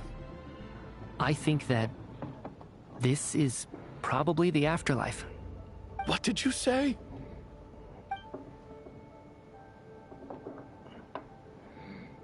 You heard me. We died in the theater. All of us did. But due to an obstruction in the theater's ley lines, our souls are trapped here, while an endless, infinite snowstorm rages outside. It's ironic, really. All that time, we were working so hard to figure out who the deceased among us were, when the truth was, we were all deceased. The only difference being some of us died more recently than others. Do you remember that note, "Death is near"? Seems like we misunderstood what it meant after all. Death was nearer than we wanted to think all along. The note simply meant that all of us were already dead. So all our attempts to survive, our search for the deceased, it was all for nothing? Hard to say. At the very least, we helped 2 lost souls find clarity and go to where they belong.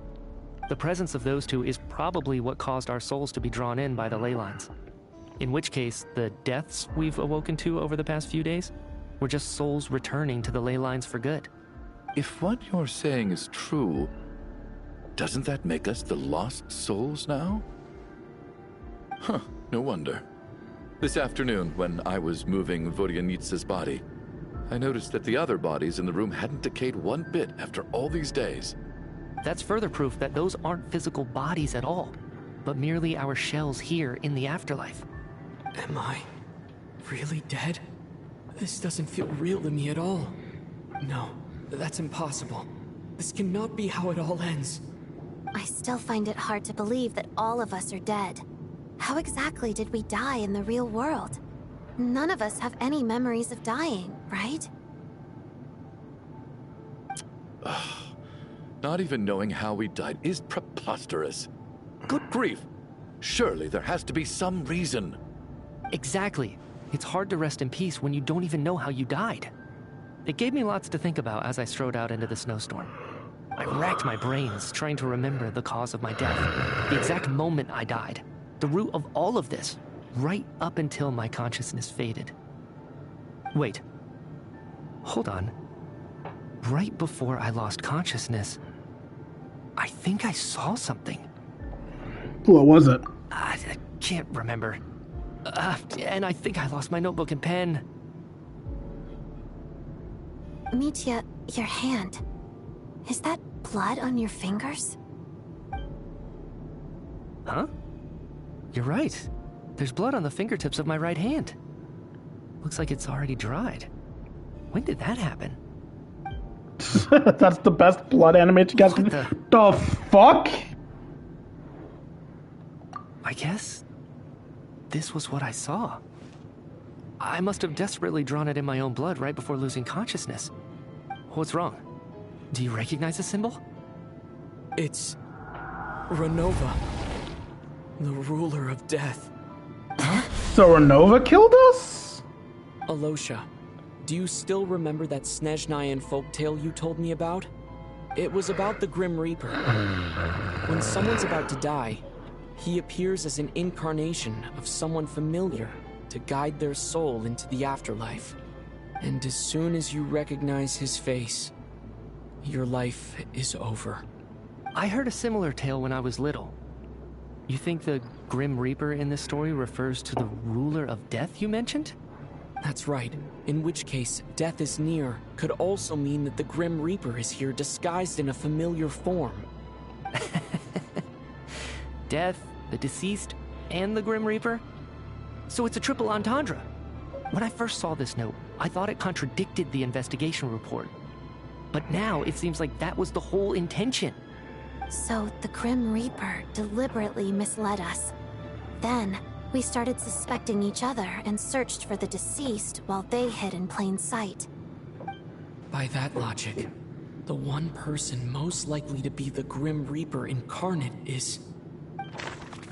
I have no clue.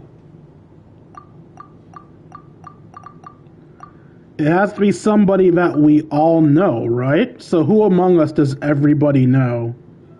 Me?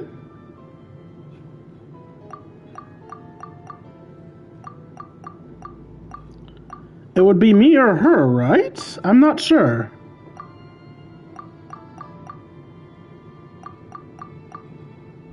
I genuinely don't know. The Grim Reaper's in plain sight.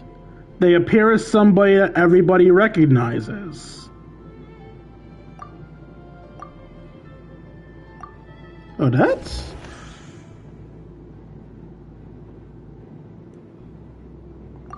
Identifying the Grim Reaper is a major decision to make. Alright, so it's not her. Me then. Identifying the... No. I have no clue. I'll just click around till it tells me. Identifying the Grim... Alyosha. No doubt about it. It's Alyosha. Looking back at how everyone has acted over the past few days, Alyosha is most likely the Grim Reaper lurking among us. The only sign I can think that should have led to that was the fact that he stayed out of arguments, which was pointed out by the dude I don't remember the name of. The one everybody wants me to hate. Was that really all the hint we needed to know was him? That he stayed out of it? You were the first to discover the investigation report, and you had plenty of time to slip the note inside to mislead us. Oh, right! And he went outside and came back easily. What if someone else found the investigation report first, slipped the note inside, and then put it back without telling anyone? There's no denying it. The note could easily have been slipped in much earlier than it was discovered. That's not all. I've also noticed that although on the surface, Valeri, Mitya, and sometimes I were the ones taking charge of the situation, looking back now, even though you didn't say much, you were always subtly guiding everyone from the sidelines. What do you mean? You were the one who emphasized how dangerous it was outside and insisted we all stay here. It was also you who suggested that we all sleep in the same place. And earlier today, you tried to convince Patashka to stay. I don't understand why, but it was out of character. So, you didn't understand my intentions, and now you're assuming the worst. Seems pretty unreasonable if you ask me. He still won't admit it. Fine. Let's see how he responds to the most damning evidence of all. I don't know what the most damning evidence is. I have right now is, if the Grim Reaper is impersonating Alyosha, then where's the real Alyosha? When did they switch? When he went to check the storm. After the performance while investigating the snowstorm, that's correct.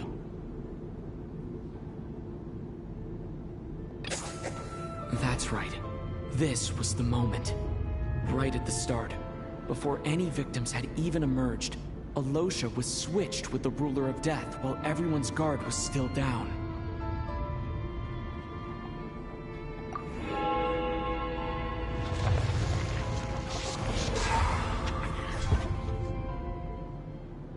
When all this began, right after the performance ended and the snowstorm began to pick up, no one suspected anything unusual. We just assumed we were snowed in. It wasn't until we discovered the bodies the morning after that we realized something out of the ordinary was going on. But it's clear now that the oddities actually started earlier than that, when Dimov walked into the snowstorm and never came back. Right. So Mr. Dimov was the first victim, not Sobolova and Torgov. And if we pinpoint that moment as the beginning of this incident, then one thing becomes clear. Alyosha, you are the only person who walked into the snowstorm and came back without the help of Vodyanitsa's Requiem. More precisely, Alyosha never came back at all. The one who came back was the Grim Reaper. Not bad. Well, since you've backed me into a corner, I suppose there's no point in keeping up the act anymore. You gonna show your actual face, or? You're the Grim Reaper? I am no such tired cliché. Mortals should address me as the ruler of death.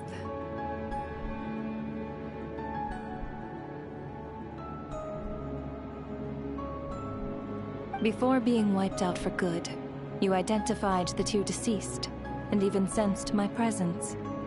A commendable achievement. Far beyond what I expected. I heard you can ferry souls. Those deaths each night. Were they your doing? Your initial conclusion was correct. Due to the existence of the two deceased, the ley lines yearned to reclaim those long-lost souls. Every night they devoured an equal number of souls to fill the void. This required no intervention from me. Though, of course, ferrying souls is indeed my authority. Here, take a look.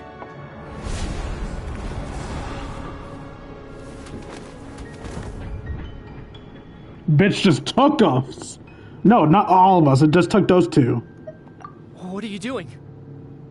That takes care of today's two. Don't get so worked up.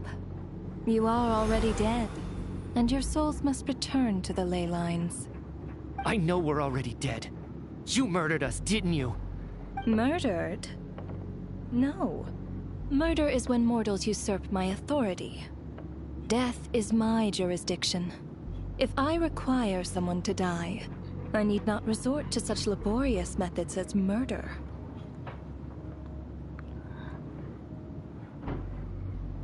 You simply met the criteria to trigger my curse of death.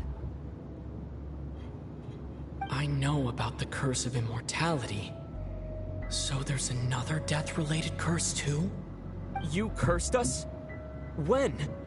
And why would you do such a thing? When we walked into the theater. Often, humans pray to me. Why? I don't know. But when we walked into the theater. And what form it will take. But few people ask why. If you must have an answer, know that death comes simply because one's time has come. So you're not going to tell us the truth? Hold your tongue. By all rights, you shouldn't even be allowed to speak with me. Those angels from the past are to blame for the reckless renovation of the ley lines here. It's made my work on this occasion infuriatingly complicated. Work? So trapping us here, making us watch our friends die, that's just another day at work for you? You clearly have a lot of questions. Fine. As a reward for your remarkable accomplishments over the past few days, I shall answer a few of your inquiries, provided they aren't too unreasonable. After the physical body dies, the soul must return to the ley lines for that person's death to be considered complete. My work encompasses the entire process of death, including, naturally, the guiding of souls into the ley lines, with which you are now so familiar. You must also be rather familiar with Natlan's Night Kingdom, I presume? It was I who supported the creation of the Night Kingdom. It provided a convenient means of guiding the souls of Natlan. Here, too, the ley lines connected to the theater underwent some modifications. The angels hoped to make them capable of accommodating the souls of some special creations. But this actually hindered their ability to accept ordinary souls to some degree. This effect manifested itself after you died from the curse in the theater, leaving you stranded in the afterlife, unable to achieve a complete death. But if souls who die from the curse of death fail to return to the ley lines within a short window of time, they will miss their chance for good. Then, they will remain forever suspended between life and death, no longer subject to the authorities of either.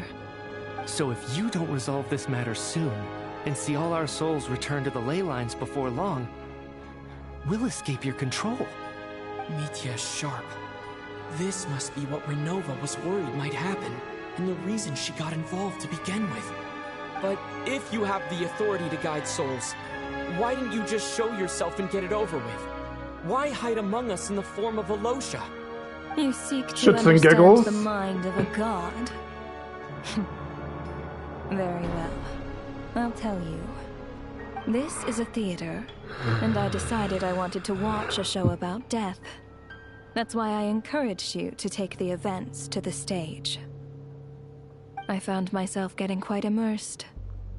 I suppose the entertainment you provided makes up for all the trouble you've caused me by being so defiant in the face of death. There. Are you happy with my answer? Can't say I am. Really? But it fits the stereotypes you humans have about gods.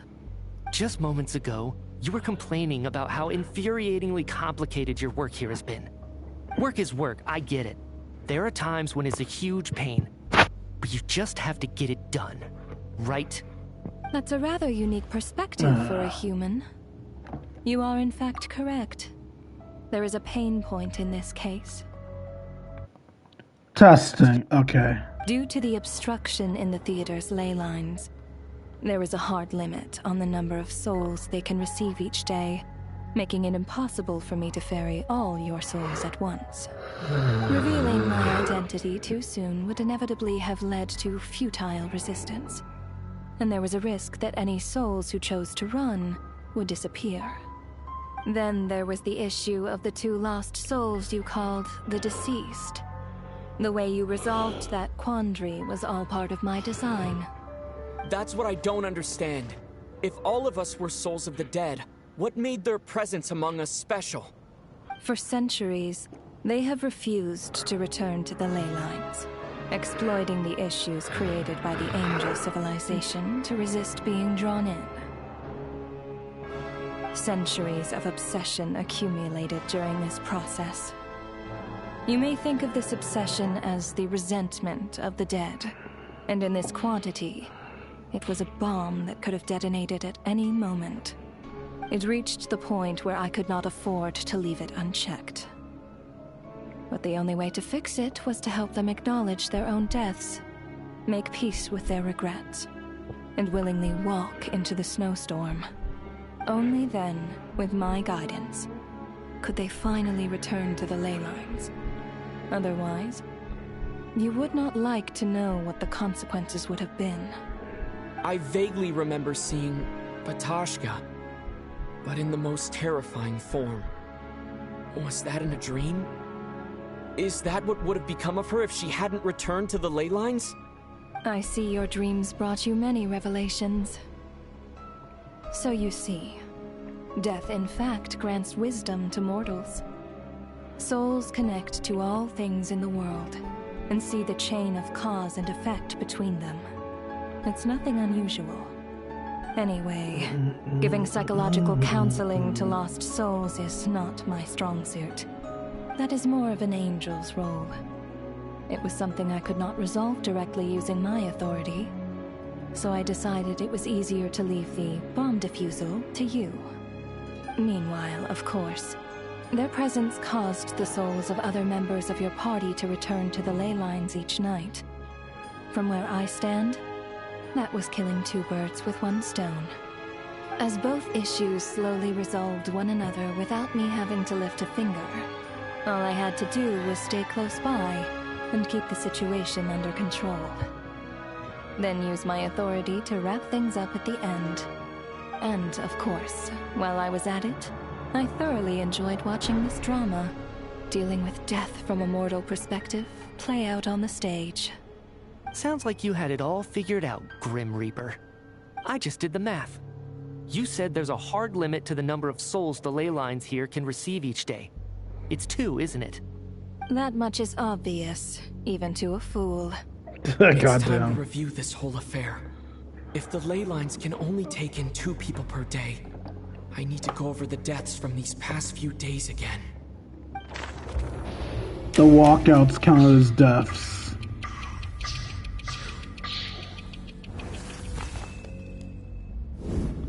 You want me to remember the exact order they died? Now, none of us had the faintest idea at the time. From the moment that staff member named Demoff walked into the snowstorm, the incident had already begun.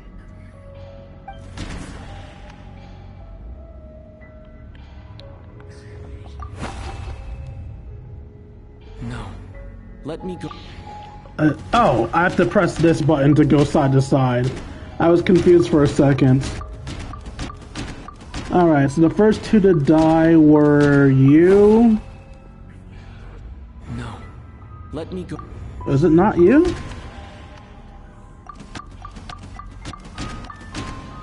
I thought it was you and her who died first.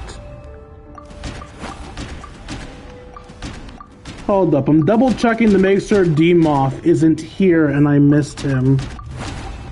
Yeah, no, he's not. So it was you and her. Why? No. I'm confused.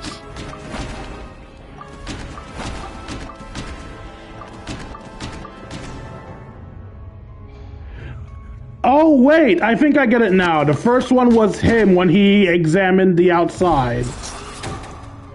Alosha was the second to walk into the snowstorm after Demoff to investigate. Okay, I get it now. During this process, the ruler of death assumed his identity.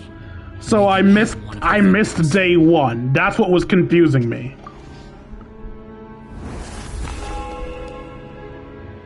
During our first night in the theater, everyone was caught up in the novelty of it all. No one could have expected there would be victims the very next morning. Despite all the confusion, and with the help of hindsight, we finally began to realize that something was amiss with the snowstorm. Okay, so now we get you and you. The ley lines devoured Torgov and Sobolova on the first night. At the time, we thought this might be a murder case connected to Lelik.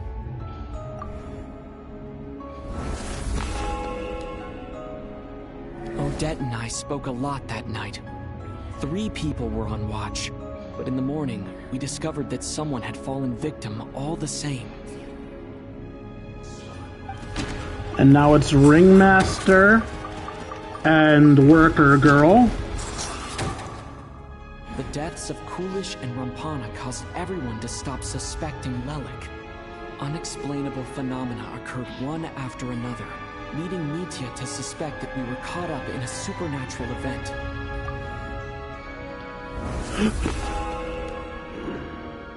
Later, we discovered that there seemed to be an extra person among us, and subsequently discovered the existence of the deceased.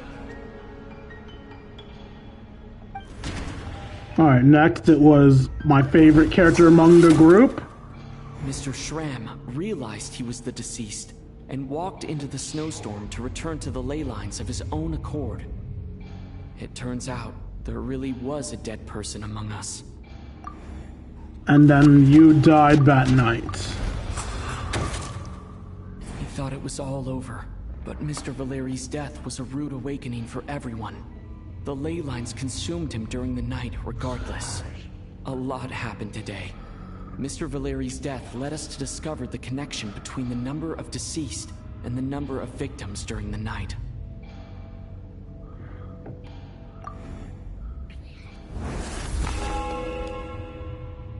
The fact that there was more than one deceased seemed to bring us back to square one. Odette revealed some information she had been keeping to herself.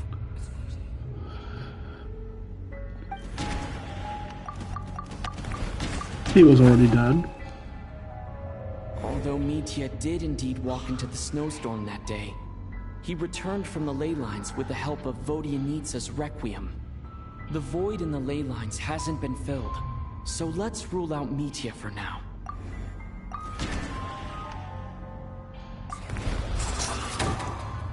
Vodianitsa was swallowed by the ley lines in her sleep, but the Requiem she sang before falling asleep was quite a game changer. There was supposed to be a second person for her day? Were you considered the same day as Vodianitsa? You were. You're considered the same day as Vodyanitsa. Tashka filled the void left by Mitya's return from the ley lines by walking into the snowstorm this morning. The girl I thought was child sister Tonya turned out to be another of the theater's deceased. Come to think of it, Patashka was about to walk into the snowstorm at that time. And Renova, unaware that Mitya would return, was concerned that her soul would overflow from the ley lines. That's why she used Alosha's voice to try and persuade her to stay behind. Looking back, I suppose that was an early slip-up on her part. And then it's the two that she killed today. No one could have expected anyone who walked into the snowstorm to return. But just after nightfall, Mitya returned, bringing crucial information with him. Various truths began to surface, including that all of us were already dead, and that the ruler of death was here among us. Then, after revealing her true form, Renova callously claimed 2 souls.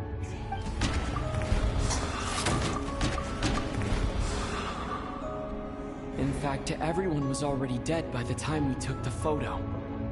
And in the days since, we've experienced many more partings in the afterlife. Now, only Mitya and I remain.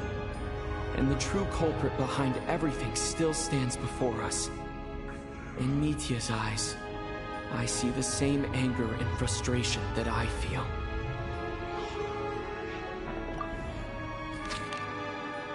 What was the point of that recap? That covers everything. It's all clear now. Your work isn't finished here yet, is it? The Traveler and I are still standing here, safe and sound. And you have to wait another day to kill song us. Threw things off a little, but it is of no consequence. The ley lines have already anchored your soul, and the first ray of light tomorrow morning will take you back. I, meanwhile, need to review my attitude towards the Water Imp race. So the reunion in the night that Vodyanitsa mentioned, I suppose that was never meant to be a permanent reunion. That just leaves you, Traveler. My power only allows me to temporarily separate your soul from your body. The ley lines of Tevat would not accept you, and your soul is firmly anchored to your body by your will. Does that mean you can't kill For us? a descender like you, who is not bound by Tevat's rules, your death can only be brought through the most violent of means, such as directly destroying either your body or soul. Ah, sorry. So it doesn't mean you can't kill us. It means you have to kill us violently and maliciously. But you haven't done that yet, have you? Thanks for letting me know. At least I can still be saved. I have no interest in involving myself with Descenders. For now. Although, this may change if Asmodee remains missing. Or you insist on interfering with our affairs. One last question then. All our struggles and sacrifices here, they were meaningless from the very beginning, weren't they? Death abides no reason. Besides, what you call sacrifice is merely a concept created by humanity. To me, it is nothing more than a self-indulgent charade in the face of death. Mere mortals fantasizing that their actions could reclaim something from my grasp. A truly laughable idea.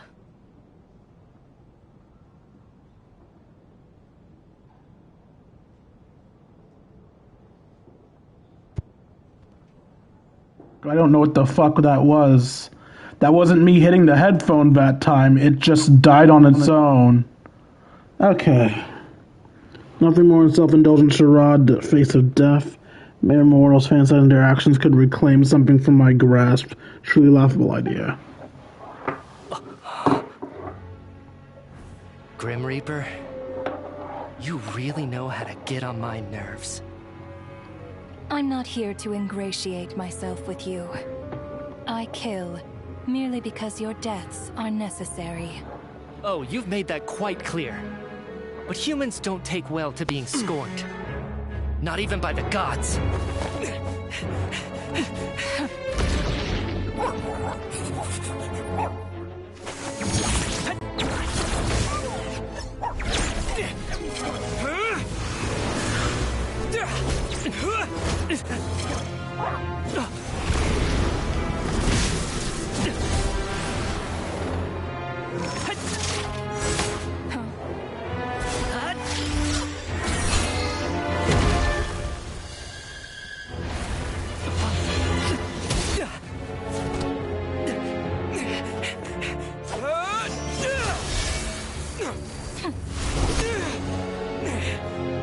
This is futile. You must know that you are powerless against me in my own domain. I suggest that you save your strength. For what? Maybe we can't change it. But if nothing else, we can at least teach you to have some respect for the dead.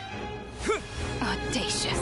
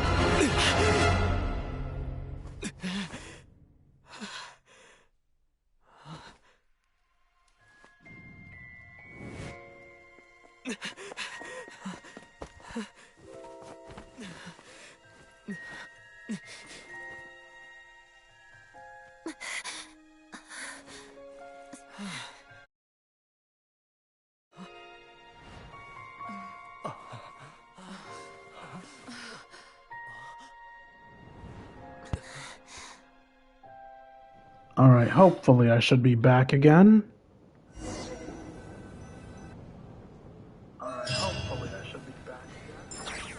My mic died during the cutscene. How are you holding up, Odette? What happened to me? How much do you remember? What do you mean?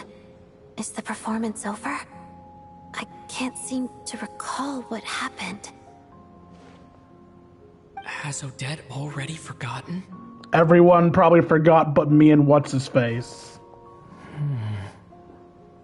Mitya? Oh, I'm sorry. I guess I spaced out there for a second. Remind me who you are? Don't you remember anything? He at the very least has flashes. I remember now, comrade. Looks like we guessed right. Just like me when Odette found me at the Armory Palace. For some reason, everyone killed by the Ruler of Death eventually came back to life. Just with one catch. They forgot what happened while they were dead. Odette and the others have already forgotten everything. Why were you able to remember this time? Because he didn't Could this die. be the reason? You said this is the Ruler of Death's symbol, right? I don't see anything there. You don't? Huh. Okay, I guess that makes sense. I carved this into my hand in the afterlife, so it's not visible in the physical world. Does that mean I carved this symbol into my soul? What an unsettling thought. Still, at least I get to remember what happened. I suppose it's a blessing in disguise. What about you? Or a curse. The Ruler of Death mentioned that you're a descender? Is that why you can remember? A full explanation would get complicated very quickly. But that's essentially it. Well then, now that it's all over, let's figure out what we've learned. The first thing I notice is that everything here is precisely as we left it, right before our deaths. This confirms that time passes differently in the afterlife than in the real world. They say that right before death, time slows down, and your whole life flashes before your eyes. That must be how you know you have one foot in the afterlife by that point. Anyway, clearly the few days we spend in the afterlife probably only amounted to a few short minutes in the real world. This also aligns with previous reports of widespread temporary memory loss among the Armory Palace personnel. Now it seems likely that those were all brief deaths caused by the Grim Reaper's so-called curse of death. To those unaware of the truth, dying and coming back to life must feel similar to a short bout of catatonia.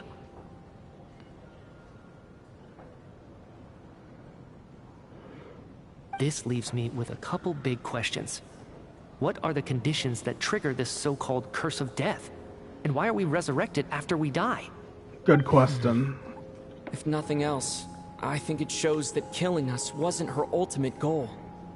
We still don't know her true reasons for subjecting us to death. Right. This time only was got it to force us because to of the bring situation out with the theater's ley lines.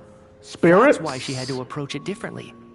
If the previous incidents of amnesia among the researchers are anything to go by, killing us is usually a pretty routine matter.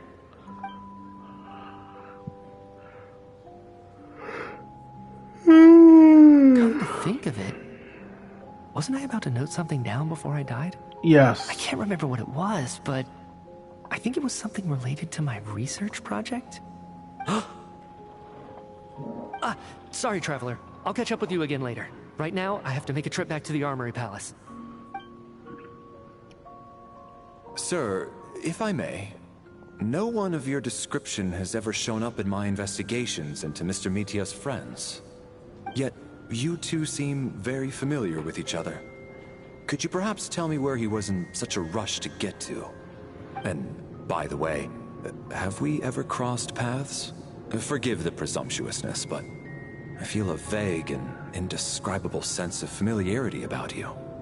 I can explain everything. Could you help me gather everyone in the theater in one place? Everyone gathers on stage once again, but this time you do so in the real world, without everything outside being devoured by a snowstorm. Due to the unique properties of the theater's ley lines, it seems no one has completely forgotten their experiences in the afterlife. As you recount the tale of what happened, people slowly begin to remember, as if accessing memories of a distant dream. Everyone's lost in thought. Honestly, I wish they didn't remember, because everyone's going to be way too hard on that guy. Everyone confirms their own fate with each other, until finally today's show draws to a close.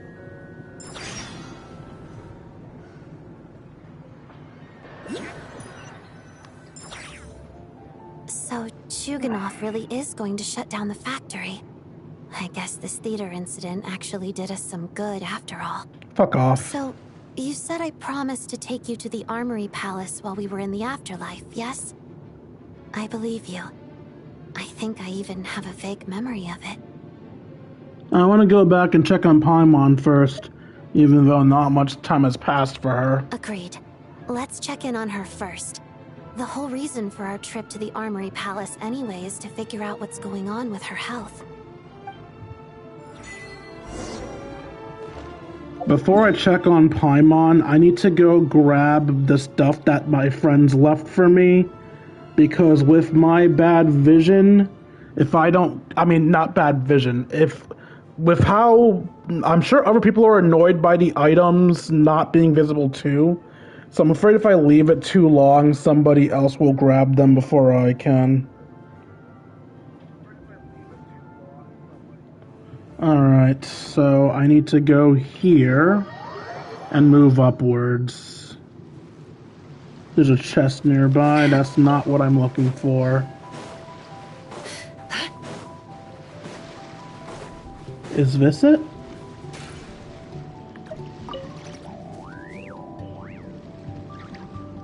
No, that's not it.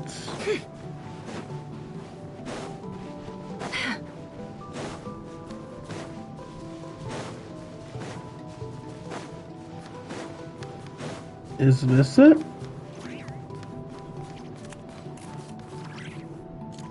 You know, my companion and I like excellent scenery. That's not it either.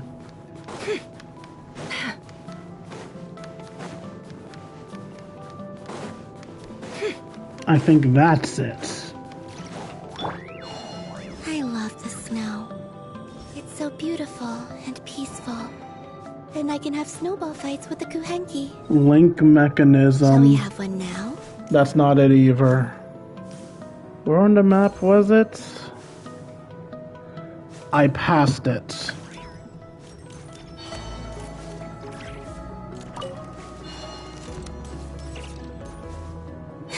It was around this spot.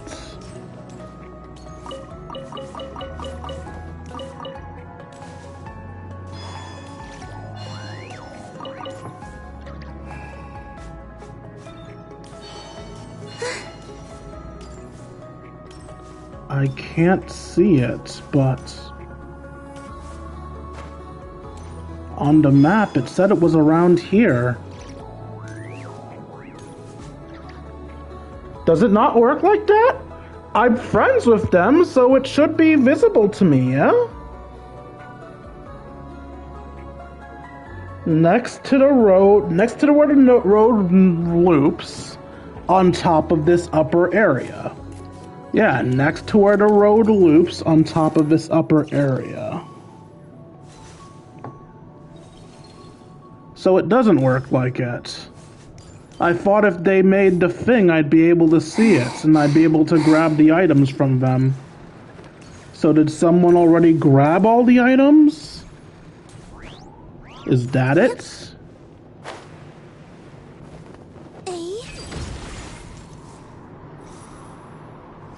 No, because that's just a message about scenery. Well, this sucks. So even though they left the items I needed, I can't see the thing they left me. Shit, man, I really needed those items too. I can't see them myself. If I can't get them from my friends, I can't level up Sandrone. I'm sorry for taking so long on this. I just want to double check that I'm not somehow just not seeing the item. No. I'm definitely in the right area and I can't see the item. That's really frustrating because I really needed that item.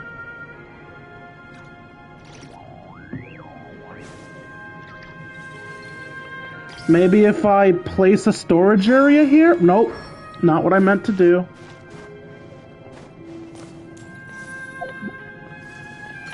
But maybe if I place a storage area here? I don't know.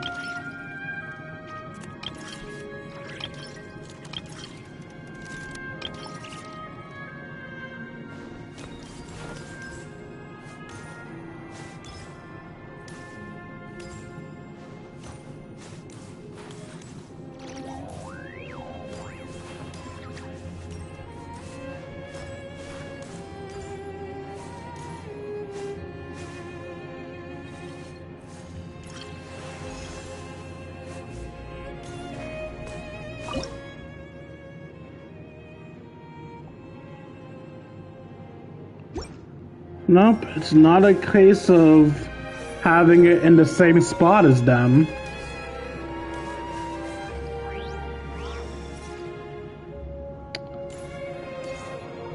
Alright, I give up. For some reason, the item just didn't work, so I don't get the stuff I need to level up Sandrone. Because I can go fuck myself, I guess. That's frustrating. That's really frustrating. I'll leave that storage device there in hopes that someone who sees it can drop off the items I need, but... yeah, for some reason my friends didn't show up in my world like I thought it would. I'm finally back, even though a long time has passed from my perspective. As far as Paimon's concerned, I probably just went out to watch a very short show. I should keep my emotions in check when I see Paimon again, or it'll seem weird. Wait. The atmosphere here feels off.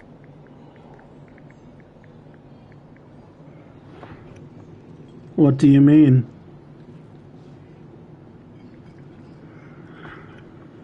What do you mean? Just wanted to make sure I'm actually audible. Shh. Stay quiet. Okay. Let's go inside and take a look. Have we still not been able to notify Child yet? We need new orders. What if that person comes back again?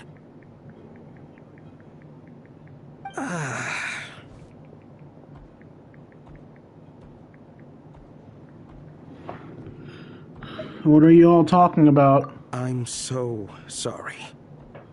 Under the circumstances, there was really nothing we could do. The fuck are you talking about? What happened to Paimon? It was the Jester. He came here in person and escorted Miss Paimon away. He's the director of the Fatui. His authority supersedes all others and cannot be questioned. There was nothing we could do. The Jester? How long ago did he leave? And what was Paimon's status? It was about an hour ago. Miss Paimon was fast asleep at the time. The Jester simply walked off with her as if it was only natural. I assure you, he absolutely did not use any force. Do you know where they went? The Armory Palace, most likely. Lord Piero, the Jester, has been overseeing the experiments there lately, keeping a close eye on their progress. Everyone in the Fatui has heard about it by now. I'm surprised he came in person. Whatever his reason for taking Paimon, he'll most likely return to the Armory Palace first, which is exactly where we were headed anyway. Then lead the way, Odette. Okay, let's go.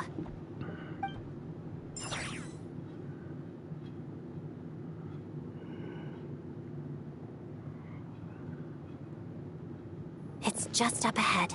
Quick, let's get inside. No, I'll go alone. You know I'm planning to force my way in. You're with the Fatui, so you should stay outside.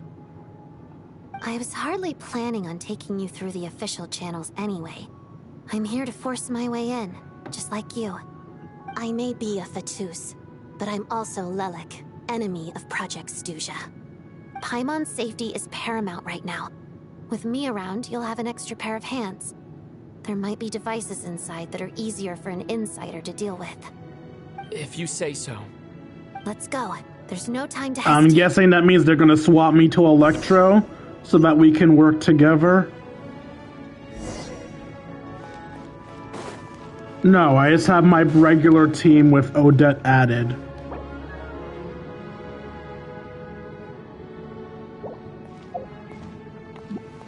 Alright, I'll just work with this team.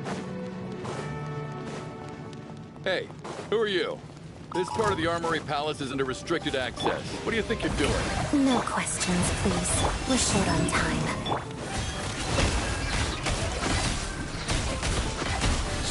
Things are made of.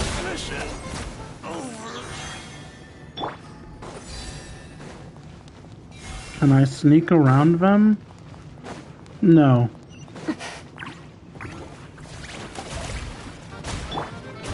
Shower me with grit! Forest, protect us for the everlasting. Wayne, confirmed. Can't hide the truth. You know, if you think about it, Columbina is also a traitor.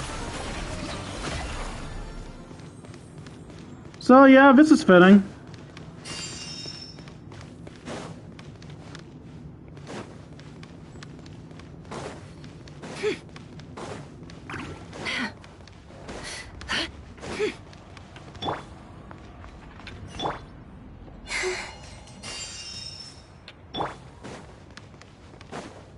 Fear the coming storm.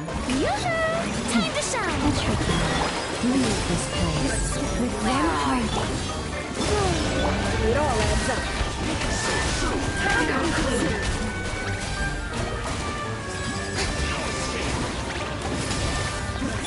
Forest, protect. I'm fine. A new moon rises out of my sight. Leave this place.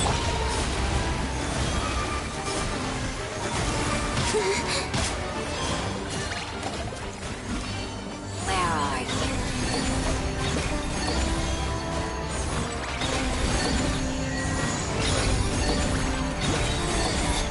Out of my sight. Forest, protect us. A brief respite. Burial.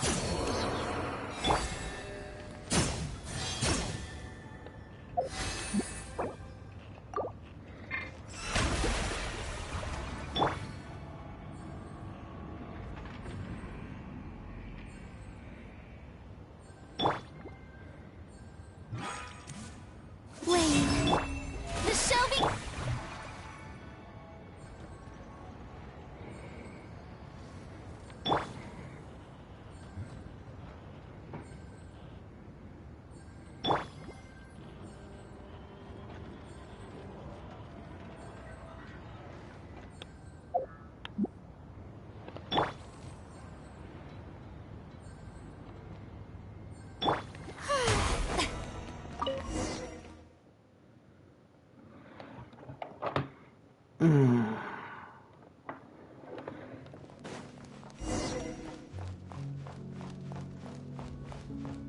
it's your turn. Do you have a pass? Where are you coming from? So, you're intruders, huh? Don't blame me for what happens next! No more lies.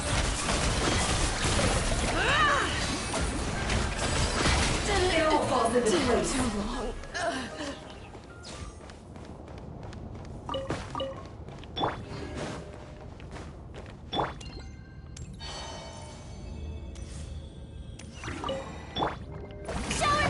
The Armory Palace is hidden this deep in?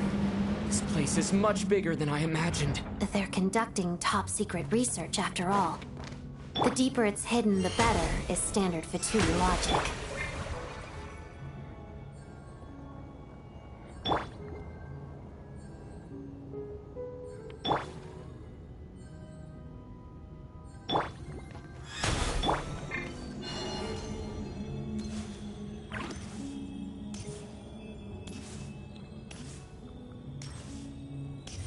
The style doesn't really look like the Fatui's handiwork, though.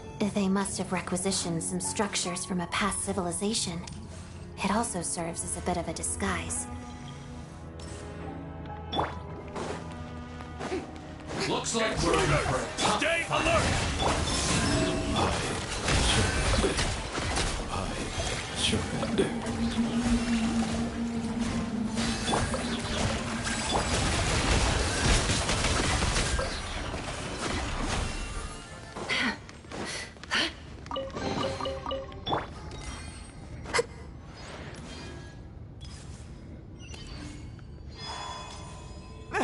Intruders?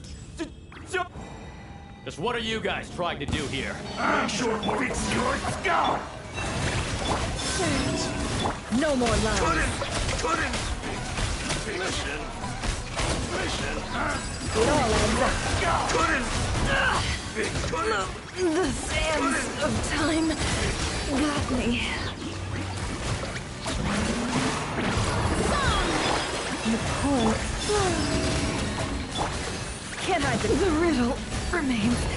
The second I came back out, wow. No one interferes with a jester's work.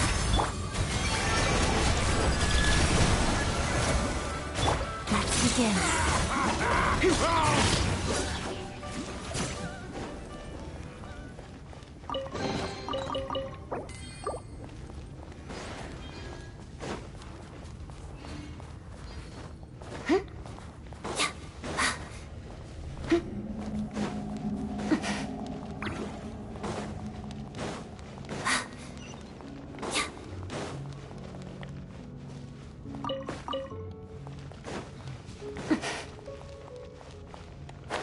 I didn't mean to fall.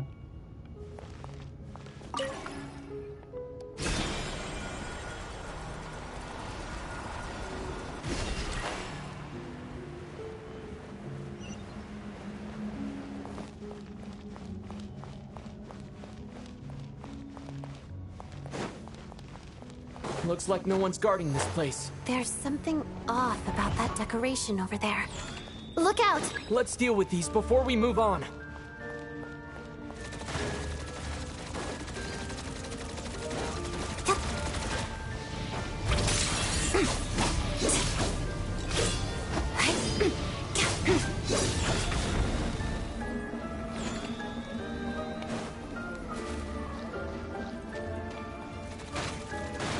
Not concerned. Shadow me.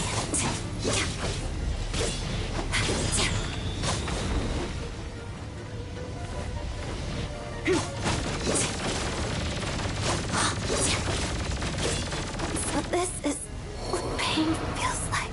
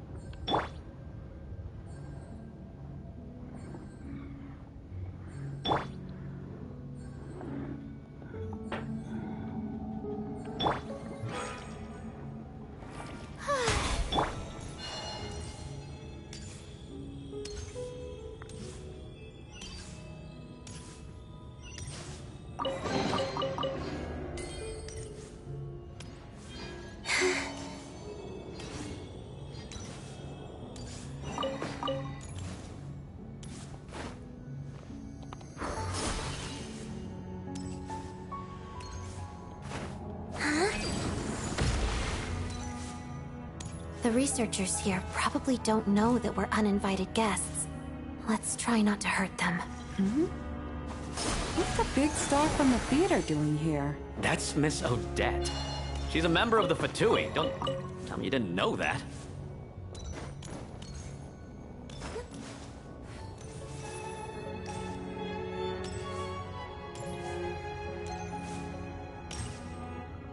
What the fuck? I zoned out. Where am I? Okay, that was scary. I zoned out and got stuck somewhere.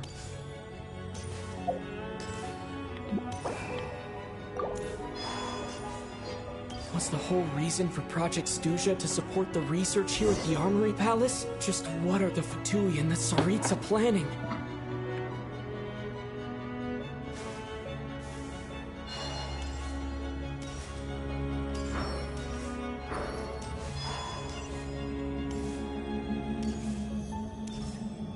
You'll have dialogue for me?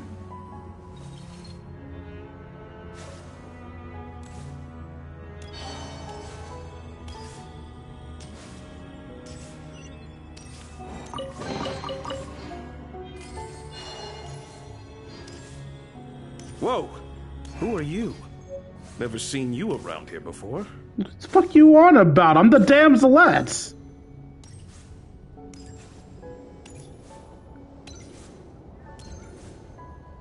Looks like there's no way through here. Maybe using the power of this prism could help?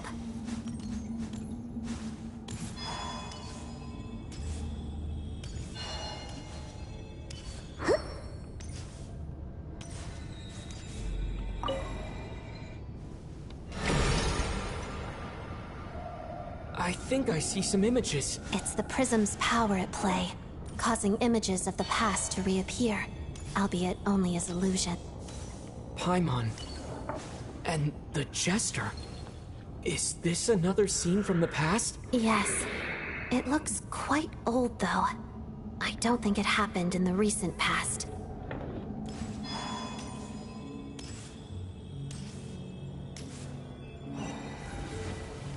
What's going on here? What happened? The source seems to be the Armory Palace. They must have started some large-scale experiment. Wait. What if this has something to do with Paimon? We need to hurry!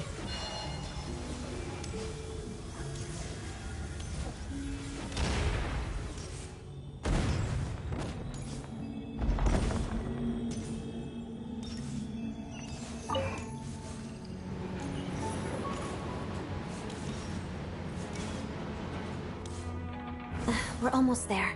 The Armory Palace is just up ahead. Paimon, please be okay.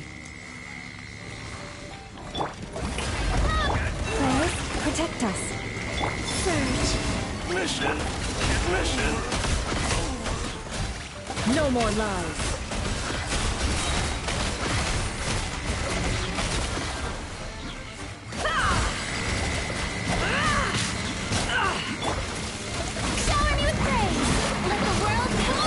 Leave this place. A moonlit night for all.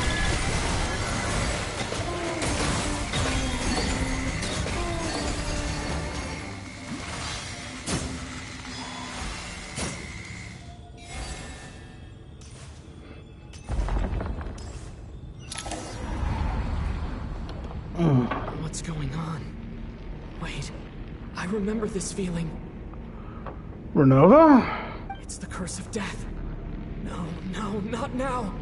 Why is the curse of death striking again already?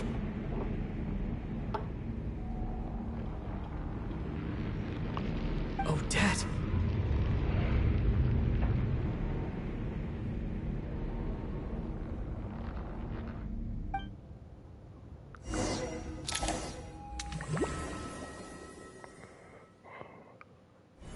Is this the afterlife again?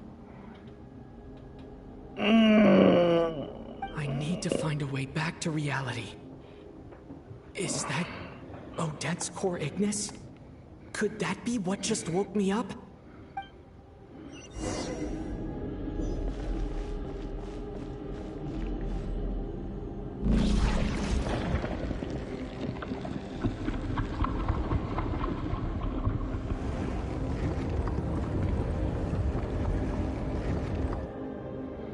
Did the stairs just fuck off? Did that trap me up or down? Looks like it trapped me down.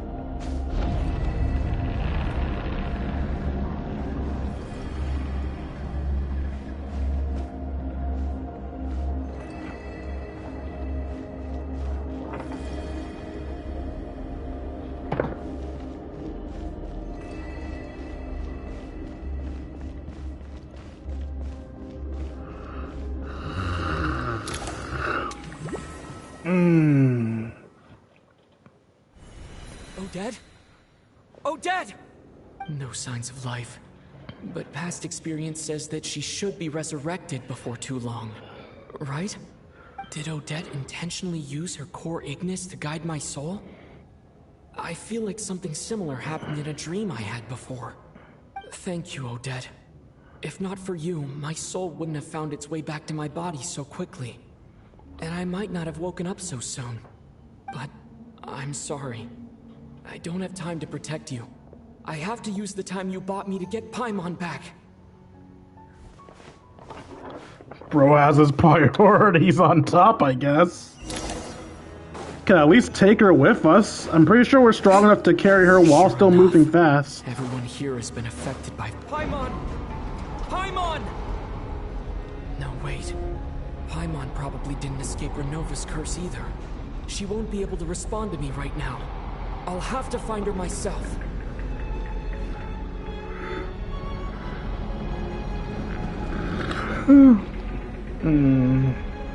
If I had better vision, I'd probably just jump off this platform so I could glide into the door and get there faster. Lord knows it would be in character. Is this the laboratory he works in? What happened here to trigger the curse of death again so soon?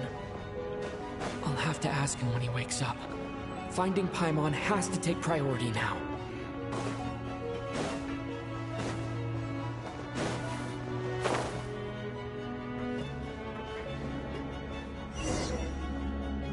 Found her! Paimon really is here!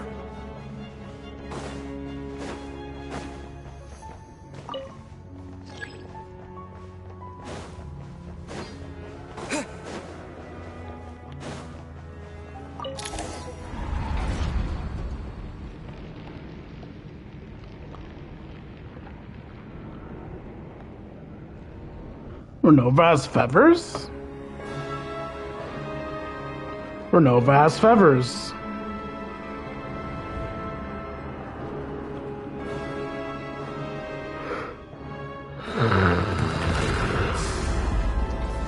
Ruler of Death. You don't learn, do you? Renova? You've already been involved in one mass death, and now you show up at the scene of another. This might have passed for a coincidence the first time, but a second time? Am I to assume you are intentionally interfering in Snezniya's affairs?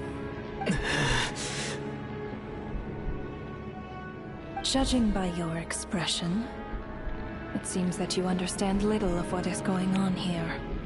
In that case, a word to the wise. Do not interfere in Snezniya's affairs. A civilization that fails to learn its lesson constantly depletes its own worth. It will one day lose any reason for its existence. And as a descender, you are perfectly suited to be the lifeline to which a dying civilization might desperately cling. Consider your position carefully. Considering, fuck you. Suit yourself. When the day of reckoning arrives, not even a descender can hope to escape unscathed. The time for resurrection fast approaches. The mortals here are not yet worthy to behold my form. So that will be all for today.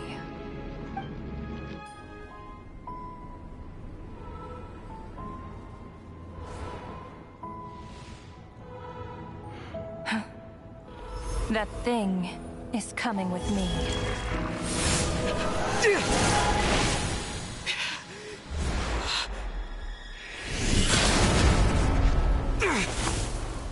Did Pierre get in the way of the shot? Yes. You awoke sooner than I thought. The curse of immortality is stubborn, unable to enter the ley lines, yet not content to remain a spirit. Ruler of death, what do you want? You perplex me. Both you and you. That thing may be a creation of Celestia, but it possesses none of Celestia's power, let alone authority. Your obsession with it baffles me. No matter, the resurrection will soon begin. It's worthless anyway. I'll reclaim it next time.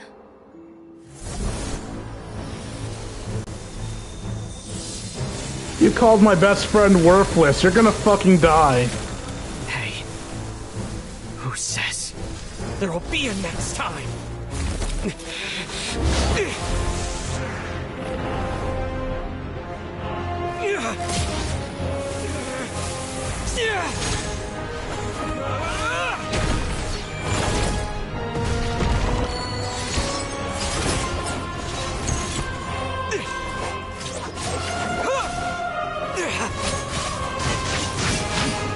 Oh shit, wait, I got her out of the air.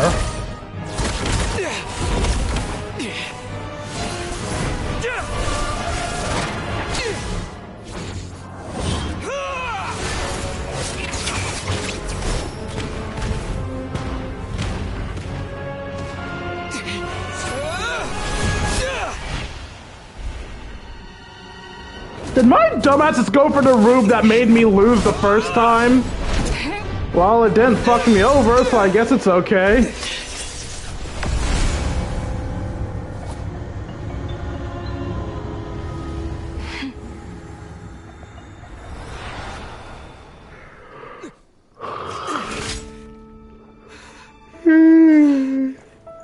We couldn't get a hit in, but she technically didn't get a hit on us either.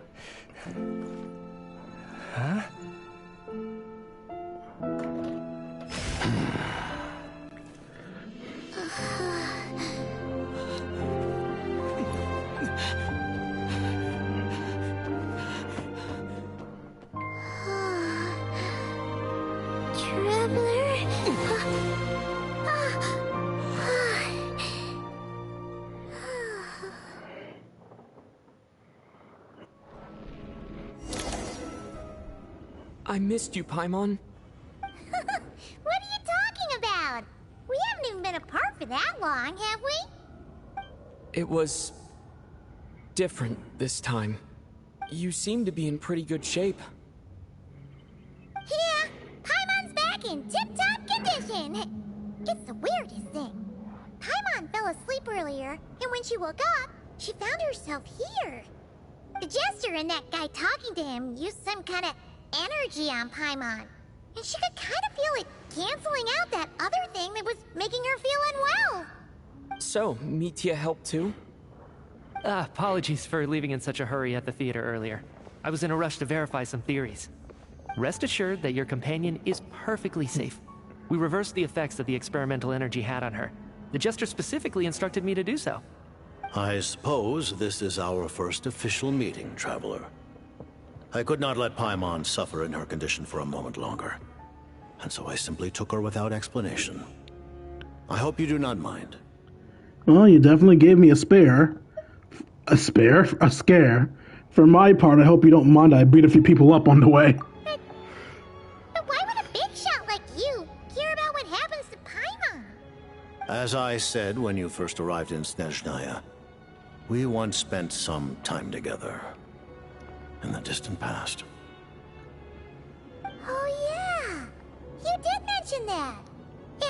Paimon did think you seemed strangely familiar the first time we met. I'm afraid the reminiscing will have to wait. Mitya, let us continue with the report. What conclusions, if any, did you reach from conducting the final experiment of our energy research ahead of schedule? The good news is, my hypothesis regarding the Ruler of Death has been verified.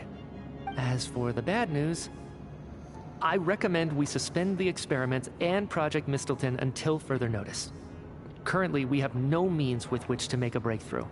I say this purely as a scientist, guided by reason alone. I will trust your judgment. We shall put the project on hold until the Ruler of Death has been eliminated. Wait, what are you guys talking about? You want to get rid of Renova? Like, how? By killing her? By whatever means necessary, so long as it removes the threat she poses to us. Until then, everything we do will be in vain. After what just happened, I've ascertained Renova's goal. Or rather, the trigger condition for the Curse of Death. Okay, let's hear it. What she's doing is blocking Snezniya's technological progress, preventing us from possessing any means with which to threaten the heavenly principles. Just like the little lapdog she is. So, any ideas, research, or experiments that lead to technological progress can trigger the curse. Just now, for instance, I was set to launch a final phase energy experiment ahead of schedule. If the experiment was successful, we could have achieved a crucial breakthrough. As expected, though, the moment the experiment began, all the researchers, technicians, and witnesses died from the curse. All that effort, not to mention the energy and materials we relied on Project Snezniya to gather for us, went to waste. In the end, nothing was gained. Does that mean something similar happened when we were at the theater? That's right. During the performance, I thought of an important breakthrough regarding the experiment, and wound up dragging everyone into this. So the nature of the curse seems to be something like... when moments of technological progress occur, all life in the vicinity is taken away. What a violent method! Of course, that meant the curse was normally limited to the Armory Palace. Since outsiders are forbidden from entering, this mass death phenomenon went unnoticed. Until Odette came along. I believe she was the first witness. The Curse of Death was triggered just before she infiltrated the Armory Palace that day. But you mentioned something about a final stage experiment. Doesn't that mean you've actually made some progress? That's right. Even with the gods locking certain key components out of reach, humanity can still advance technology in incremental steps accumulated over time. But, as I'm sure Renova anticipated, even incremental progress has its limits, a point where the truth you're seeking must be put to the test in an experiment. You mean, the experiment you were just about to do? Yes, we were at a critical juncture, a moment where the quantitative was about to translate into fundamental qualitative change. With this single experiment, we could have brought everything we've worked for to fruition.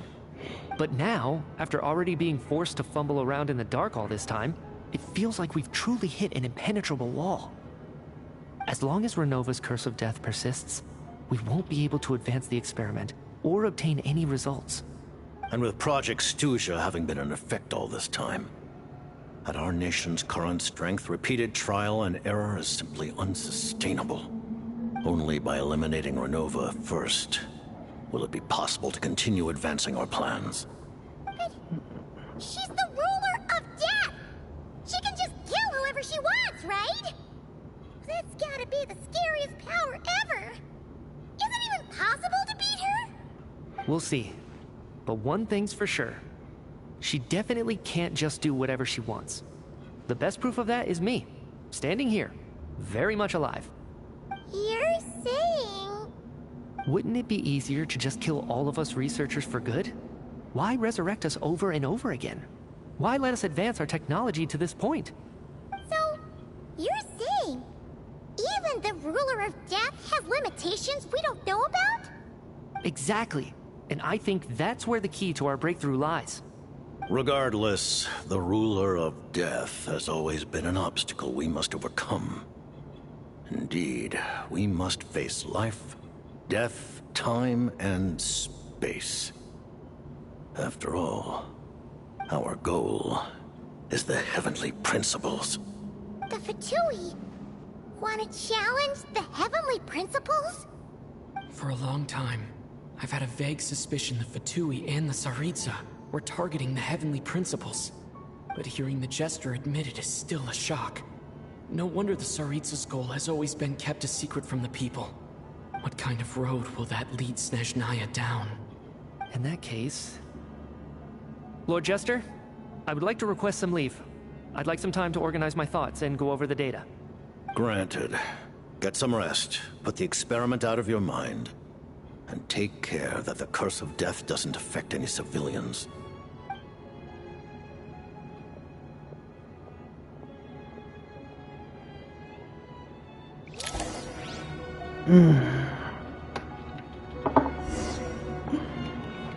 Talk to the Jester and get more intel.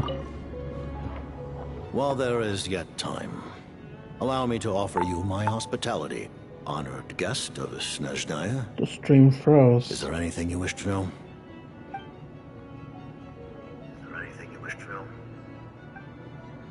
Am I back? I'm back. Well, I don't know if I was ever gone. I just know I couldn't hear shit. About Project Mistletoe. I remember hearing the term Mistletoe from Columbina. Yeah! Paimon wanted to ask about that when the name came up just now. What is it? Paimon's heard of Project Stuzia, but not this one. As you know, Project Stuzia is a series of measures enacted to consolidate our nation's resources, the greater purpose of which is to serve Project Mistletoe. Many of the things you have encountered thus far are essentially for the advancement of that project. This includes the Kuvaki Experimental Design Bureau in Notdry. Researching Kuvaki was merely a facade. Its core objective was to use local resources and research findings to build Mistletoe itself. And that's a weapon built for the final battle against the heavenly principles, isn't it? Huh? How did you know that? I was given some intel, and I made some deductions. Wait. You must mean that thing over there. Oh, Paimon's gotta take a closer look at this thing. Especially after you guys sent so many people to Notdry to work on it. Kuvaki alone will not break through Celestia's defenses, let alone challenge the heavenly principles. The heavenly principles are no doubt accustomed to combating the power of the light realm, and elemental energy is simply the power of the human realm, converted to that form by the heavenly principles themselves. Any attempt to use this power against its creator would be a futile endeavor. For now, therefore, we have set our sights on the form of energy associated with the third descender and the stellar linchpins. This may hold the potential to allow Mistletoe to contend with the heavenly principles. You could say that by reverse engineering the stellar linchpins to extract the energy within, we have obtained a source of anti-Celestia energy. So this is the energy research that Mitya's in charge of. I never imagined it was such a major project. Kuvaki Experimental Design Bureau, Project Stuzia, and the new energy experiments. Huh. So, Project Mistletoe is what ties it all together. And it looks like your plan is almost complete. No wonder the ruler of death came after you.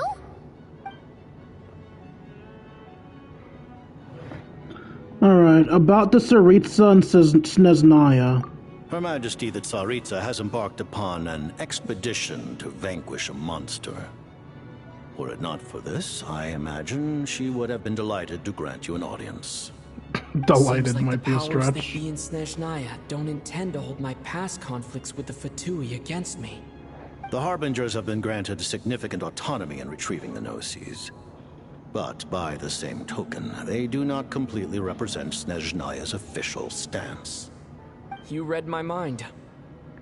Speaking of the Gnosis, Paimon's been dying to ask this Yay, question no forever. consequences. What exactly does the Tsaritsa want to collect them? God forbid we have enemies. The fight against the heavenly principles? The Gnosis will undoubtedly serve as a key bargaining chip when she confronts the heavenly principles. Beyond that, you had best ask the Tsaritsa herself. I am not sure if this information is mine to disclose. What do you mean? Not sure. Don't you make the rules? You're the highest ranking Harbinger. Ugh. Never mind. Taking on the heavenly principles is something most people wouldn't even entertain in their wildest fantasies. Why is the Tsaritsa so fixated on this? Intervat today, civilization is nothing but an illusion. Something whose very existence can be negated at any moment. Our civilization may very well be destroyed in the struggle, but as things stand, the heavenly principles could choose to negate our existence on a passing whim. And we must not sit back and accept that fate. Only by changing the state of affairs, only by overthrowing the heavenly principles, can our civilization truly be said to have taken root. Otherwise, the fate of the people of Conria and Hyperborea is a cycle doomed to repeat itself. Accepting potential destruction in return for getting to control your own fate. Furthermore, perhaps this is still somewhat difficult for you to understand. Are you aware that all the rules of this world are made up of curses? Huh? All of them? Paimon knows about the curse of death you mentioned, and the curse of immortality that you and Dainsleif have. Then the birth of the Hilly Churls, the rules of Natlan's Ode of Resurrection, those are curses too? Farina's long life seems to stem from a curse placed on her by Focalor as well. Yes. Even a god's love for humanity is a curse the heavenly principles inflicted upon the gods. What? The Tsaritsa has always had ample reason to hate the heavenly principles. If she can seize their authority, she will reconstruct the entire world, and when that time comes, humanity will be completely liberated from curses and lies. Look forward to it. It will be a world beyond your imagination. Though the ordinary people of Snezniya may not understand these details, in this frigid land locked in a ceaseless struggle against the environment, in this nation to which the gods have never shown favor, we all believe that standing in solidarity with the Tsaritsa in our shared struggle will surely usher in a new and better world. About your relationship with Paimon. Paimon really doesn't remember. He's basically a stranger. You've got to believe Paimon. Relax, you're freaking out over nothing. I don't think you're cheating on me. Allow me to explain. The reason Paimon reacted to the anti-Celestia energy developed by the Armory Palace is because she comes from Celestia herself. More specifically, she is one of its creations. Paimon? A creation of Celestia? Oh, right.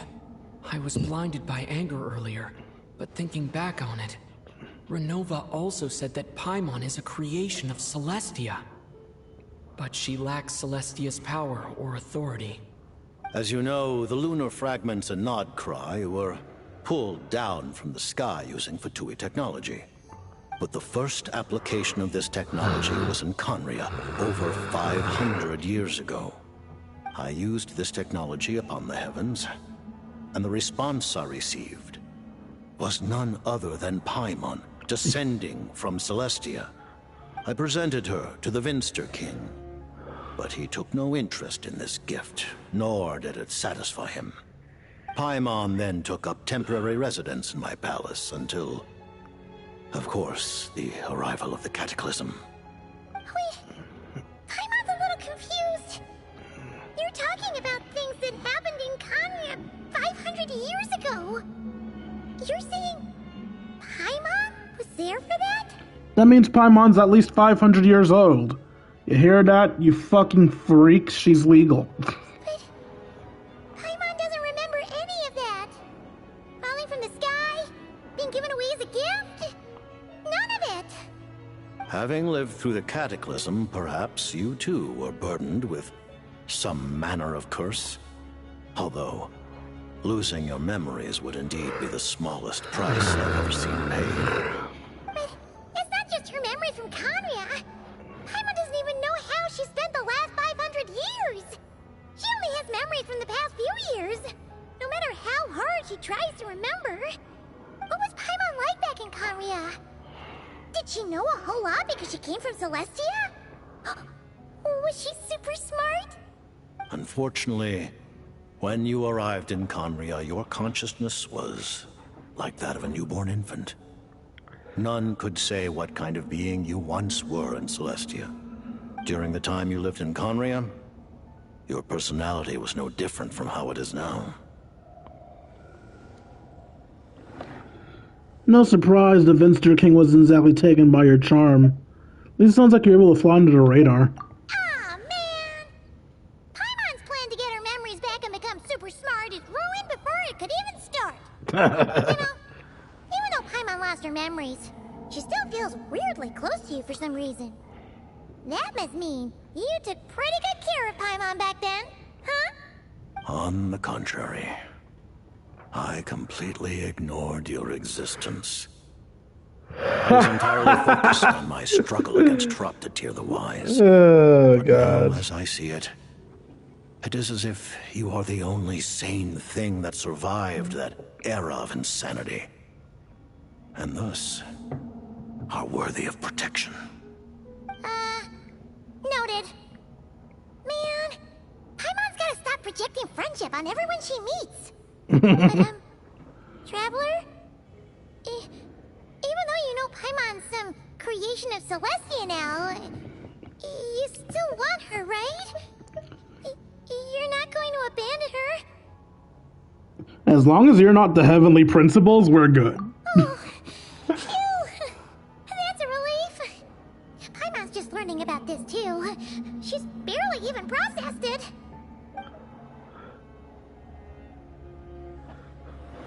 So are you the heavenly principles, Paimon? I don't have any more questions. Let's talk about what's next. Thank you for telling me so much. I'm a bit surprised, honestly. I didn't expect you to be quite so transparent with me. Given the circumstances, the Fatui need not hide anything from our allies. Allies? To advance Project Mistleton, we must first resolve our issue with the Ruler of Death. And, if I presume correctly, you have no intention of letting her actions go unpunished either, do you? That's right. Ever since she said she intends to reclaim Paimon when we next meet, I figured reconciliation was out of the question. Against an opponent of this caliber, deliberating over our allegiances would waste time we do not have. We must join forces unreservedly with whomever we can, if we are to stand anything like a fighting chance. You're going to challenge the Ruler of Death? Just for Paimon? But Paimon's only... No buts. I won't back down when it comes to you, Paimon. Thank you. Oh, thank you. Oh, gee. Now Paimon doesn't even know what to say. Anyway, Paimon's super touched. The Tsaritsa will return in triumph in short order, and the Fatui shall hold internal discussions regarding the enemy. The time for us to meet again will come very soon. Got it. Thanks for your help with Paimon. I'll be sure to look after her for you. There was just one other thing. Well, it's just a request, really. Paimon really wants to see what this Mistletoe thingy you're gonna use against the Heavenly Principles looks like. Of course, Paimon knows it's top secret and stuff, but she just had to ask. It's okay if the answer's no. Certainly you may. Oh, for real? Actually, maybe it's best not to. What if her Nova suddenly pops up again? She might take this chance to... While the technology is not yet fully developed, it has nevertheless reached the stage where Celestia's creations are unable to damage it. In that regard, you may rest assured. Oh. Wow. No wonder Paimon felt so out of sorts recently, even though it was super far away. Alright then! Paimon's ready to take a sneaky peek at this top secret super weapon! I too am ready to take a sneaky peek at this top secret super weapon.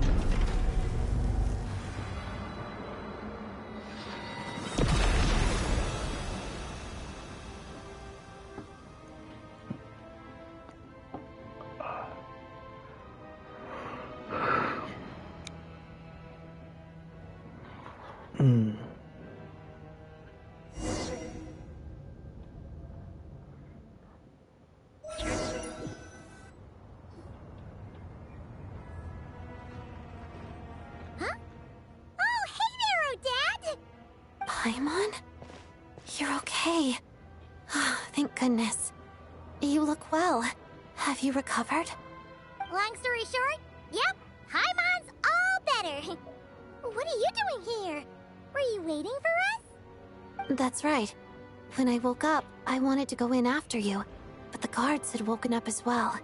It would have been tough to take them on alone, and there was no easy way to sneak past them.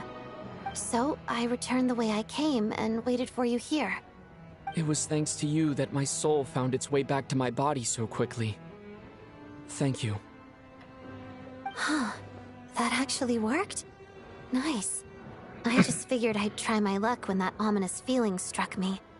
Really, you should be thanking this thing instead. Anyway, and now that things here are all taken care of, I have other things I should get back to. Like torturing that poor sap? Yeah, I haven't forgotten your threats to torture him. You better not do Director it. Chuganov, you're back. We just received notice that Project Stuzia has been suspended, so we've convened an emergency meeting. This is the preliminary plan. In addition to expanding production capacity, we've also discussed feasible layoff plans to optimize revenue and expenditure structure. Our calculations indicate that the factory's profits will increase by at least 30%. Just give the word, Director. That won't be necessary. Leave the energy for those who need it. Whether they use it just to get by or to run a business, that's up to them. Start preparing to halt production and lay off the staff. Make sure the workers are able to land on their feet and that they are duly compensated. Thank you all for your hard work during this time. Am I hearing you right? Why? After all the tough times we made it through, now is exactly when we should start to turn a profit. I just suddenly don't want to do this anymore. Huh. Does there have to be a reason? Iskra, it's time to rest. Dear esteemed members of the Rokat, I hope he finds a happy ending. Radical actions upon our organization's reputation and social stability, a decision has been made to permanently withdraw this codename from use. Considering that Lelik did what they did for the benefit of the people, the Rokat has nevertheless negotiated with the authorities, ultimately securing a waiver for all penalties due to them. Lelik will be suspended for a period of time. Depending on their future performance, they may be allowed to adopt a new codename and continue acting as part of the Rokat. The purpose of this notice is to remind everyone once again that motives and methods are equally important when one operates in the shadows. Even with Project Stooge's suspension and our interim operational victory, we must guard against complacency and rashness and work to consolidate the progress we have made so far. We act only for the greater glory and solidarity of our nation. May the aurora shine ever on, and the tundra always stand firm. Yay, she gets no For the greater glory consequences. and solidarity of our nation. May the aurora shine ever on, and the tundra always stand firm. Looks like it's finally over. You mean for us? Just thinking out loud. I've never seen the Snezniya Vecha so lively before. I never once thought I'd come here. But I understand everything now, Rosaline.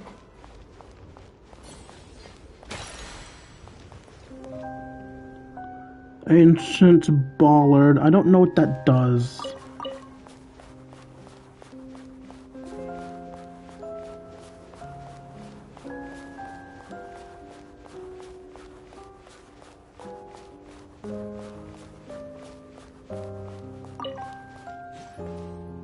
I've seen Spirit Seeker performed many times, including by your mother. Why do you bring that up all of a sudden? Even though the choreography is always identical, every dancer finds a way to make it her own.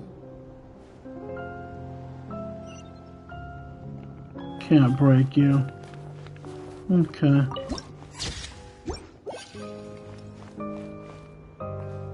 So you actually want to talk to me about ballet? I just think it would be a pity if the dance was lost to history. She didn't teach it to you, did she? That was an unusually subtle taunt for you. Is she not normally subtle? Is she not normally subtle? We embraced one another on the snow-swept plains, melting the ruthlessness of time. But when our bodies, in pieces, are cast to the winds, what of our love will remain behind?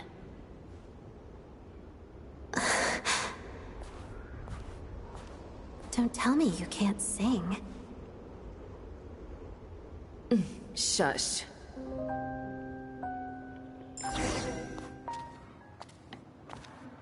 Oh, I was right in the right position to continue it. I understand her hatred. The Fatui robbed her of the life she should have had. I never opposed her dancing. Yet still I became an enemy of her ballet. I'll just keep my distance. Many despise me.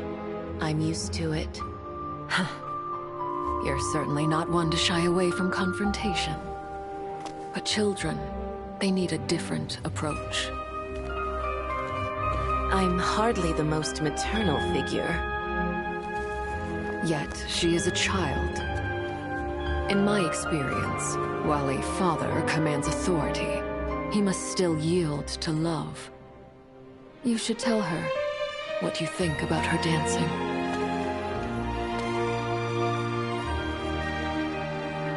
Odette will soon take the stage at the Koralyevsky Theater. This could be your chance. Geonosis secured. It went smoothly. I'll be there. Have them send me an invitation.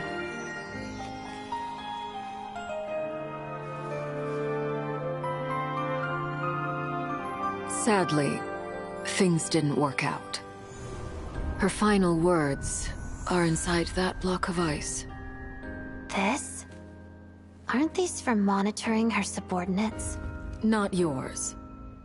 This one isn't her witch's flame, but my two worlds' flames. The two worlds' flames can burn away memories.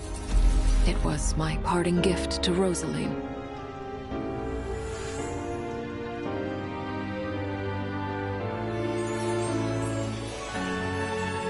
If all goes to plan, she and I will both live to see that Tsaritsa succeed. I believe she'll find peace. But if anything happens to me, she needn't follow in my footsteps. The cryo-energy will fade away in time. Then the two worlds' flames will burn away all memories of the Fatui. She'll be free to dance. She deserves this. I will handle the aftermath. The choice is yours, child.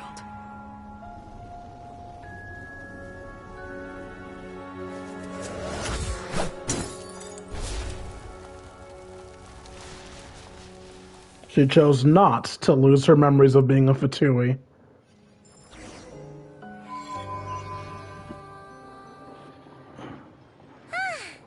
Fresh air at last! Paimon's head isn't spinning anymore, and the fever's all gone. Paimon's finally free to fly again!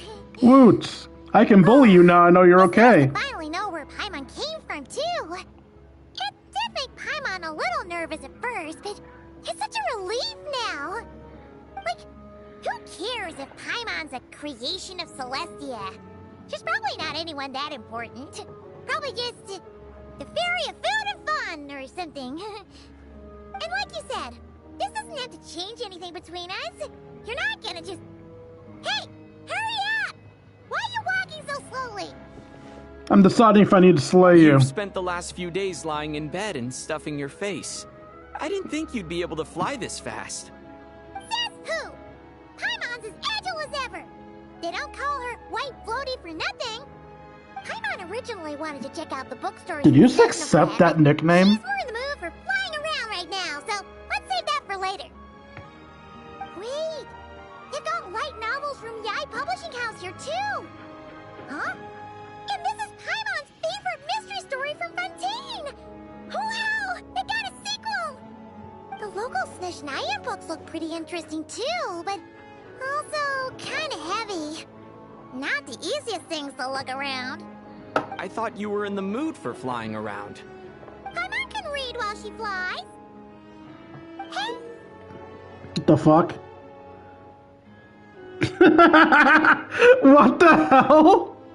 Did the current event just fucking interrupt the story?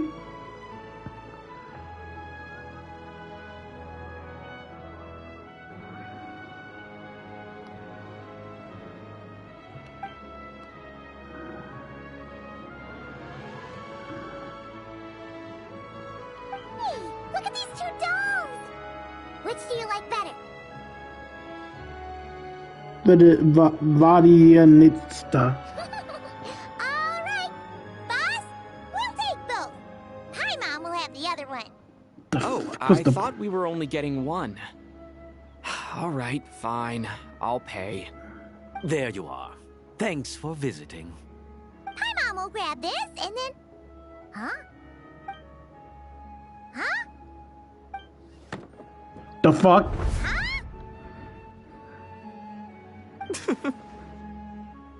How many layers does this thing have? And what are you laughing at? Huh. You knew all along, didn't you? A whole bunch of people are gathered over by the plaza. Hey, look! That looks like Tartaglia! Hi, child. Hi, child's actual sister. That voice? Of course. If it isn't Paimon and my old comrade. You're looking well, Paimon. All better? Yeah! The jester knew I was wrong and fixed Paimon right up! Thanks for sending someone to keep Paimon safe, too. Oh, yeah. About that. That was... kind of embarrassing. Who could have known that our director would go looking for you in person? So sorry for the misunderstanding. Dude, you have nothing to apologize for. You. This is my little sister, Tonya. Hello, Tonya. Sorry for not meeting you. I died. Firstly, I'm really sorry about my brother. Sounds like he's caused you no end of trouble. It's fine, I beat his ass. Why'd you have to start with that? Not that it isn't true, of course. So she's the real Tonya. She said you two didn't manage to meet up at the theater. She waited ages for me, And when I didn't show, she got a little worried and went outside. Wait. You mean you didn't even tell Tanya I'd be going in your place? I know, right? He didn't bother to say a word to me. I searched up and down the city for him, and he only told me about it when I finally caught him at the gates of Glupov. I've been rushed off my feet lately, so I didn't get the chance to go home. I just figured the Traveler would fill you in when he got there. I mean, I would have if I met her. Bad, and you're never late. So I was really worried about you. How was I supposed to know that you'd stood me up? I'm sorry, Tonya. I really am. It's not standing you up. We literally can't do anything about it. Please don't tell Mom and Dad. Although the mix-up led to a series of misunderstandings, it's probably for the best that the real Tonya didn't get caught up in that mess. Probably. Besides, it's obvious that Tartaglia isn't usually one to break a promise. He only gave his ticket to me because he had to look into Lelik. It's really my fault for being late. No, it's fine. It just meant I didn't get to see the show in the end. By the way, what did you think? You were one of the first people to see it, you know? I would say the best is yet to come. Huh? What kind of review is that? Hey, look!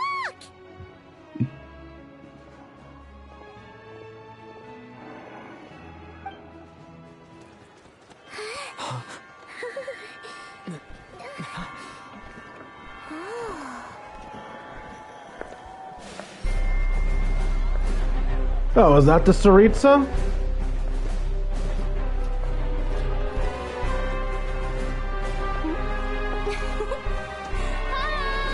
Got the fairy. A strict maid.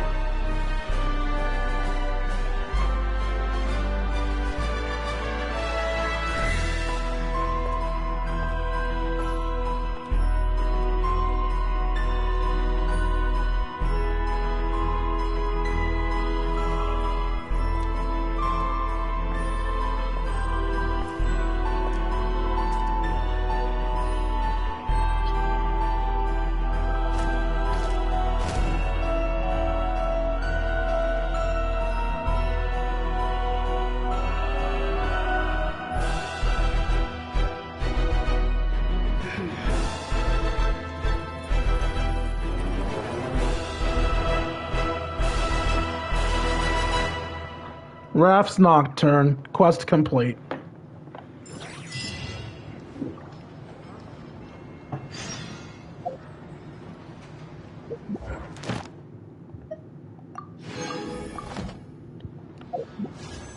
Alright, let's end this off with some polls. I'm not going to pull on Odette because I don't really know if I give a damn about her yet. I did just remember I have a bunch of standard banded polls. Let's do some of those.